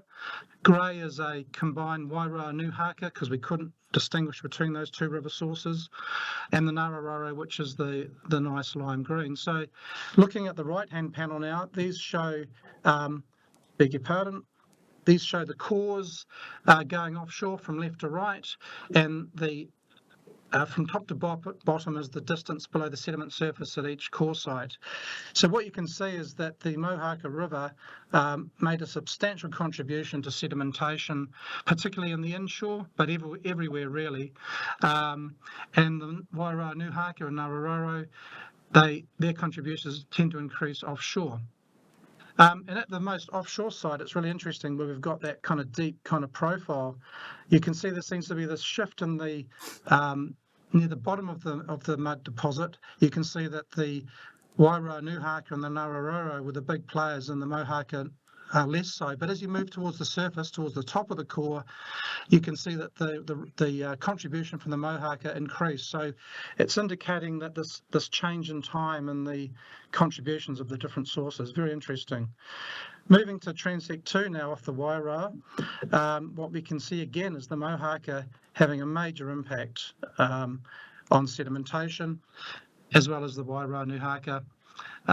particularly at the offshore sites. And what we see, again, in that deep site 16, where we've got it's a 10 centimetre thick layer of mud deposition. You're seeing, again, the Wairua Nuhaka role contribution increasing, but the Mohawk is a really big player at all of the sites. And the key thing to note is that we're not seeing marine end-member sediment very much at any of these core locations, so that's the sort of the pure marine signature. It's really telling us that these deposits really are recent eroded catchment soils. They're not from resuspended marine sediment so much. Now, this was, quite striking in the Poverty Bay, the contribution of the Hawke's Bay rivers. Sedimentation in Poverty Bay was really highly dominated by sediment coming from Hawke Bay, as you can see, the orange and the grey. The bright green is the Uawa River and Waipoua River sources. Inshore, you can see on the left-hand side quite a contribution, as you might expect, close to the Waipoua River mouth. But as soon as you got a bit further offshore, the Hawke Bay rivers were really dominating the sedimentation in the Poverty Bay. Again, we're seeing that same kind of thing going on where there's a shift in the dominance of the contribution in the deep core. You can see towards the surface the contribution of the Wairua Nuhaka is growing, but still the Mohaka is a big contributor everywhere. And again, we don't see much from the marine end member. So again, this is all recent eroded catchment soils, primarily from Hawke's Bay rivers. So just to summarise the last slide. So the MPI study, we identified the river sediment sources to marine sedimentation, really showing that a lot of eroded soil depositing, a lot of it from the Mohaka, but also the Wairua Nuhaka and Ngārororo. And sedimentation in Poverty Bay was dominated by Hawke's Bay rivers, which is, quite remarkable really to see that. And finally, the council will be supporting work going forwards. We're going to discriminate much more so in terms of the contribution of land use sources. So something that you can kind of potentially control going forward, understanding which are the hot spots in the catchments. So thank you. Thank you, Andrew. Terrifying, I notice on your slide set that's in our agenda paper, you have a few more slides, so councillors can look at those afterwards. But Ian, did you want to? No, look, I think use your limited time to have questions. Question to Councillor Williams. Thank you. So thank you, Andrew or Daniel. What's going on with the Mohaka? We just looked at that. Look at the map. Have a look at the map. A good question, isn't it? Can I hop in there, Andrew? I had the same question. So a bigger impact off the Ngārororo than the Ngārororo does. And we know that there's a large amount of tree cover in that catchment, and so being diligent as Katarina and I, we had a little look on Google Maps. Google Maps, that's all. So there's a huge amount of there's a theory emerging down harvesting going on just in that catchment. They're talking pine. Or harvesting pine, yeah. Thank you. Yes, Andrew. It's really clear when you look. Yeah, I should say as well, some research that we're doing, we're adding new biotraces, resin acids, which are primarily produced by pine trees. So even though the existing CSSI method is really good at distinguishing production forestry, pine, the resin acid is just another independent tracer that we can use, and resin acids are primarily produced by pine, and some native trees produce them as well, native conifers, but we're looking at the different signatures again, so it'll be another tracer we can add to the mix, and we're doing a lot of that in sort of core funded work, but it'll benefit our applied work as well. So you wouldn't disagree that it's potentially sourced from pine production forestry in that catchment? No, in really big events, you can get, large-scale hill slope failure from all sorts of land uses, but we've done work for Otago Regional Council, Auckland Regional Council prior, and others, and Marlborough District Council, big study we did in the Pelorus Sound, and it showed a large contribution per unit area of catchment from harvested pine, and I wouldn't be surprised if we see the same thing. But stream bank erosion can be a big player too. I guess, that's what we're going to find out for this particular situation. Can I ask one more question, Chair? Please do. It's about your paper, Daniel. The comment in the executive summary and in your report was that the impacts of sedimentation appeared to have dissipated after 2 or 3 months. Do I take that to mean you're talking about sediment in the water column as opposed to sediment on the seabed? And what's the story for the longevity of sediment on the seabed from Cyclone Gabriel? Yeah, so the line about the 2 to 3 month duration sediment, it's about what's happening at the surface. So that's what we can see from using the satellite imagery, which is just the ocean surface. So after that, we can actually see the difference from normal sort of background condition. What happens at the seafloor is quite different. So, a lot of the sediment at the surface were transported, eastwards and around Mahia Peninsula, whereas at the seafloor, the accumulation was happening on the western side of the bay, as far as we could tell from the modeling and from the camera transects that we did. So how long the sediment can shift quite a bit. It only takes a storm event to resuspend everything that's a few centimeters worth of sediment and transport it somewhere else, especially for the fine stuff. So it's very dynamic is the best I can say. Accumulations can stick around from minutes, hours, days, weeks, or months, depending on what the weather, the conditions are in a particular area. Thank you, Chair. Councillor McIntosh? Do you have any, Gabrielle was bad, but we've had sediment going into the sea forever. And I'm unclear as to the significance of Gabrielle in terms of seabed sedimentation relative to what's there anyway and has occurred over hundreds of years. I'll just make a comment about the modeling that we did. We had a seafloor disturbance model, which I didn't talk about today, but it goes back in time and it takes into account the existing sedimentation, which has increased over the last decades in quite a significant way. It also takes into account trawling, and which is another disturbance. The Cyclone Gabrielle, in terms of its impact on the seafloor fauna, was actually fairly minor once the existing disturbance is taken into account. That's what the model says, but I think it does make sense that it's actually a pretty disturbed environment to begin with anyway. So cyclone will add to it, but yeah, it's already impacted. I don't know, Andrew, you might have some other comments. Just one other follow-on comment. Like the CSSI method, we're essentially tracing the flow of carbon from the land to the sea. So you've got to remember the fact that you're losing all this productivity from the land, all this carbon from topsoil is ending up in the sea, and particularly in estuaries where that causes other problems, with eutrophication potentially and other things like that. So I think that's the flip side of this. You're losing all this productive land. It's ending up in the sea. It's taken thousands of years to produce these soils, and they're leaving the land. And we, I've done a lot of work in estuaries, some 30-odd estuaries in my career in New Zealand, and as Daniel said, we've seen this tenfold increase in sedimentation rates in our marine environments. And in estuaries, we've gone from these sort of subtidal systems to these really intertidal systems. Of totally in the upper North Island, it means mangroves have come in, all sorts of massive changes. It's changed the flow, the tidal flows, the types of plants and animals that can live in these places. So you've had these massive impacts on the land, lost productivity, all sorts of things, and the water quality in the rivers, and then down into the sea and the receiving marine environment, all these really bad impacts. And this legacy sediment in estuaries, it hangs around forever in many cases, so it's getting resuspended by waves from time to time. So it's not just about stuff that's coming in today, it's this legacy sediment that was eroded 100 years ago that's still kind of causing problems. Can I say that supplementary on that summary?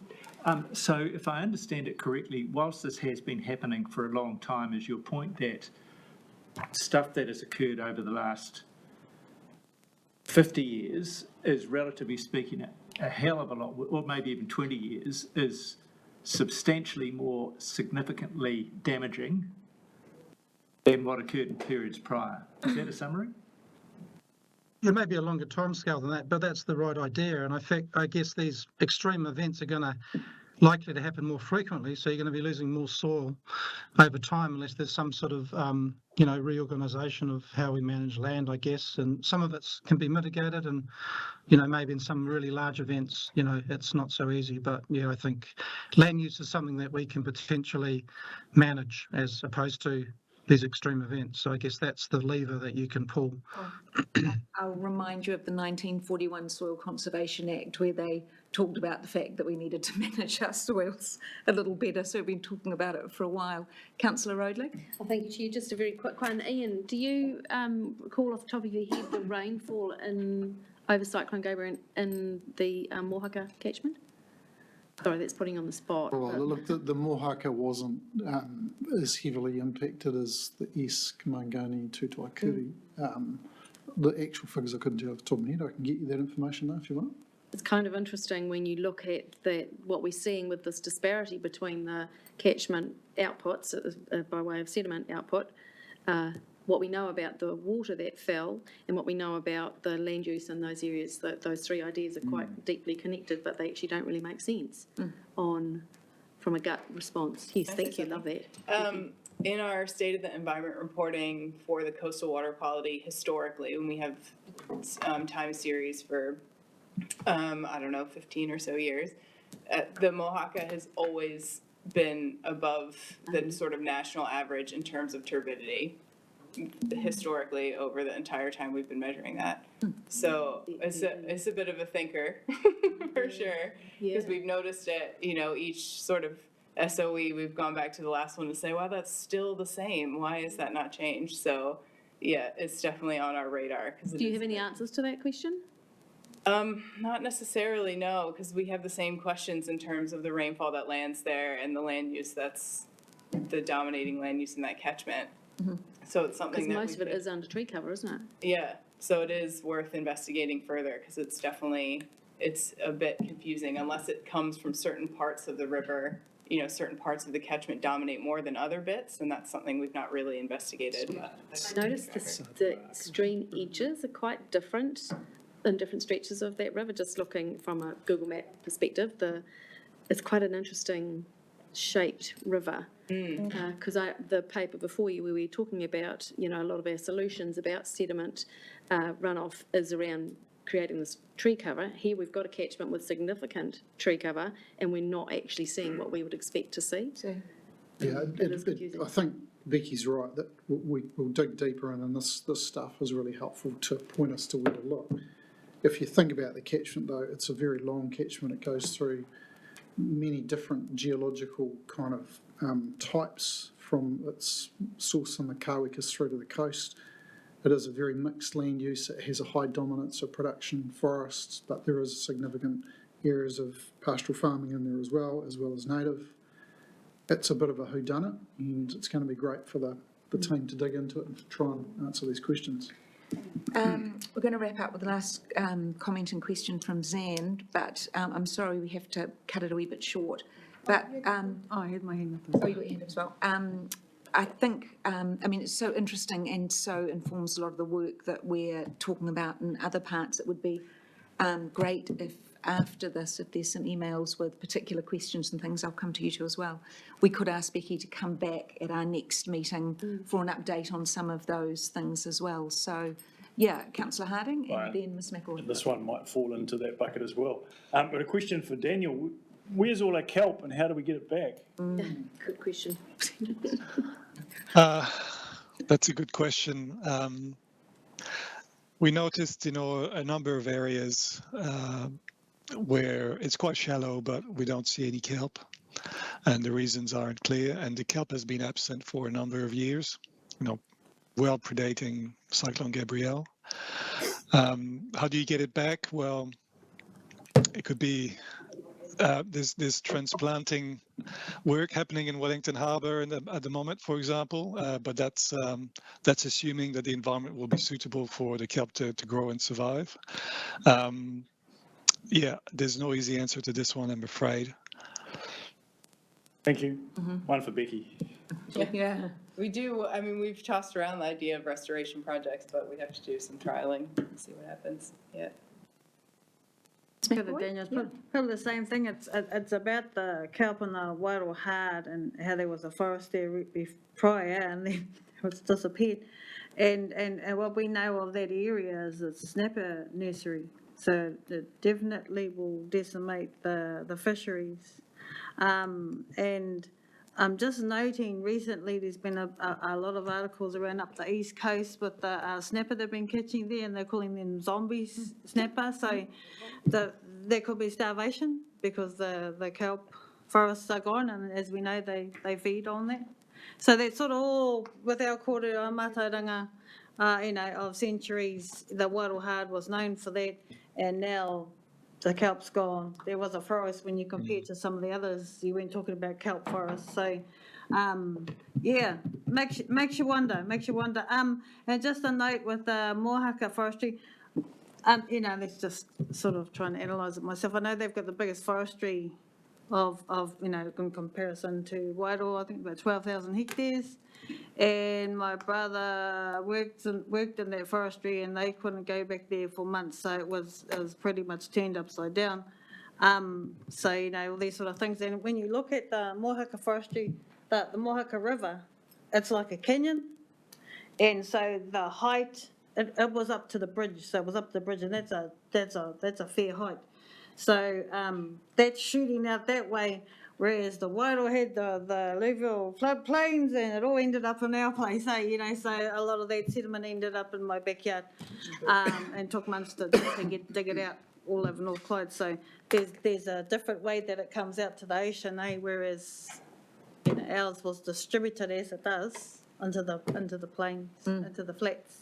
So yeah, good point. That's for you guys to work out. We'd be very interested to find out, and it's really good that it followed the Land for Life kaupapa, because and so I think that on your side, Andrew, you'll be able to find out where all the worst parts are and what's causing it, so then you can sort of focus in on maybe some of those areas.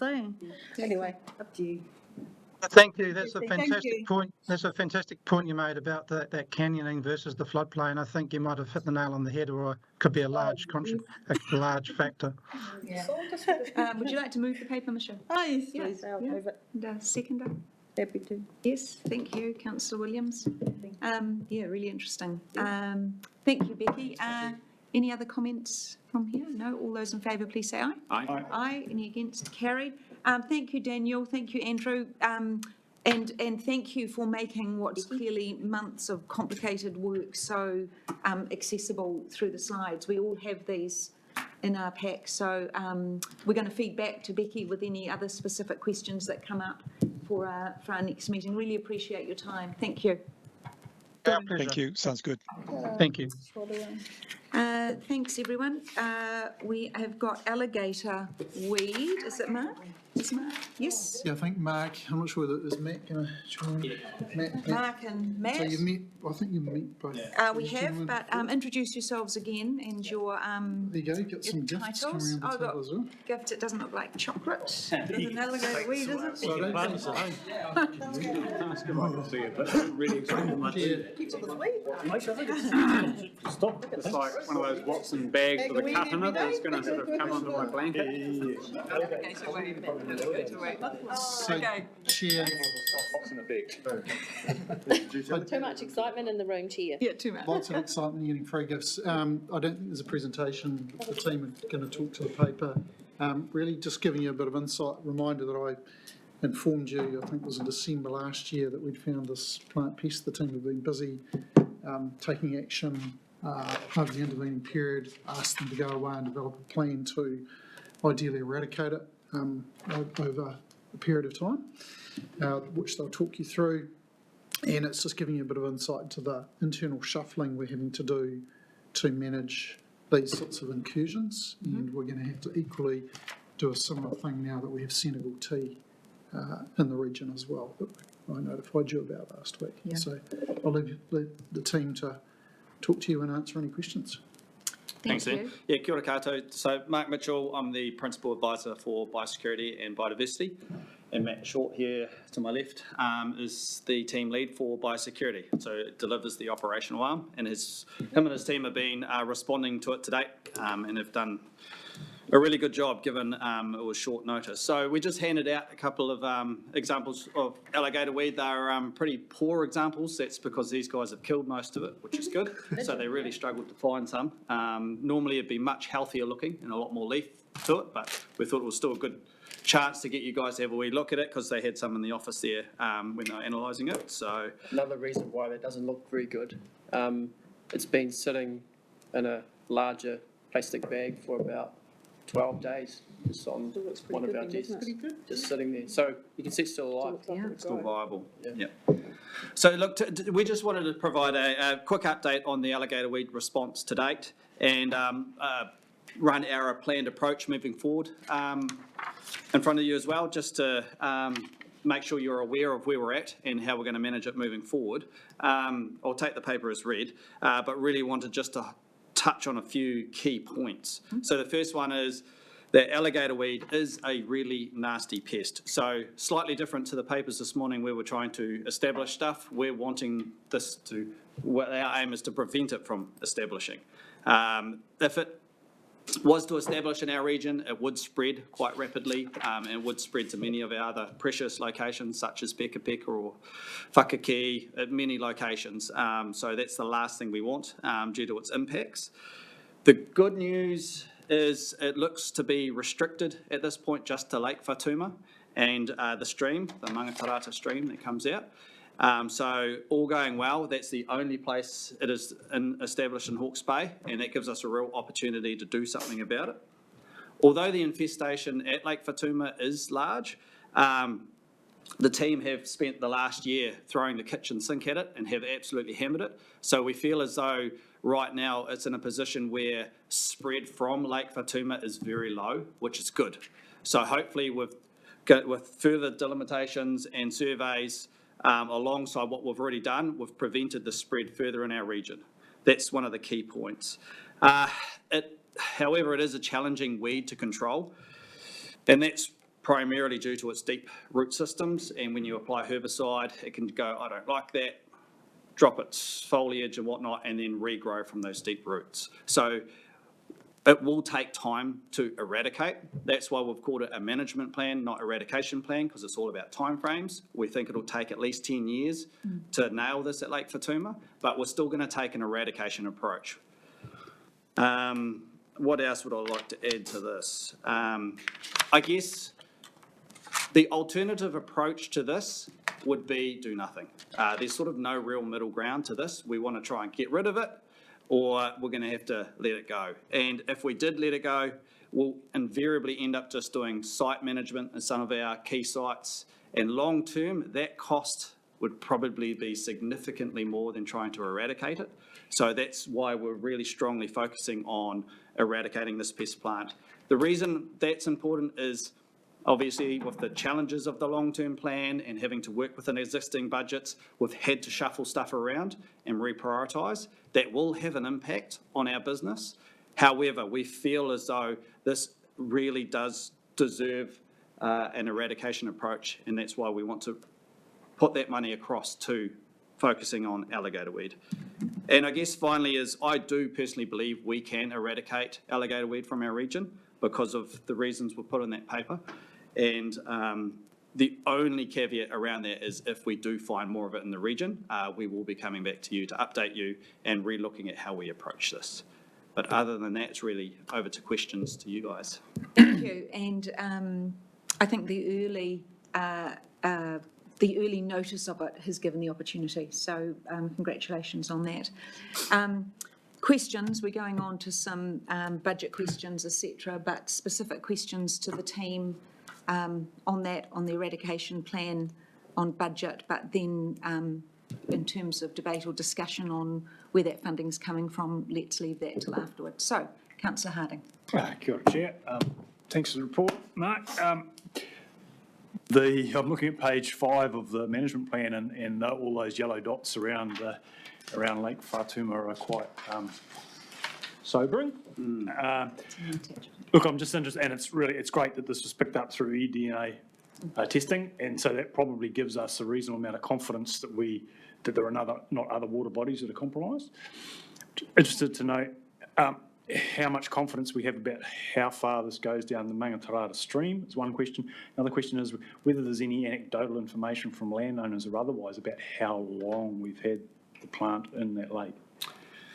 So the first part, the dots on the map, I believe, are the only locations that it's been found on the Mangatarata stream. And so the team have walked the entire stream down to where it enters the Tukituki. So we've got real confidence in what the dots on the map is what it is right now. The other thing is all those dots were manually put in there by staff walking around spraying it. So again, that gives you an idea of just how much work the team have had to pivot and chuck in it. Sorry, what was yours? Just any anecdotal about how long it's been there? I'm not sure if Matt's had anything passed on, but Nothing from farmers, no. There's been suspicions.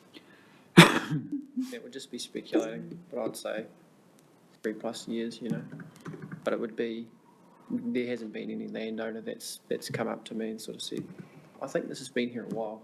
That hasn't happened. Okay, thank you. Partly I think it's because it's a pretty inconspicuous green weed to the untrained eye. Yeah. Councillor Williams? Yeah, thank you. Look, you may be wondering why I'm asking this, but some of my colleagues will get it. Can you tell me, in your mind, whether alligator weed is a primary production pest or a biosecurity threat, generally? Pests can definitely occupy both categories, It would have an impact on primary production, but also have an impact on biodiversity. But just wondering who's going to be paying for this. I see where you're heading with that. It's actually really challenging because it's actually quite strongly both. But like possums? Yeah, to a certain degree. I think. Where is it currently? Is it extensively spread through pasture or is it within the water? It has an impact to pasture, but it's primarily water. So at the moment, is it in pasture? So it's around the lake edges, but not into primary production land. Not as of yet. Scale. So that's a fair point, Ian. So right now, if we were looking at that, it would be environmental. That's how, yeah. Okay, and all right, so I'd be paying for it. That's good. The other question was, can you just tell me, given this is you're diverting money out of PCA possum eradication monitoring, what possum education, you're not obviously educating the possums, what is possum education monitoring that we are potentially losing to divert into this? Yeah, so as outlined in the paper, that's where we'll be diverting the resources from. So the target for the PCA program is to monitor approximately 30% per annum, and that's using chew cards. Understand it, but what specifically is possum education monitoring as opposed to any other kind of monitoring? Is it teaching farmers? What is it? Yeah, so we call it possum education monitoring. It's in effect, we go and monitor their properties. If they have possum densities that are higher than 4%, we have a good solid conversation with them around what they're going to do about that. So that's the education part. And then if they decide to do nothing, it turns into an enforcement pathway. So we'd be taking 100,000 out of that and putting it into this to keep the budget neutral. Finally, if I were to take that out of the bag and stick it on my shoes, could I go for a walk down the, We would be quite quickly stopping you. Yeah, so that's one of the main vectors is boaties, recreational duck shooters, whatever it might be. Yes.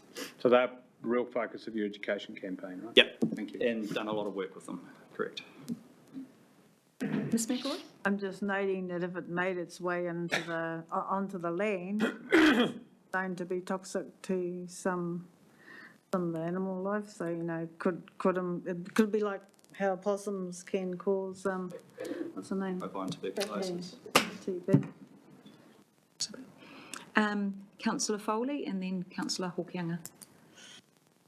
Thanks, Chair. Hey, thanks, Mark and Matt. Just in the paper, it says it's been around since the early 1900s. So is there other areas of New Zealand where this is, a lot more prevalent across a district or regions? Yes, so Northland is the hot spot, and they're really struggling with it. So Northland, and I know Auckland as well, has a few sites, but Northland is the hot spot. As you move further down the country, Waikato are currently managing a number of sites and they're doing progressive containment. Horizons Regional Council came across some sites and are busy trying to eradicate. Taranaki, I believe, in the process of eradicating and confirming that. So Gisborne don't have it that they know of, and I think Wellington are excluding. So there's many of us, I guess, trying to manage or eradicate, so that is a good thing in regards to knowing our neighbours are at least trying to eradicate or don't have it, but Northland would be the main hotspot. So, sorry, just quick supplementary then. So a bit like us with Chilean needlegrass, do we make it known to the likes of Northland Regional Council that they, I guess we're aware of their budget and their control measures and apply pressure like, we get the same with Chilean needlegrass? Yeah, so at the Biosecurity Working Group and other meetings such as biomanagers, we can convey that. At the end of the day, we can convey what we think, but ultimately it's them to make that decision on what they do. Yeah. Councillor Hokianga? Thanks, Chair. I'm just curious as to what eats it. Where's its position in the system? Alligators. That's what Councillor Harding said. I mean, that's actually a good question. It does raise the options of biocontrol. I'm not sure where it sits in the ladder of priorities for biocontrol, but certainly in New Zealand, nothing that we've come across has any impact on it. It's from Brazil. So researchers would have to go to Brazil, look at what some of those natural enemies are and whether they'd have an impact to other species in New Zealand. And that's a long, drawn-out process, but it is an opportunity. There has been a beetle released further north, but to my understanding, the climate's too cold for it down here. So the alligator weed can survive, but it's natural predator that's gone through all the biocontrol processes in the country can't survive down here. Interesting. Councillor Harding? Katarina. Oh, sorry. Kia ora, Chair. Just a quick question on the costs. I was looking at page 20 in the management report. About $100,000 in 24-25. There's presumably on top of that, there's an internal staff cost. Yeah. So I'm just curious about, one, how much is that in rough terms? And two, how much do these kind of things and the Senegal T1 impact on the work that you can do? So it was a very significant impact this financial year because we had to manage that with staff time. Next financial year, it is quite hard to gauge, but it will likely be 0.3 of an FTE, and that's primarily working with the contractors and manage relationships. And depending on how well it goes, it may be slightly more, slightly less. But by redirecting this $100,000 towards us, it will significantly reduce the impact on our staff, which was significant this financial year. Yeah. Ms. Kawana? So besides your weed control, have you been looking at introducing a species like a flea or something to eat it? It is like a biocontrol. To date, we personally haven't, but we would have to go and see if it has been explored, if there's any other options in regards to biocontrol. Yeah. Councillor Rodley. Thank you, Chair. Thank you, fascinating stuff. Other than what we can control, as in the human carrying of the plant, and I see it doesn't disperse through seeds, is there any other way that it is dispersed? Ducks? Possums? Basically, yeah, very small fragments. So it could be potentially on the feed of geese or some of the larger birds. Challenging to answer what the odds of that are, of it happening, but my gut feel is it's arrived at Lake Fatuma either through human activities, either through earthworks, through inakis, through duck shooting gear, something like that. Which would give us some confidence that controlling human behaviour is a key part, more so than the uncontrollables. Yeah. We noted when we looked at it in the bag, it's just that persistent root structure every, what have we got, every inch or so, you've got another sprout of roots, so you obviously only need a wee piece, and then suddenly it's viable. And what did you say, 12 days in a bag, and it looks like that would grow a piece of cake. Great video. If you want to see a great piece of communication out there, look at Matt on this video. It was excellent. So what's being suggested is the moving of the 100,000 per year from the possum control area.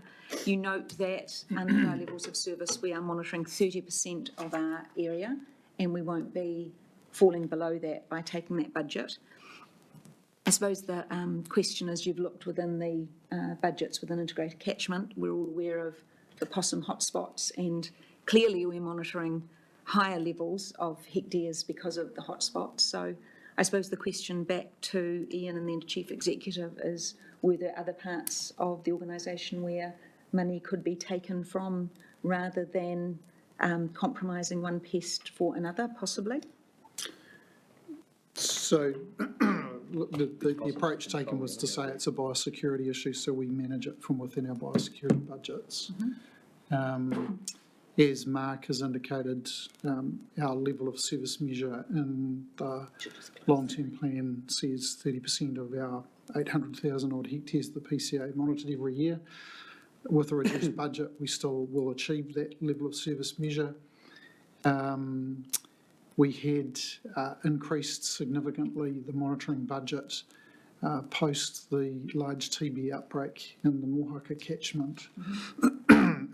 That work has continued for a number of years, and look, my view would be we've certainly got on top of the hotspots that were probably existing throughout the region.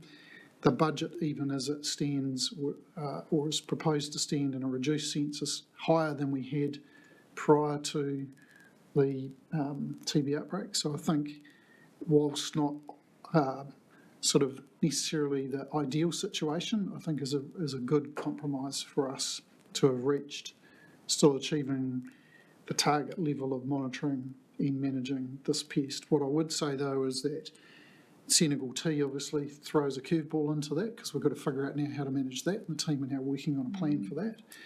Who knows, tomorrow we might find another problem plant pest that we have to deal with, or animal pest. And this is our reality around the biosecurity challenges at the border. There is no certainties on this, and we have to respond within our budget envelopes. Okay. Are there any other questions? Will's still got his hand up. Will, have you still got your hand up, or have you forgotten to take it down? No. Sorry, yeah, I can't see whether it's up or down, sorry. Councillor Rowley? Just probably a potentially difficult question. What's the opportunity or thinking around closing Lake Whatuma for recreational use, given it's so isolated there? Yeah. So we did look at doing that. It was around duck shooting time, and it was a real key concern of ours. The reason we decided not to is we want to work with those people, and the perverse outcome of shutting a lake down like that is they find it on their property and they don't tell us.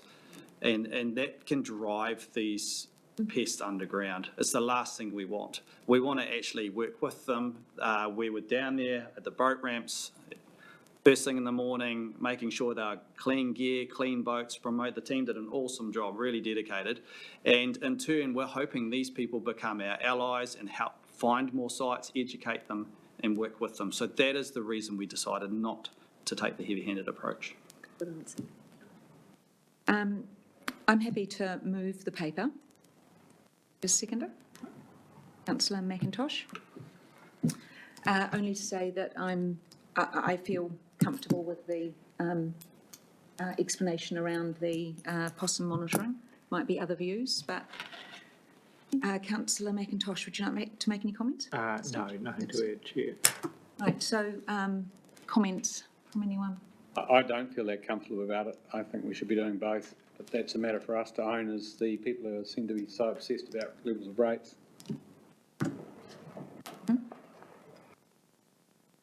No comments? No further comments? Will? Yes?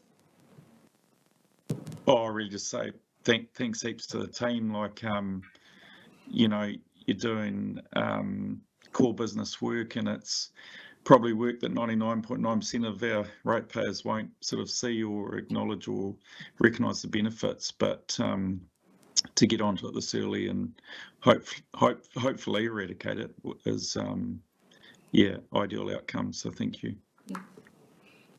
Comments? So move a second. All those in favour, please say aye. Aye. Aye. Any against?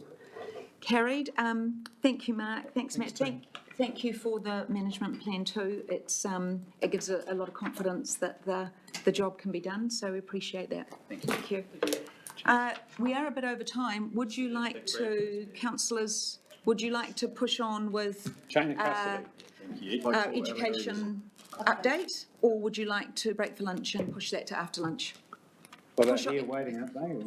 Sally's here. Yep. Right. So push on. Hands up. Yep. Okay. Or all right. Not enough. Come on, Sally. Come on, Sally. This is the environmental education update. Yes. And the slide has been loaded into Stella. Yeah. Thank you. But that's not to press this one.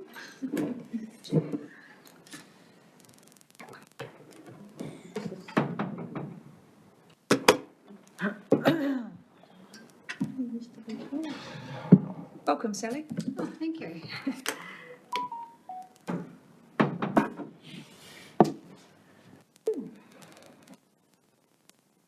It is working.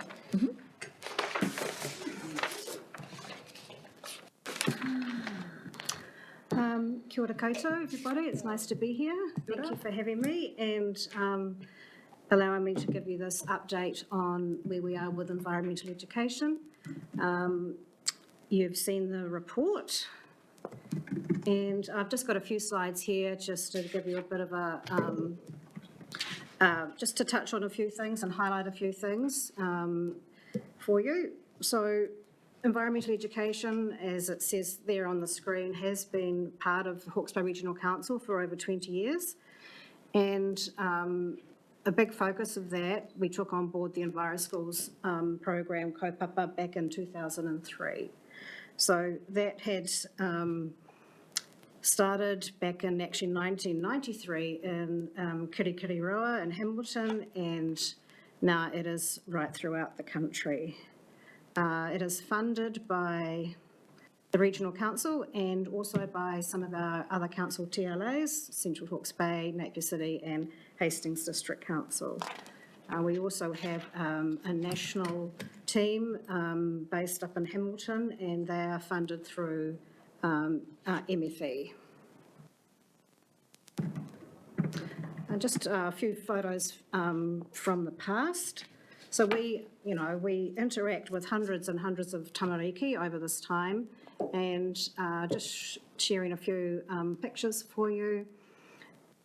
Top left there is Hastings Central School. They were doing some riparian planting along the Iron Gate stream on Longlands Road, and we did this for a couple of years while that little wetland area was developed.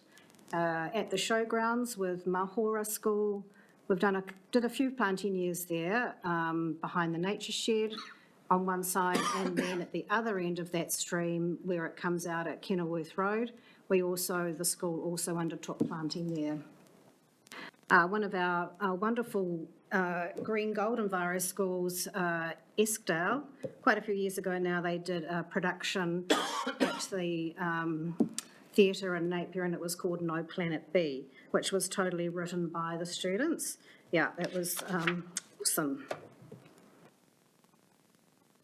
So today we have an EnviroSchools facilitator team, 3 facilitators there. Helen looks after our Napier Hastings schools, Melissa is down in Central Hawke's Bay, and Jade is up in Wairoa. So they work with our 42 primary schools across the region. And we also partner with the Kindergarten Association. So we have 31 EnviroSchools kindergartens, and so that's a total of 73 we have here in Hawke's Bay. And yeah, you can see how many children that we potentially reach as well as their whānau. So a bit of a push into the secondary school area started a couple of years ago when we had got new funding for a secondary school facilitator. So Hinarangi came on board and has really made great inroads into the secondary school sector. We've run several different programs since that time, and it's culminated in 3 of our high schools now wanting to lift their game in that environmental sustainability space, and they have signed up to be Enviro schools. So Hinarangi works alongside them, supporting them with what they might be doing. New activities this year, we have started a Youth Environment Ambassador program. So we have 7 students from 7 different high schools representing this region, and so we are supporting them to just be leaders in the space, so helping to develop environmental action in their schools, as well as giving them a feel for what environmental work they could do as a career and take that on further. I'm hoping to get them in front of our Climate Action Committee later this year. Our other new program that we're delivering into secondary schools is the Careers program. So that's just been developed in conjunction with our P&C team. And actually tomorrow we're going to have Tamatea High School in this room. They are going to find out about the Careers program, and they're also going to have a mock sort of water bill that they're going to undertake for themselves, sort of local government council experience. So that's something that we're looking forward to. Resources. So over the last 2 years, we have really managed to lift our outcome in the education resource department. So the ones there up on the left are all aimed at secondary schools. So these are available on our website that secondary schools can download. So teachers can download them. We can also support them with facilitation as well. And so we've created those for secondary schools, and students can then do papers, NCEA credits, if the secondary schools want to take that on, and a lot of them do, especially geography teachers, which is great. Hitonga Te Wai is a new primary school water resource which has just been launched this term. So that is aimed at primary schools, as I said, and it's one of 6 that we are going to run out this year. So we've had it trialled at Taradale Intermediate and Arthur Miller School, and yeah, we've had rave reviews. So we're pleased that that's going to fill a niche for us in that space. So education outside the classroom is a big part of what we do, and a lot of schools have wanted to go to the river this year, and so we use the Niwa schmack kits,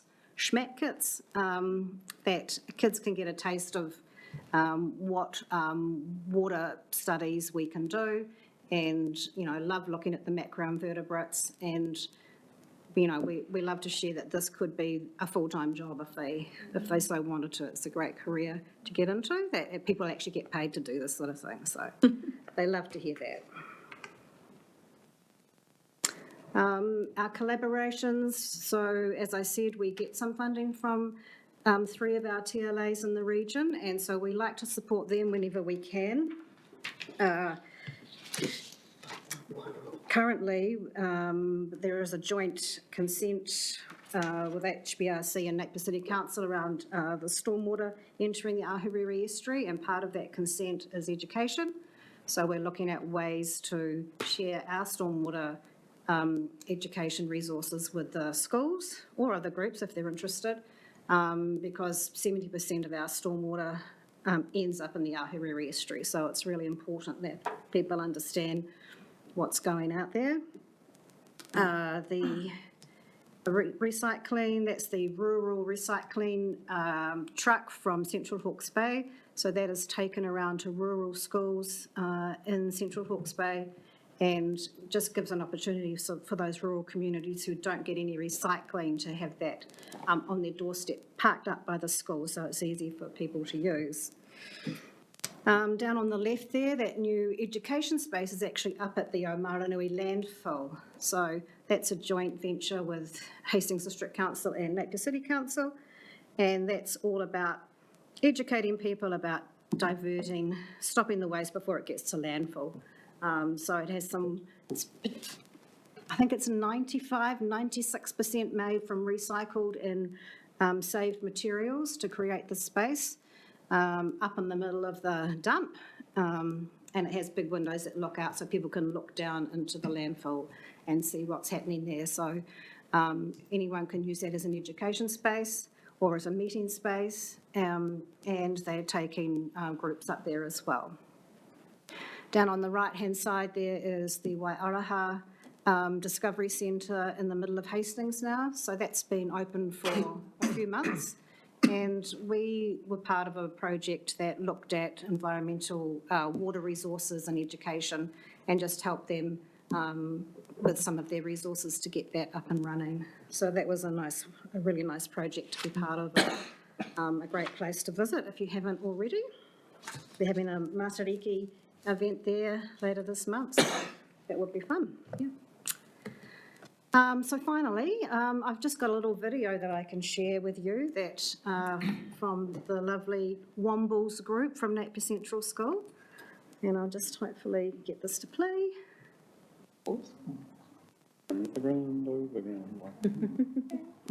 Now you're showing your age, Mark. It's always a Toby Moray fan.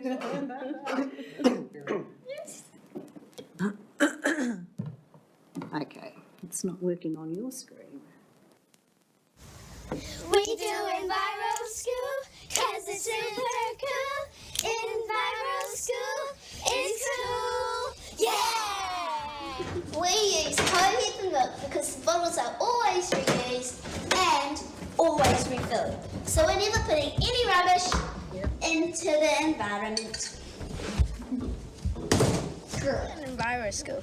We're in Enviro School because we love caring about the environment and the environment cares about us and helps us live. We've become... There it is. Oh, there it is. There we go.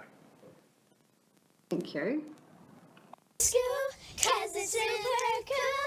Enviro School is cool, yeah! We use co-heat and milk because the bottles are always reused and always refilled. So we're never putting any rubbish into the environment.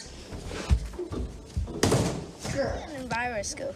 We're in Enviro School because we love caring about the environment and the environment cares about us and helps us live. We have bokashi bins so our leftover food doesn't go to waste.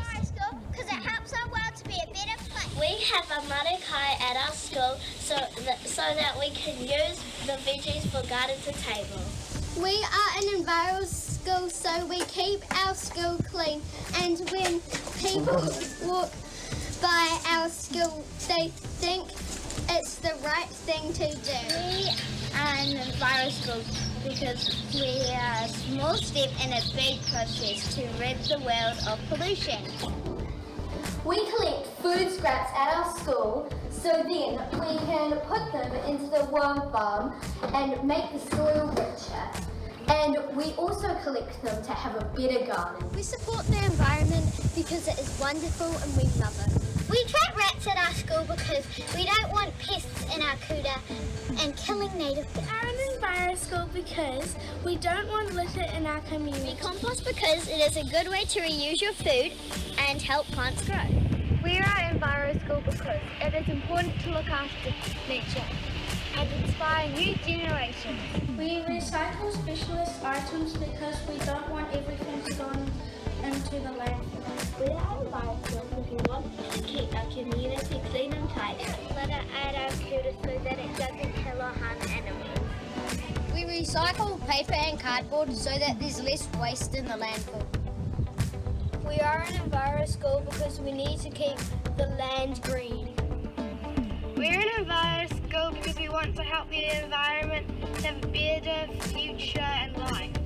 We planted fruit trees because we want to have fresh fruit and be healthy.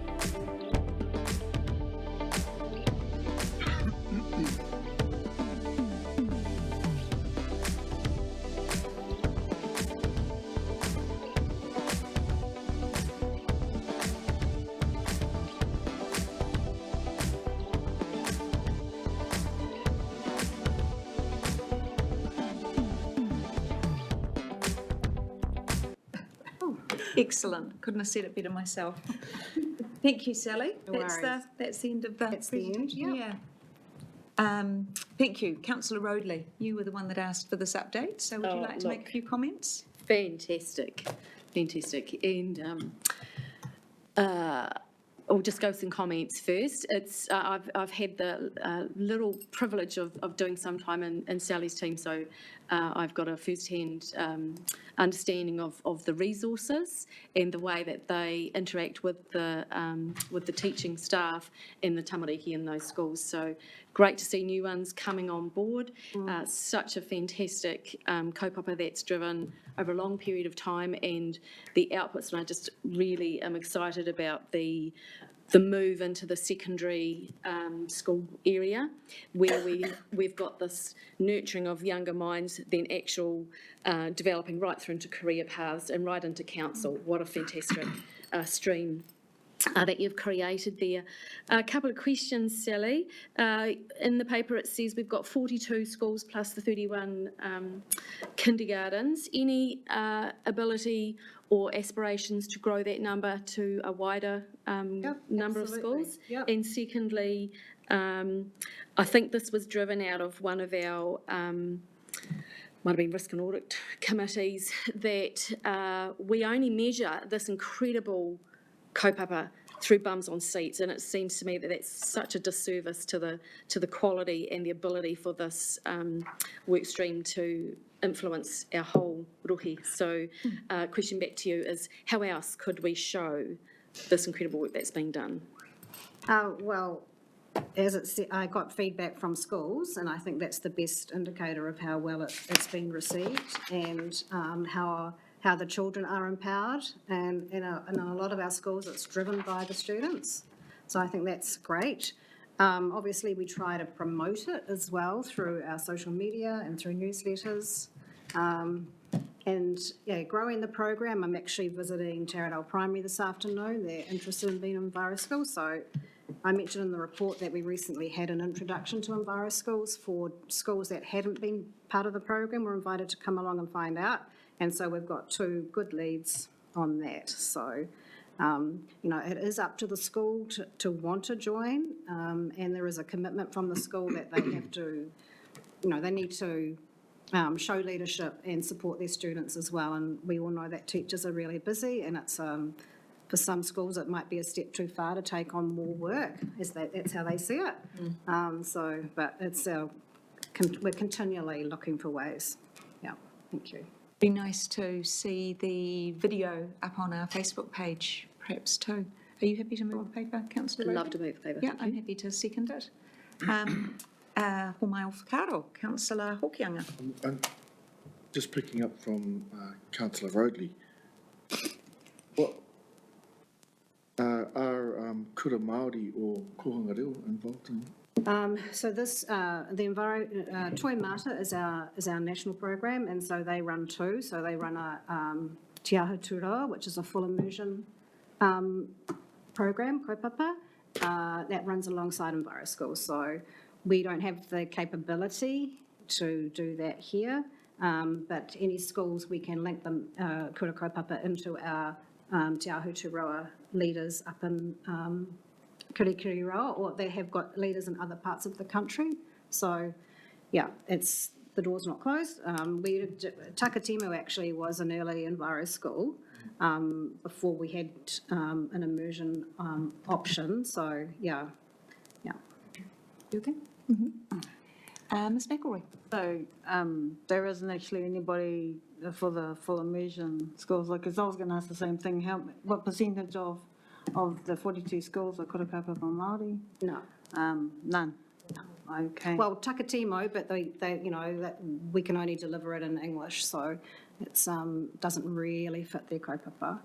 But they do have an opportunity to tap into the National Te Ahu Tūroa program. But it's about, we've seen the Enviro schools, and it's about that hands-on work and going out into the awa, et cetera, and looking at the bugs and everything inside UA. And at the site, we can't really do much from Kirikiriroa for, te mātau a Māori, so, it's a bit disappointing, really, from a cultural perspective. We also have a lot to offer. But I appreciate that you've looked into Waiaroha and highly recommend, went to the opening of that, and Hira Huata was, the brainchild behind that. Mātauranga, and I highly recommend that you take a lot of the schools to that, because it's about understanding the taonga that is our wai. So, no, kia ora. We're doing some work with some of the kura and that back home as well. So doing some restoration on what was originally a waterway of ours, and it became a drain because people like to straighten streams. And, but they still have the inanga under that. So there's a lot of stuff that actually tangata whenua can offer in those spaces as well. Yeah. Kia ora. Kia ora. So Sally, are any kura kaupapa within our region linked to the partner program? Not that I'm aware of. No, okay. Thank you. Mover and a seconder. Moving to accept the report. All those in favour, please say aye. Aye. Any against? No. Carried. Thanks, everyone. Thanks, Sally. It's just about 1 o'clock, 20 past. Is that okay? 20 minutes for lunch, everyone? Sure. See you back at 20 past, Will and Yira. Use that reason.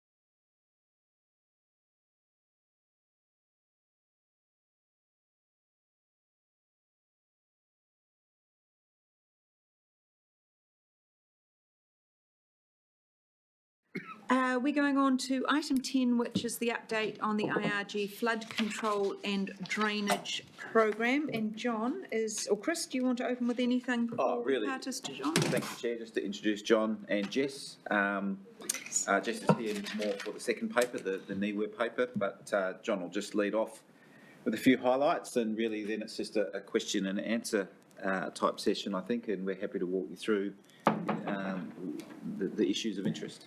Yep. Thank you. So over to you, John. Kia ora tātou. Thanks, Chris. You have the paper in front of you. I'm just going to touch on, summarise the report. We talk about the background of how the program came about and what the original program entailed in terms of 4 main work packages, 2 of which the Upper Tukituki Flood Control Scheme State Highway 50 Bridge and the Wairoa River Scheme River Parade Scour Protection were completed early on in the program. And obviously we have the Hiratonga Plains Flood Control Scheme and the Upper Tukituki Flood Control Scheme projects still ongoing. The program is summarised in that regard, and I guess one of the main highlights to report this meeting is that our variation to our funding agreement with Kanoa on the IRG program is now across the line, and so that also entails a modified program, which is a pretty intense program of work to be completed before June next year, and certainly we wouldn't have been able to put up that sort of intense program without the capacity of the IPMO behind it. We do touch on what that modified program looks like for a number of projects there, and if I just draw your attention to the last item, undertake a partial plan change to the HDC district plan. Kanoa requested that be removed from this IRG program, but it is integral to our wider program of work, so we are looking at our options on how to progress with that. Okay. And that's probably the highlights. So perhaps if I just open it up to questions and we see where we end up. Yeah, I might just start off with a question from Councillor Foley, who's had to leave. The work at State Highway 50 Bridge is complete, but what about the ongoing resilience of the bridge and north end abutment?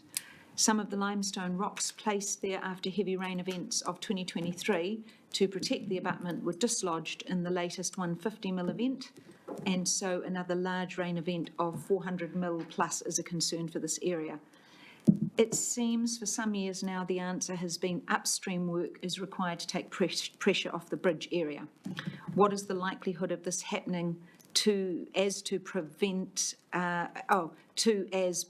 maintenance from potential significant damage in future? So I'll have a go at that. You can have a go at that, and I'll sweep in behind you. Yeah, so I think the first thing there is community noticing some damage to the revetment that has been inspected, and we're happy with the state of that revetment. The other key point is that key infrastructure within our flood schemes is managed by those infrastructure owners. So in the case of a Wakakataki Bridge, they are primarily responsible for the asset condition of the bridge and the abutments and all components of that bridge. It's not correct to say that because a bridge is in a flood scheme, it's the regional council's asset or responsibility to look after. So we have many cases of major gas mains or other infrastructure crossing through scheme areas, and those infrastructure owners look after their assets to the standard that they deem fit. So that area has been a problem area for well over a decade in terms of trying to understand and control the river. That particular project was not affordable without the IRG funding, so we spent well over $1 million on that work next to the bridge, and it did provide protection, although it did get damaged in the various floods that have occurred. So part of the scheme review is to identify future capital requirements and solutions But it is also fair to say that the annual operating budget of the Upper Tuki scheme is around 900,000 a year. And so those big projects are quite significant in the context of the scheme. So I think with the Upper Tuki scheme review, we'll identify a pathway forward. That will then allow council to prioritise what projects are most important. And the broader context is we're looking at some significant expenditure, and we have to understand how that's affordable and how the Crown might actually contribute to that through the before the deluge funding as well. So, bit there. Thank you. And if I could add to that, the work that we did under the IRG program is upstream of the bridge abutment, so not directly associated with the bridge abutment. That work is still in place and was relatively effective, although the river did get behind it at some point. The work immediately around the bridge abutment was work that was funded and undertaken by Waka Kotahi to protect their asset, and so that remains their responsibility. With regard to upstream of those two sites, we are looking at 6 work sites or project sites in that upper reach of the Waipawa River. They are all in detailed design at this point in time and will progress into execution or construction stage, probably on a sequential basis relative to capacity to deliver the physical work in the near future and as the river conditions allow. So they will be designed to address areas where the rivers got very wide and caused riverbank erosion. Once the river goes wide, it tends to ping pong down the river from side to side, so we're trying to straighten that up a wee bit without being too over the top. Yeah. Thank you. Questions? Councillor Harding. Sorry to be the repetitive questioner. Don't be sorry. Thank you, Chair.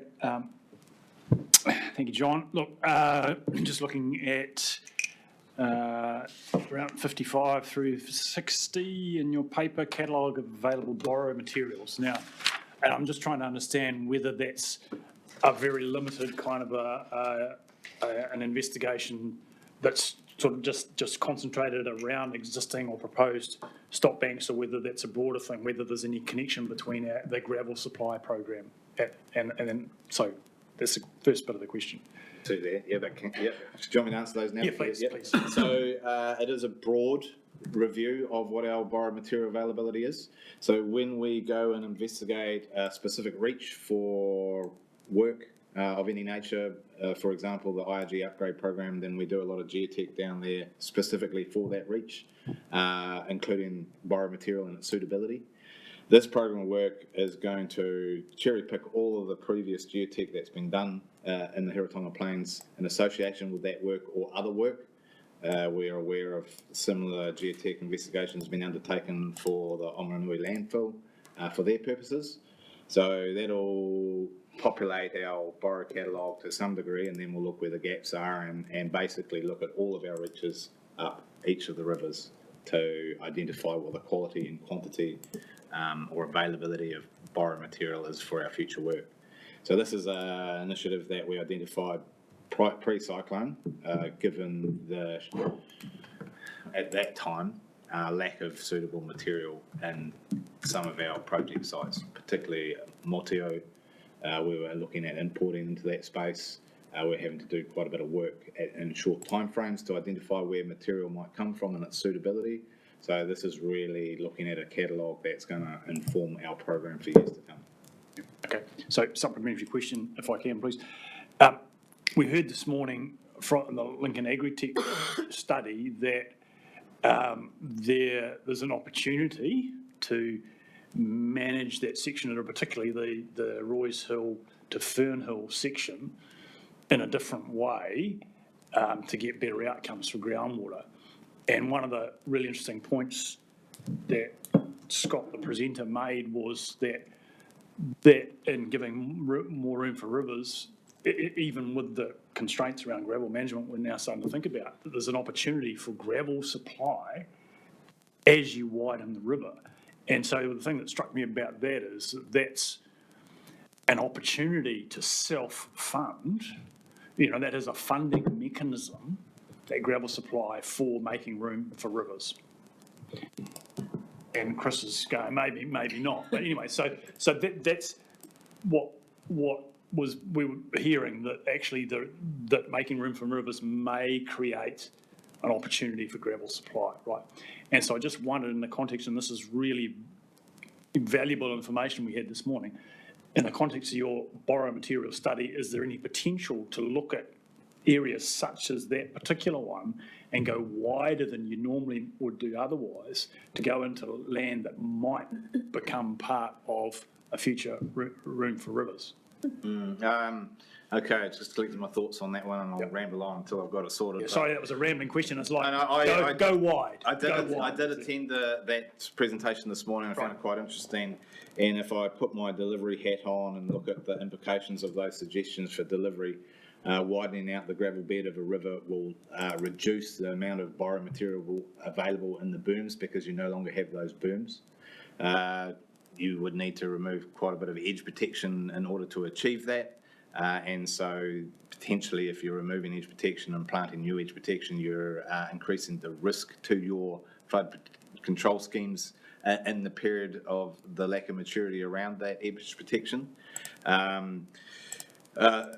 At this present point in time, third-party contractors are charged a royalty per cubic metre on gravel, which is around about $1.20 per cube, so it's quite low cost.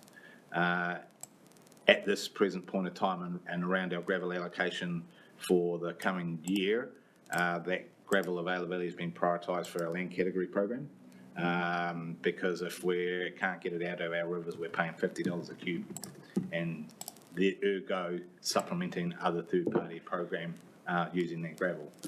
So is there an opportunity to make money out of the gravel? Maybe there is there. I think that's something that would probably throw back to the asset management team in terms of the broader strategy of gravel management. Gravel management is in place for the primary and sole purpose of managing floods. It's secondary benefit to the industry is that they get cheap gravel.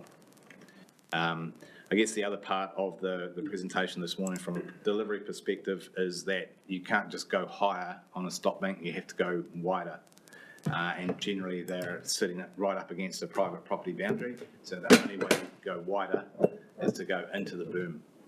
So the boom availability for widening a river bed is reduced at that point as well. So maybe it's not material, but it would need to be considered in terms of what that overall initiative might look like. I'm not sure if I answered all of your questions, but I threw as much in there as I could. And I did the same. Thank you. The other part of the self-funding is the way we manage the gravel. We can only collect the costs that we incur. So it's actually not actually a profit-making enterprise. So if we did want to make profit out of it, we would basically have to start up a business unit to buy, take the gravel out and sell it within the market rather than utilising industry. Look, I just make the point that the conversations I've had offline this morning were on the lines of actually that system could actually be self-funding. We're seeing other examples on the plains where private landowners are getting into the gravel mining business, and it's a profit. We only have to be an enabler of that. And it just struck me that instead of going small and deep for our gravel mining where we are, if we went wide and shallow and targeted areas where the science is telling us there's actually a benefit, then that could be part of our toolkit in the future. And there's the whole question around, if we went down one of those options, how would we achieve the outcome? Yep. And one way is just to remove the edge protection and let nature take its course at no cost to anyone. So I wouldn't agree necessarily that we'd have to mechanically remove material. We just have to remove the protection, and the river will take its own course, and over a decade or so, grade and widen in the right. So that basically becomes a new management response.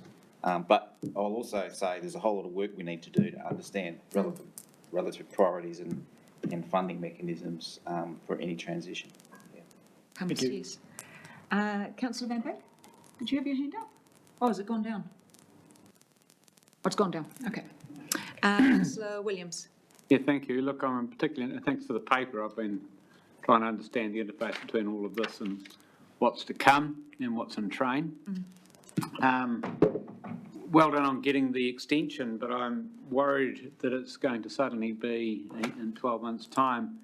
You know, notice that some of the consent timeframes are, it's envisaged that consents would be achieved by March 2025, and in one case, June 2025, which is the actual deadline.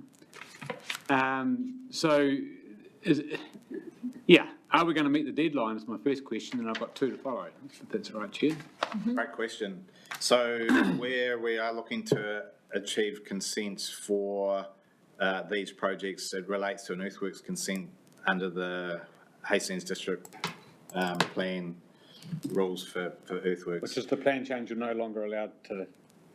Under this program. So those two initiatives will run in parallel essentially. So the plan change, unless it happens before we get to the point where we can lodge a consent, won't assist these projects. But the earthworks consent is pretty straightforward. Is it? Yeah, and it requires cultural impact assessment and proof of consultation with mana whenua associated with those projects. So you are still going the plan change route, it's just not funded by Canal. Correct. Is that right? Correct. That's right. And the plan change is, it's quite a sensible approach. So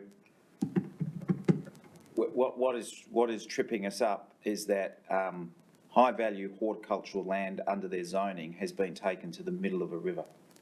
And there are earthworks restrictions on limits.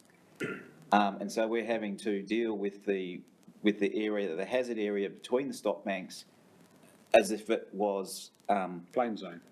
Yeah, and so that's where we have to work through. So I think it's a pretty common sense approach, but we've just got to navigate the process around it. There are a number of exclusions on a number of other rules for the work that we do, just not on this single one. So it's either a plan change or a global consent relating to that river management work. Well, good luck with all of that. And is there any, do you think, is that like a don't come back again kind of message, or we'll see you in a 12-month kind of message from Kanoa?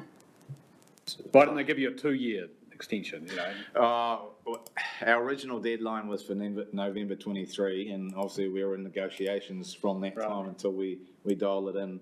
I pushed it as long as I could to get 2 construction seasons in there. I see. So there are other tranches of funding that are underway now, so they just didn't want to stretch the first round of funding out too long.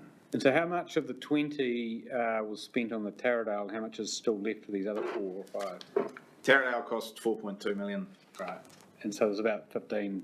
Yeah, we also undertook the Tarawa upgrade, which was about 2.5 million. And there was already money spent on Motio and Omananui that we will continue through to obtain the CIA and a consent on, based on the designs that we have in the draw. And we will revisit the detail of that design post-scheme review.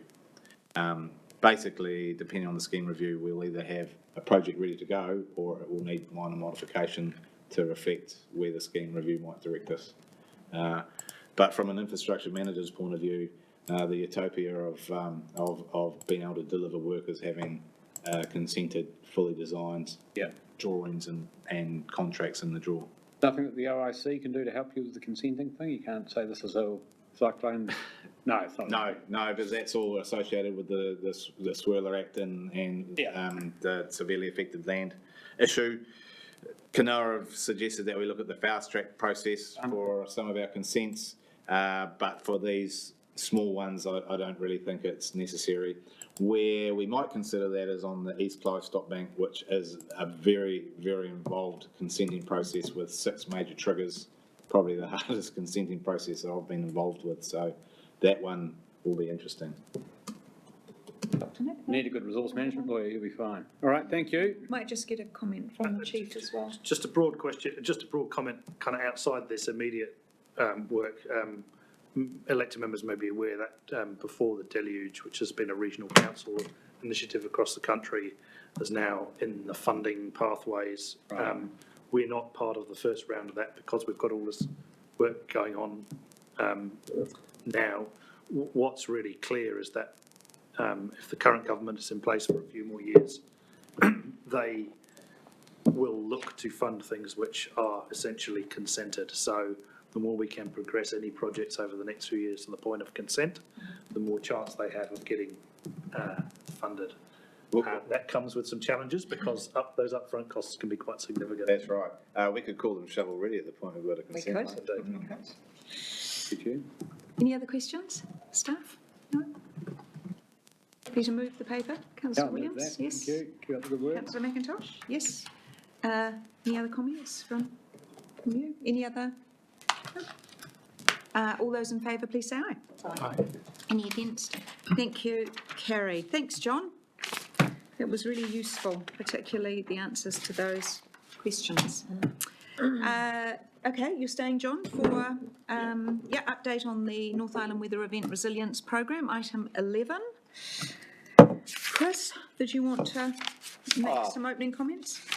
Probably the opening comment is the administrator of our Crown contract is Crown Infrastructure Partners. We had a very constructive meeting with Crown Infrastructures, the CRU and the RRA the other day.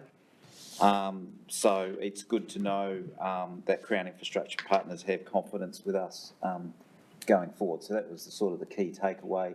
A little bit of homework to do from that meeting, but overall it was a very constructive meeting. So I just wanted to bring that to everyone's attention. Other than that, I'll just hand to John to take you through any key points, and then the team here is happy to answer any questions you may have. Thank you. Thanks, Chris. I'll assume that the paper's read and perhaps had a few key points, and I'll see if Jess wants to add to anything that I might have to say there. We start the report with the background and identifying what each of the parts of the program is and what the funding split is on that. We talk a wee bit about the process to lead to the development and approval of a program management office approach to delivery. And we also highlight there that the substantive effort in recruitment is pretty much completed. So we have a near full team, with some roles are filled by contracting resources or consulting resources.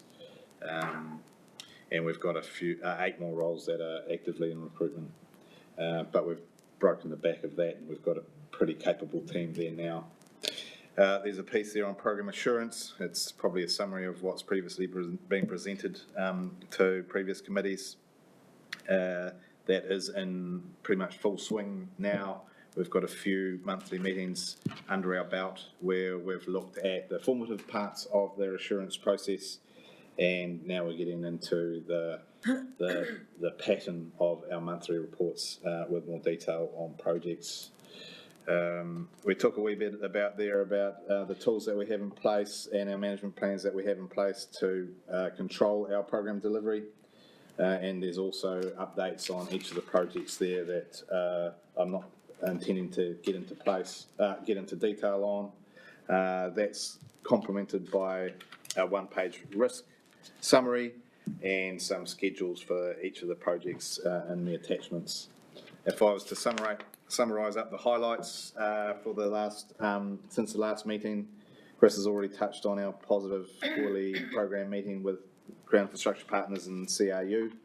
I think that's a great place to land after the work that we've done in the last 3 months. It was a pretty intense period with a lot of tasks that we had scheduled for a little bit later being pulled forward and run in parallel. So Jess and her team have been working pretty hard in that space. We have the Water and Council in place now and available to us to submit to, and on last read we should have our 3 construction projects or projects looking to go to construction in the coming summer submitted by the end of the month. And all of our land category projects are progressing at pace, and we've done some great work identifying what the vision for our pump station upgrades looks like. So that's probably the end of the summary, and we'll open up for questions. It's a great summary, thank you. Just for my clarity, because I wasn't at corporate and strategic last meeting, under the program assurance, in the top green, we've got primarily reporting to EICC and to risk and audit. So was there any further discussion? I didn't see anything particular in the minutes around how we will look through those reporting structures. And I was interested, it's only to risk and audit. Is there not also a line in there to corporate and strategic around finances, and how are we going to see more of that? Yeah, That's what I'm interested in. so I think a broad summary is the program as a whole comes to this committee for updates about progressing through the various projects. The financials will go to the CNS as part of the consolidated financials for the whole of the organisation. And then there's also the role for the risk and assurance. And very clearly, if there are changes to the funding arrangements or the funding envelopes, that will all go through the CNS committee and the audit, and that's a key risk to the organisation through audit and risk as well. So that's how we. Yeah, that's basically the summary of where we think we're working to. Yeah. And in terms of the reporting everything back to here, are we expecting to see a similar type of reporting framework as our quarterly organisational reports? Or, I mean, I'd be interested to dig a little bit into how those reports might look or how we might structure it, and we're happy to talk about that afterwards. Yeah. I didn't know how far you'd gone in committee around that, so is that something we can... Except to say, probably at the EICC is bespoke reporting to the program, and we would delve into the various areas of interest in more of a free-form style, and we will have sitting behind that as we mature our dashboards and things, some regular dashboard type reporting, but it is intended to bring a custom insights type report to the program to the EICC. And we'd expect to see the first report on that at the next EICC? Yeah. Next quarter? Okay. Thank you. Thank you, Kakita. Councillor Williams. Yeah, sorry, a bit of a serial inquisitor myself. I've been involved in the Public Works Act quite a lot, and I know how much trouble I can cause. And I know that one landowner in a linear piece of infrastructure can be doomed for that project. All the OICs in the world aren't going to get you through that little one for years.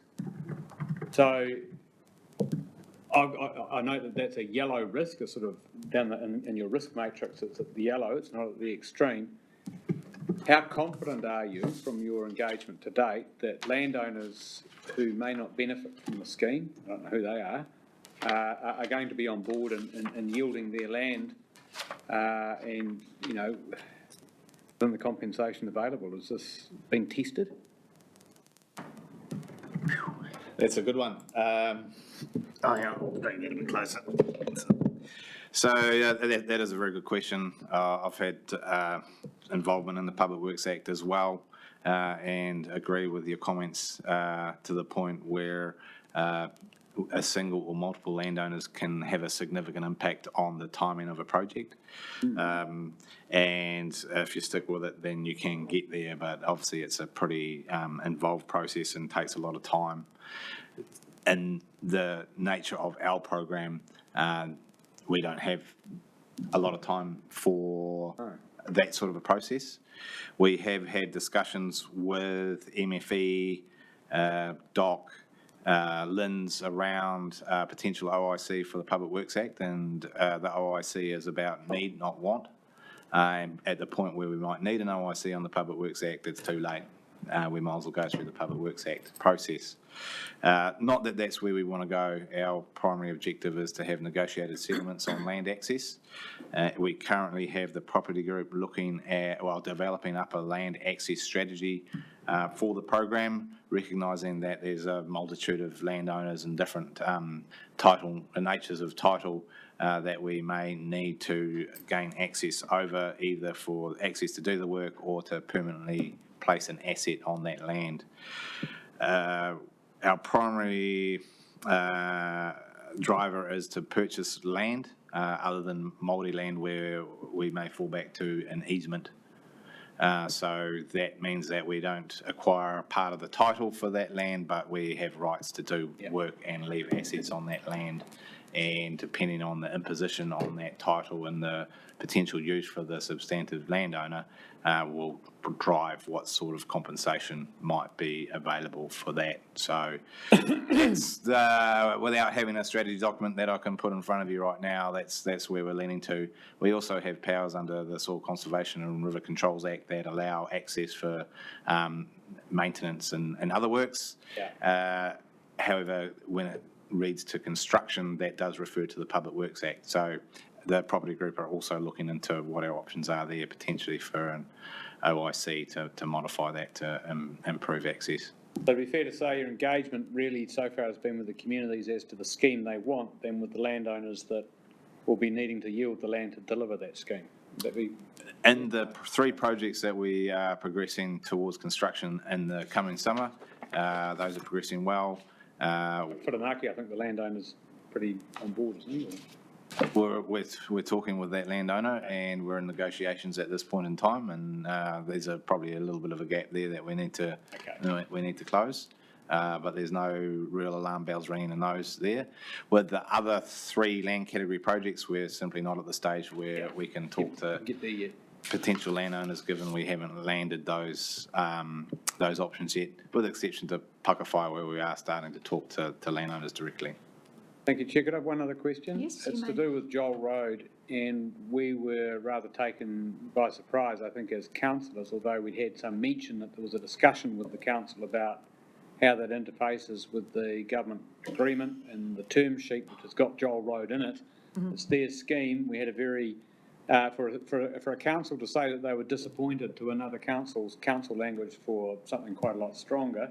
So what exactly is going on, please, in some detail, if you could, or clarity, not detail, with Joel Road at the moment? And I might where's the issue? I'll ask the Where's the chief issue and how are we resolving that? Because I was concerned about that. So firstly, bring you a full paper in July around Joel Road. That's part of a good answer. The challenge in Joel Road essentially is that this council, as we needed to, signed the agreement for the government funding, as it was a Category 2 process. Since then, it's really become clear that Hastings District Council runs and manages all of that as a stormwater scheme. There's no regional council assets there, there's no flood control scheme there. So we had a discussion with Hastings District Council early in the piece around them essentially taking responsibility for doing that work, which they have agreed to do. They haven't. Which they have agreed to do. So they are running and doing that work. Hastings District Council still wishes that we execute the 2.5 million local share of that. That has come, too late for the long-term plan process. I will bring you a paper in July that Oh, I see. So that's the issue, that we fund the rather than they. Yeah. So we'll hear about that. He is an officer, subject to the discussion with council. The critical thing is that the works for the residents don't get delayed. Thank you. Sorry, Chair, there was one, and it's a really important question that I meant to ask. Can I just follow up on that? So we will see a paper in July. The 7.5 million co-funding's not at risk. There's no problem there, and work is progressing. And we'll have a discussion in July on where the rating lies for the 2.5 million. Right.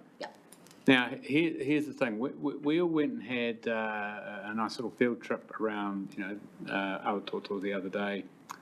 And then we went and heard from the Awatoto User Industry Group impressing upon us that there's $800 million worth of assets there and are very keen to partner, even sort of pre-fund in some way, a stop bank that would work alongside our pumping station and the stop bank that we're raising to the new 1% AEP.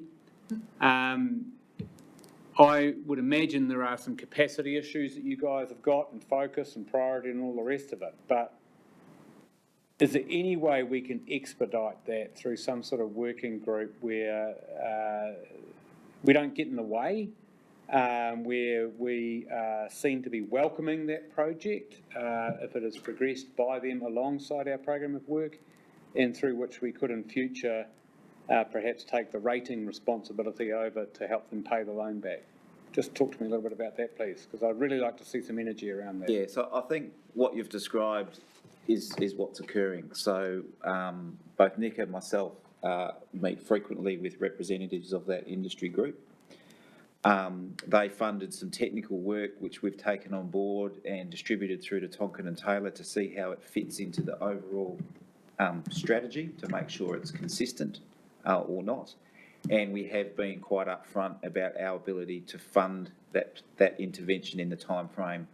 So they're looking at those options, and one of those options is exactly how developments of new suburbs occur, where effectively they would build and finance it, and then vest it back into the regional council. That's one model. The other one is we can fund it.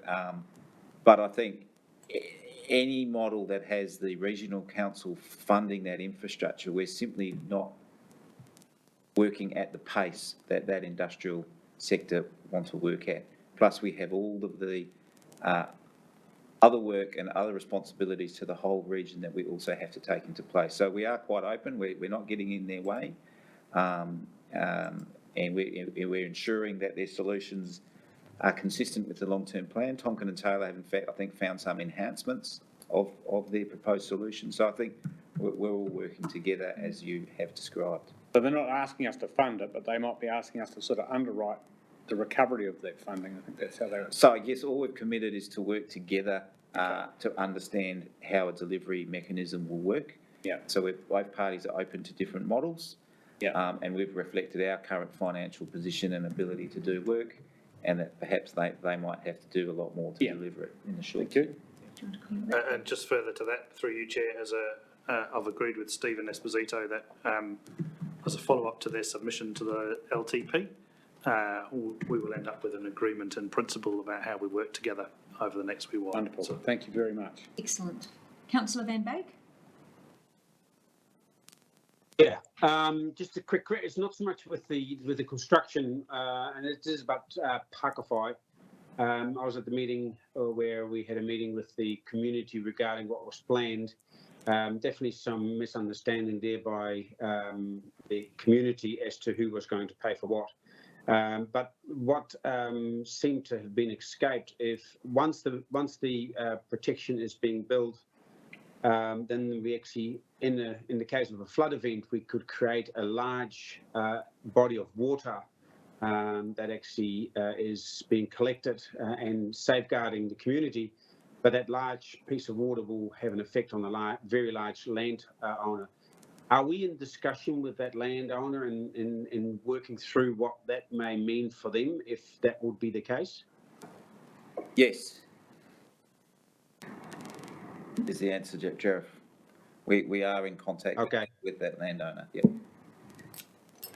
In regards in regards to what may occur in the case of a flood and all the water be sitting on their land. That's correct. So we are engaging with that landowner, and I guess they're already impacted by a flood. There's potential for an exacerbation of the impact, and that's what we need to work through as they are a critical party to the solution. Yeah, correct. Thank you. Councillor Harding? Kia ora, Chair. Two questions. Para 74, well, actually, para 73 talks about new return period information received by Council on the 8th of March 24. So I'm just interested to know whether that's something we've received or that's bypassed us, and whether there was much difference between the draft and the final. So that would refer to the NIWA work? Yes, return period analysis. And I think we're still only in receipt of their letter report.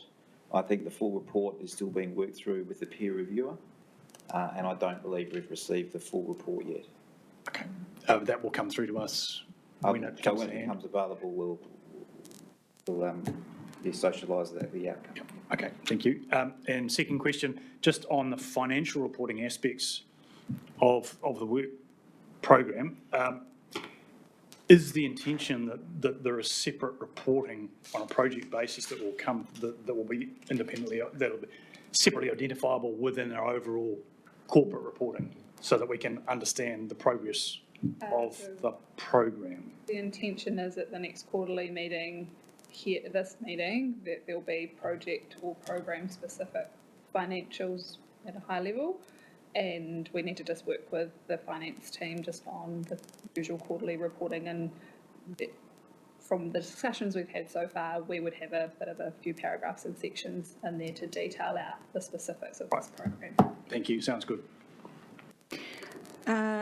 Yes, it does, but I'm still a bit confused. So are we expecting to see separate financials per scheme or of the PMO inside our own financial reporting? How will we see them separately? Can I clarify that and we can come back to you on that? We'll just need to work that out. I'd say at the moment we report capital delivery at a program level. We don't generally report it through our regular reporting at an individual project level. No. So that would be our view going forward. Unless we get specific feedback that we want a project by project basis, and the best again. We've got EICC, which is generally about delivery at a higher level, about the project and the benefits. We've got CNS, which is more focused on the financials as a consolidated financial position, and then we've got audit and risk. So I think whatever we need, we just need clarity that we're bringing the right information to the right place, and also acknowledging the burden of reporting. So we're reporting to council, to Crown Infrastructure, to the RRA, and what we're trying to do is consolidate our reporting so we have some efficiency in we get the right report to the right place without a whole lot of duplication. Agreed. And acknowledging alongside that it's, whether it's our money or Crown money, it's a $250 million program. And unless we structure the reporting, financial reporting in a way that we can actually make sense of it, it becomes really difficult to do our jobs in terms of oversight of that, I suppose. Yeah. Okay, who am I up to? Someone was there. Let's go. Ms. McElroy. Let's go there. Kia ora. Kia ora. So I've got a couple of things to ask. Sure. The first one is a mention of whenua Māori land, like my understanding is a public works act can't usurp te turi whenua. Act in the Māori land court. So we have our own court. So, you just can't use the public works act over Māori whenua. Sure, so straight from the Māori land court's mouth. Any implementation of the Public Works Act, either for a negotiated settlement or a compulsory acquisition on mana whenua land, would have to go to the Māori Land Court, and that has the substantive ruler on that piece of work. That is obviously not where we want to go.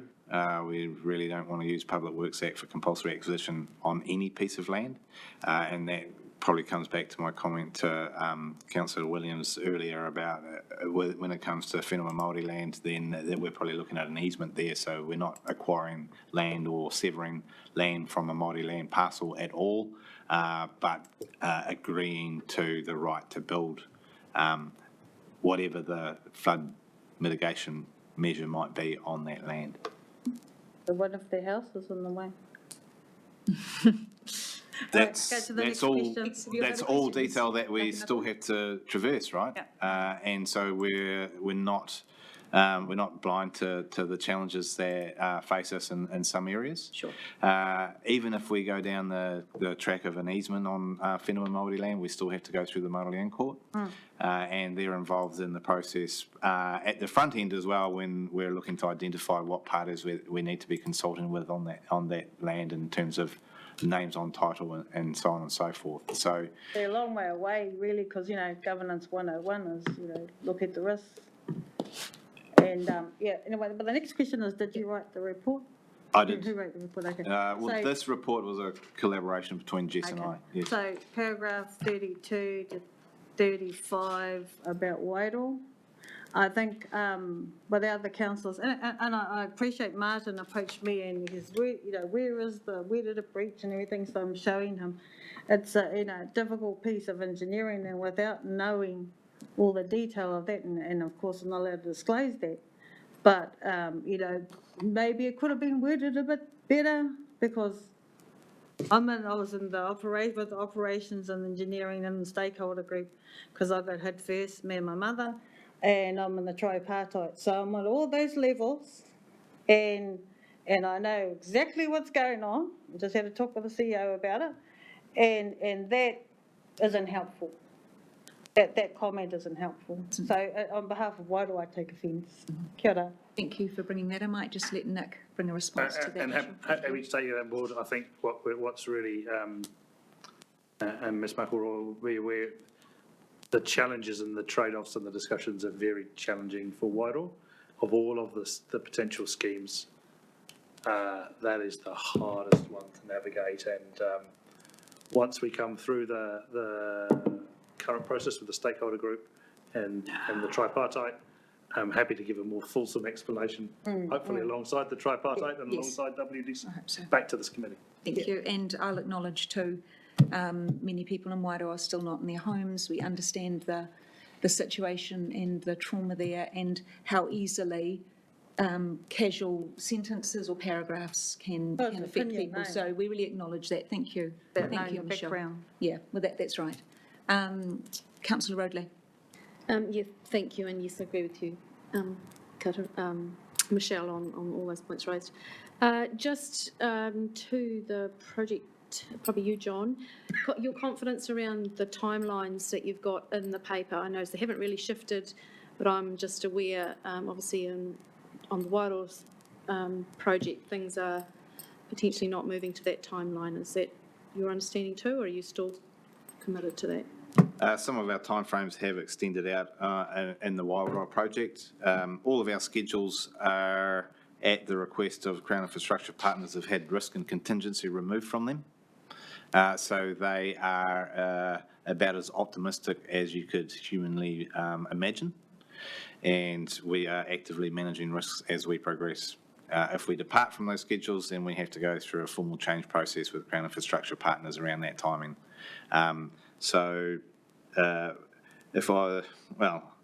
They are extremely challenging. It's not how I would arrange a schedule for a project. So can I just unpack that a little bit? So what I'm hearing is that these timelines were as a result of requirements from the Crown? Correct. And that you're just trying to manage that with the actual boots on the ground, money needing to be done? We've presented the schedule as they've requested, and we've pulled out risk and contingency, and we've identified to them what those risks and contingency items are, so that if they occur, then we have that on record. Risk management is a core part of project management and delivering a program. Typically, you would allow some what we call float or time in your schedule to allow for those to be dealt with. We don't have that. Dr. Nick? Just to follow that up, I think the Crown made a commitment pre the election to go as fast as they possibly can. And so we have produced a schedule that reflects that commitment as they have requested. Both they and us are cognizant of the fact that there are lots of things, and we've just been talking about land issues that could derail that time frame. But it's important we report the same time frames here as we do to the Crown. I think, can I just add to that, as a council, we have committed to best practice being working at the speed of trust of our communities, and I would hate to see that trust being further eroded by a government timeframe that is creating tension there. Agreed, and I think we've made that point pretty forcefully to CIP and CIU, and I think post our last meeting, they now understand that better than they might have done 6 months ago. Yeah, and to further back up Nick's comments, some of these tasks will take the time they take. Yeah, good. Be good to hear that. Thank you. Yep. I've got a technical question. Yes, please. It's not very technical, but Sure. where does I was told when you do a stop bank, where does it's a special soil or something? Where does it come from? Because why I'm asking this is really important for us as tangata whenua to know where that soil's coming from. You know what I mean? No. And it was Matikiti that pointed that out to me. You need to know where the soil's coming from if they're putting it on your whenua. Does it come from another iwi? Where does it come from? It's really important for us. That is a great question, and certainly Thompson and the project team have had conversations around this exact question in regards to the Multio project. So we will look locally for material, but we test that to determine whether it meets some key construction criteria around compactability, impermeability, and resilience. So in some areas, we don't find that material right adjacent to the project area, and we have to import. With regard to the reference back to our conversation with Thompson earlier at Multio, we were looking to import material, and the comment was made there, if it's coming from outside of the rohi, then it would need to go through a cultural process to, I'm struggling for the right, to probably bless that import of material and address any cultural matters associated with bringing material from someone else's rohi into the project area. Across the board, that'd be for the whole region. But just something to be mindful of, yeah, just as somebody. And yeah, thank you for that reminder, Michelle. That's certainly something that we're cognizant of in Wairoa if we need to source significant volumes of material. One of those sources might be the Mohaka River, which is obviously 30 or 40 kilometres away. And I would imagine that we'd have to really carefully look at. We'd have to have conversations with Ngāti Pāhuera and things like that. It's a whole cultural thing that has to be done. And yeah, that's where we would defer to our expert advisors in that regard. We obviously haven't, raised that as a conversation that needs to be had yet because we haven't landed what the preferred option is. So that consideration is yet to be had if we go down a stop bank option. Thank you. Thanks. You want to? Just quickly, thanks, Chair, and thank you, Michelle, for that quick reminder around, I guess, the cultural impacts of carrying out some of this proposed works. And just like when you're shifting water, the mixing of those waters relates to the mixing of the mauri and so forth. So a great point, and it can be less than 100 metres away, but there's still an engagement process that would need to happen with neighbouring hapu and marae as well. So I trust that the team, that the Māori Partnerships team will be able to sort of give you a good steer in and around it, but a timely reminder, seeing it's on the table now. Agreed, and certainly those earlier conversations that we had, Thompson, were enlightening for us as a project team. Te Kaha is part of our IPMO, and he's certainly well aware of that sort of dynamic, and he's giving us pretty sound advice. Thank you. Councillor Harding. Kia ora, Chair. Just looking at the risk dashboard, and it's possibly a question, actually, an unfair question for Jess. Because Jess, under the risks and uncertainty, number 10 is costs. Yes. And that's showing as a green at the moment. And I'm just trying to reconcile the high level of confidence around costs with the statements we've had a couple of times about the escalation costs and risk, $2 million a month. So just want to test whether green is appropriate or not for that, please. Currently, or as it may, that was appropriate, but we are going through, right at the moment, a bit of a cost review, so that may update in coming up. Thank you. But the key thing is this is redone every month, and then there's pretty much a plan behind every box of how we address those issues. So okay. Wonderful, thank you. Okay. Actually, my question was pretty similar in the context of the delays we're talking about timing-wise and therefore the impact on cost, especially given the scale of the project. But so that's there. More significant, more precisely, paragraph 8, increase in demands on project management resources. In addition to that, is input from comms, community engagement, risk, health and safety, procurement and financial resources. So all that stuff, that's part of the 232, is it? So that's correct. So the IPMO has a lot of those resources integrated into it, and then integrated back into the organisation. So the cost of delivering the capital program includes all of these things that we need to do. So that's included within the funding envelope and within the IPMO. Okay. That was the basis for considering the delivery model that we adapt or adopt to deliver the program of work. And that's what led to that independent advice to go down the PMO route. So our IPMO includes resources across all of those aspects. Yeah. Councillor Roadley. Thank you, that was said with a sigh. Last speaker. So this is a question to John on that same risk dashboard, the number 14, quality of works and deliverables, the extent to which the work undertaken meets relevant quality, design, industry standards, and is fit for purpose. It's got a green. There's been some concern raised in Wairoa around the people managing the projects. Obviously, it's Phil in our case, but across the table there, that those people aren't river engineers or hydrologists. It's like what sort of confidence can we give the community that these people are going to join up with that the green?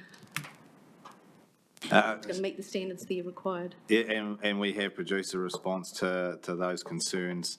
All of the consultants that we engage have the appropriate skills and knowledge in the fields that we ask them to deliver services to, whether it's flood modelling, river modelling, civil engineering, or what have you, geotechnical engineering. They all have their own professional bodies that they belong to, and they are chartered engineers or chartered and qualified in their fields of expertise. So absolutely, we have the right people on the projects. While the groups that we go out to talk with might see one or two people, there's a huge team in behind that spread across the country, and sometimes they may bring in resources from overseas to support the work that they do. So it's a very, very broad team behind our project and program managers. So when the community sees, sorry Phil for picking you up, but that's because we're all about Wairoa at this end of the table. So when the community sees Phil Duncan managing that program of work, he's not actually the person that's designing the schemes. He's actually just He's the program mustering manager. up the program. As a program manager and a project manager, their role is to facilitate the acquiring of technical expertise and answers to problems. He's not solving the problems directly. It's not his expertise in river management that has been utilised here. His expertise is in marshalling all of those troops, identifying and managing risks and putting tasks in place in order to control those sorts of risks. So he leads the team, but it's a multifaceted, multidisciplined team that is behind him, and there's dozens of people working on each of these projects. I think for the stakeholder group, they believe they were dealing with the engineer, not the planners or the project managers, whatever. I understand what you're saying there, no project management, but we thought we were talking directly to the engineers because they're the ones that really mattered, because they're going to tell us whether it works or not. And that's why the whole stakeholder group, all those months, we thought we were talking to the engineers and we weren't. And so that was a bit of a shock. That's an unfortunate misunderstanding. He was commenting online, so it was Bryce saying, from Christchurch. And that was a little bit frustrating too, because he's never stepped a foot on our soil. Through you, Chair, I'm just clarifying some of that to the stakeholder group in a letter via their chair. So. Yep. Thank you. That would be excellent. I would imagine that if you had the really detailed expert engineers in front of you, then would need an interpreter to take that technical speak and all the acronyms into everyday language, and that is part of Phil's role, is to interpret all of that technical stuff. I'm going to call it stuff. Into a language that hopefully people can digest. And it sounds like there is a letter coming from the Chief Executive for that. I don't know about everyone else, but I feel today, 18 months post-cyclone, seeing all these projects come together, all the engineering work, all our risk set up, the project management office set up, feels like we're stepping into quite a new phase of work, which feels sort of extraordinary, really. So, congratulations to everyone in terms of timing. 18 months isn't long to pull together this many schemes and plans, as well as picking up that whole IRG program that was already underway. So, these two papers really were fantastic for me to really get a handle on where we're going. So, and nice to hear so much from Wairoa. So I'm happy to move from the chair. You're happy to second, Councillor Harding? I don't have any other comments to make. You do? Yeah, Okay. I just did, and sort of in part with my corporate and strategic hat on, just wanted to firstly compliment staff for taking us forward in our understanding of the NIWI program, the structure of it, and the reporting arrangements and progress. I think this has advanced and given greater clarity than we had at CNS, and I'm very grateful for that. Possibly, and I'm just reflecting on comments, and there's still an unresolved discussion between the CE and myself about whether there's a need to have a workshop on this. I think my feeling is we've got to a point now where there's been a lot of progress in terms of building the plane as we fly it, in terms of putting the components in place that's giving us greater clarity about how the project is structured, run and reported on. Still work to go, but this has taken it a long way forward. Possibly in terms of that program assurance diagram at 12, we might have some gaps. I certainly have some gaps in my understanding about the roles of each of those groups or structures within that. So I don't think we understand that fully yet, and it may be helpful to have a bit more information on that at some point. I'm grateful that we're going to land or get close to landing on some financial reporting that's going to come out. I think that we've got clarity now about the reporting lines for various parts of the program, and I'm comfortable with all that. So I'll just shut up and say, well done. Thank you. Well, I'm going to make comment back again, which is really repeating what I said before. Essentially, at the end of the day, if governors are to sign off on this work or to have eyes over it, we are putting confidence in these groups below that we really don't have any eyes over. So I think the point is needing to, and I would think we still do need a workshop to understand those, because effectively we're accepting their confidence that these things have happened, and we don't really have a picture of them. And really, it falls both ways back, because it's us being able to give you the confidence that we also have eyes over what's happening. So I would say the opposite, actually, that I'm still quite keen to have more understanding of that. You want to make a comment? My observation on that is that we've put in place an assurance board of experts. Yes. And the very worst thing we could do is then go and meddle with it ourselves. I'm not an engineer. I'm not a project manager. I like to have line of sight. I like to understand the delivery timeframes. I like to know the money's being spent to the purpose and that things are on track. But I don't want to get my hands dirty on this stuff. That's the last thing I want to do. So I think we need to bear that in mind. We are not the governors of these projects. That's my view. Would you still then, Councillor Williams, like to know who these assurance groups are and program boards and who they're made up of? That's all I'm asking. Yeah, like a workshop where they come along and meet us and tell us what they're doing and how they're doing it and who they are and why they think it's going to work. It'd be fine. But yeah, I don't want to get too deeply involved in this. It's risky in its own right. No, wasn't suggesting that. Okay, so mover and we have a mover and a seconder. Yes, do we? Yep. Yes, all those in favour of accepting the paper, please say aye. Aye. Any against? Thank you. Carried. That's the end of our day. Namihi kia koutou.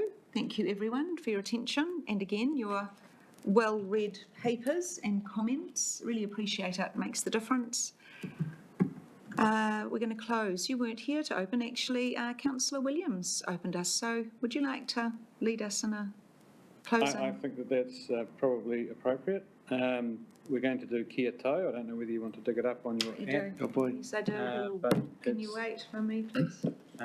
Kia tau, kia tātou katoa, te ata whai o tātou atihi, hui parati, e te araha o te atua, me te whiwhina i te waro, āki, āki, āki. Amen.